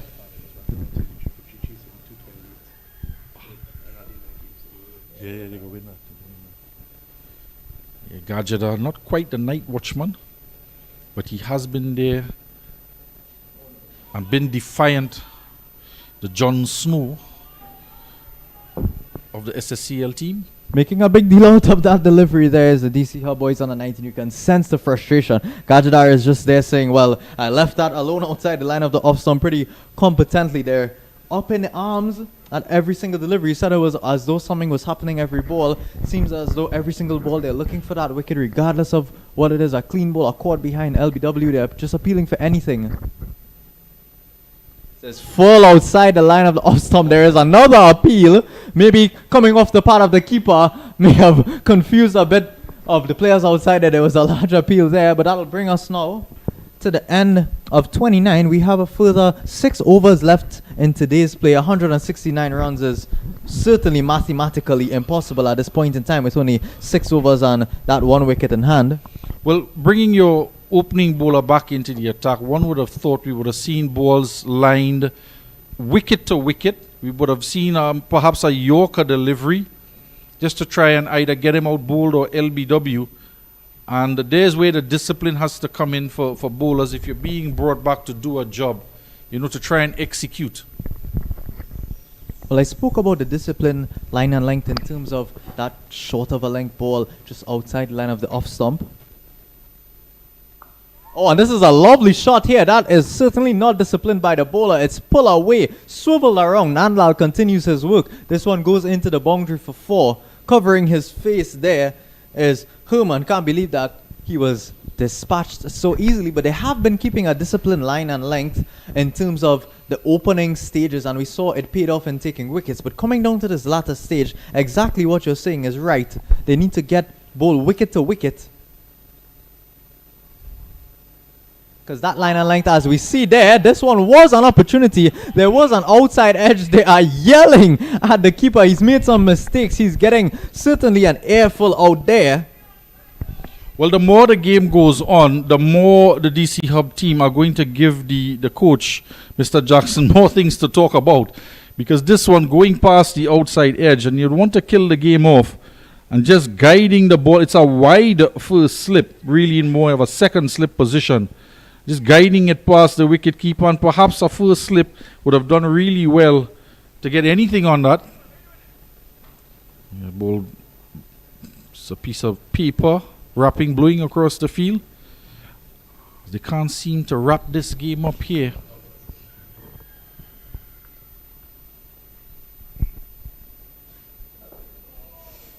Just not giving up his Gajadar. He's just getting behind the line of the ball every single time very competently, not giving up his wicket by any means. More frustration out there for the fielding side. It turned into the onside. A full delivery. Perhaps a horizontal bat shot might have gotten him some more runs. But just trying to guide it past Ravi Kumar at square leg. There's no run. He's on 6 off of 33 deliveries. So between himself and Nanlal, who's faced 42 deliveries, Nanlal on 20, they face 75 deliveries, the pair. Well, they're giving Just Gajadar about 12 overs. Giving Gajadar an airful here. We see some napkins being blown across the ground, stopping, causing a little break in play. Yeah, this is a lovely shot straight back over his head, our fielder. Signal 6. lets Six. us know it's going to be 6 one time. That's Alvin Sammy down there. Let's see umpire John. No, that's going to be 6. Look at how pumped up Gajadar is. He's letting them know exactly what just occurred there. You'd think eventually it's just going to be as quick and as straight as possible from the bowlers because the flight doesn't seem to be outfoxing either Gajadar nor Nandal. He took that in the air straight over that mid-on position. Nobody was interested. Went all the way for 6. Connected with it so beautifully. Well, the man has dropped a bit deeper. Makes this final ball of the over interesting. And he's back into his defensive mode, seeing out the delivery, seeing out the over. I think he wants to get his team over the 100 run mark. He's going to have 5 overs to do it. It's 92 for 9. And a run rate required out of the question. 32 runs per over. Well, I think it seems so easy for the DC Hub boys all the time scoring, of course, that 251. But you'd have to think if they were a bit more clinical in terms of also we spoke about the amount of extras that the SSCL boys allowed. And they, of course, missed out on a few extras. The DC Hub trying to just fetch those that were way outside the line of the off stump. So you'd have to think if it was a closer score, they may have had a bit of a chance here. The top order field, you'd have to say. But what a performance is being shown here by the very last pair. It's going to be Ravi Kumar. Tamaharaj sticking with the pacer. This one is a bit straighter as is to be expected. Very, very aggressive field. There is a third man fielder that's basically in first slip. He's going to walk a bit closer to the wicket right now. Finds himself in almost a second slip position. There is a ring in the point region. A backward point, a traditional point, and then a forward point. So 3 fielders patrolling that one area. This is off the pad, not likely to be sent by the umpires. It seemed to be drifting down leg a bit. They have left a gap in between that extra cover on point region, so that cover is open, trying to force the batter to play that drive shot through the offside, maybe trying to get him in between bat and pad with a bit of seam movement. That's Wesley Jackson there at mid-off, skipper at mid-on, a short mid-wicket and a backward square.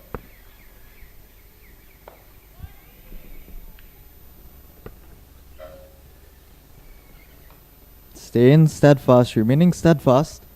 Out there is Nandlal, just getting his body behind the line, making sure the ball is coming off the middle of the bat every single time, not allowing any edges to go through to the keeper, any catches.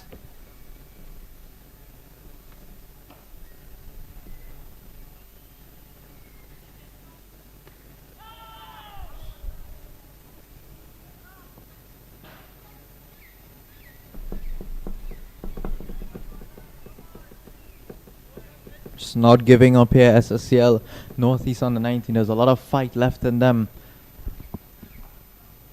Both Nadlal and Gajada.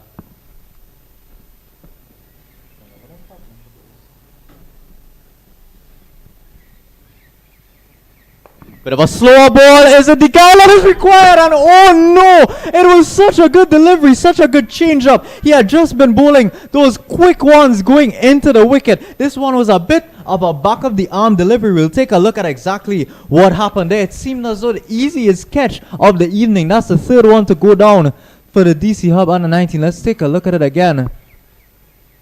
Yeah, employing that almost a back of the arm, maybe more of like a leg spinner delivery. And wow, they would not like to look at that back again after the game, I'll tell you what.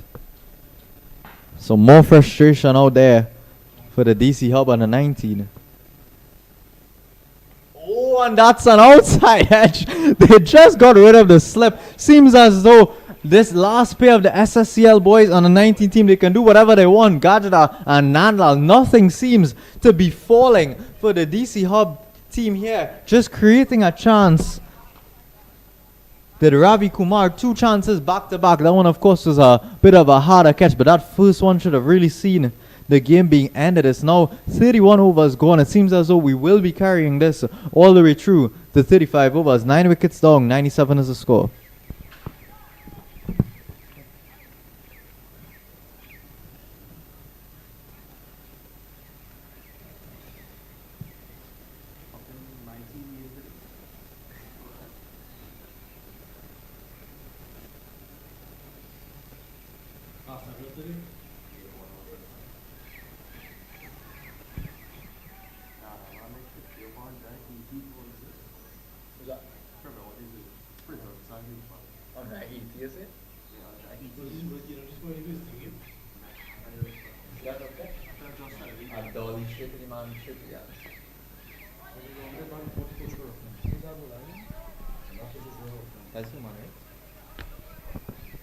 So it's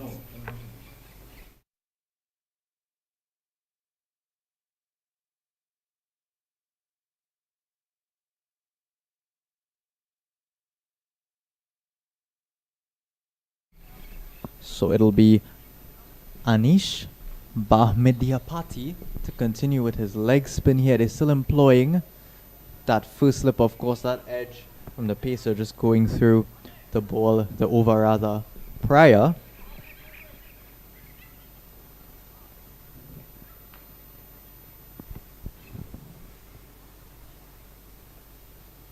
This one well flighted outside line of the off stump. I don't think he's going to do too much damage there. You can see his players remonstrating a bit with him there. He needs to get closer to that off stump, needs to keep Nandlal guessing if the ball is going to come and drag back and get him LBW, if it's going to spin away and take the outside edge. Has got to have him playing closer to the body. And again, that's not the right delivery. Gets a bit lucky with it, does Nandlal, peeling off that outside edge. It's going to run close to the boundary.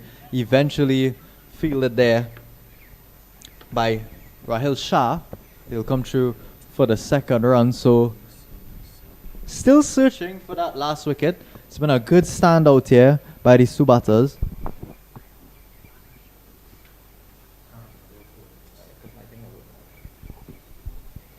A much better delivery. Again, it's quick work by the keeper behind there, Kothali. So that'll bring us to the end of another over. It's now 32 gone. Still under 100. The score moves up now to 99. Like you said, they would do well to get to 100 at least. Being able to get 3 figures on the board would feel a bit better than how they started off here. It didn't look too likely that they were going to honestly get past 50. The way the first few batters went down very early. It's still Gajadar, it's still Nandlal out there. There are a lot of conversations going on between the DC Hub players. So they try to devise a new strategy. Clearly, what they've been doing so far hasn't really been panning out. But they will stick with their strike bowler for the day, Alvin Sami. Of course, him having taken 4 wickets thus far off of his 6 overs. He's gone for 11 runs. This will be his last and 7th over.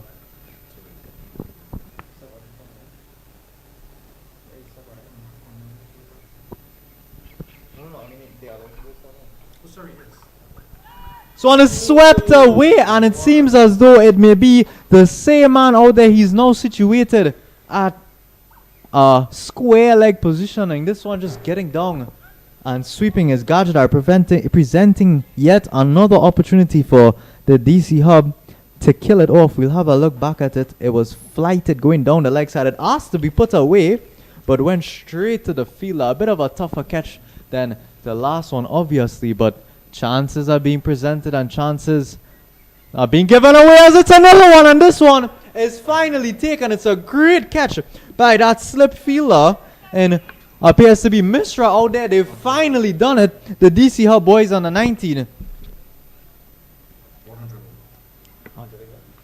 It's 100 exact. The 100 was just brought up with that last drop catch. So it's now 100 for 10. They faced 32.2 overs.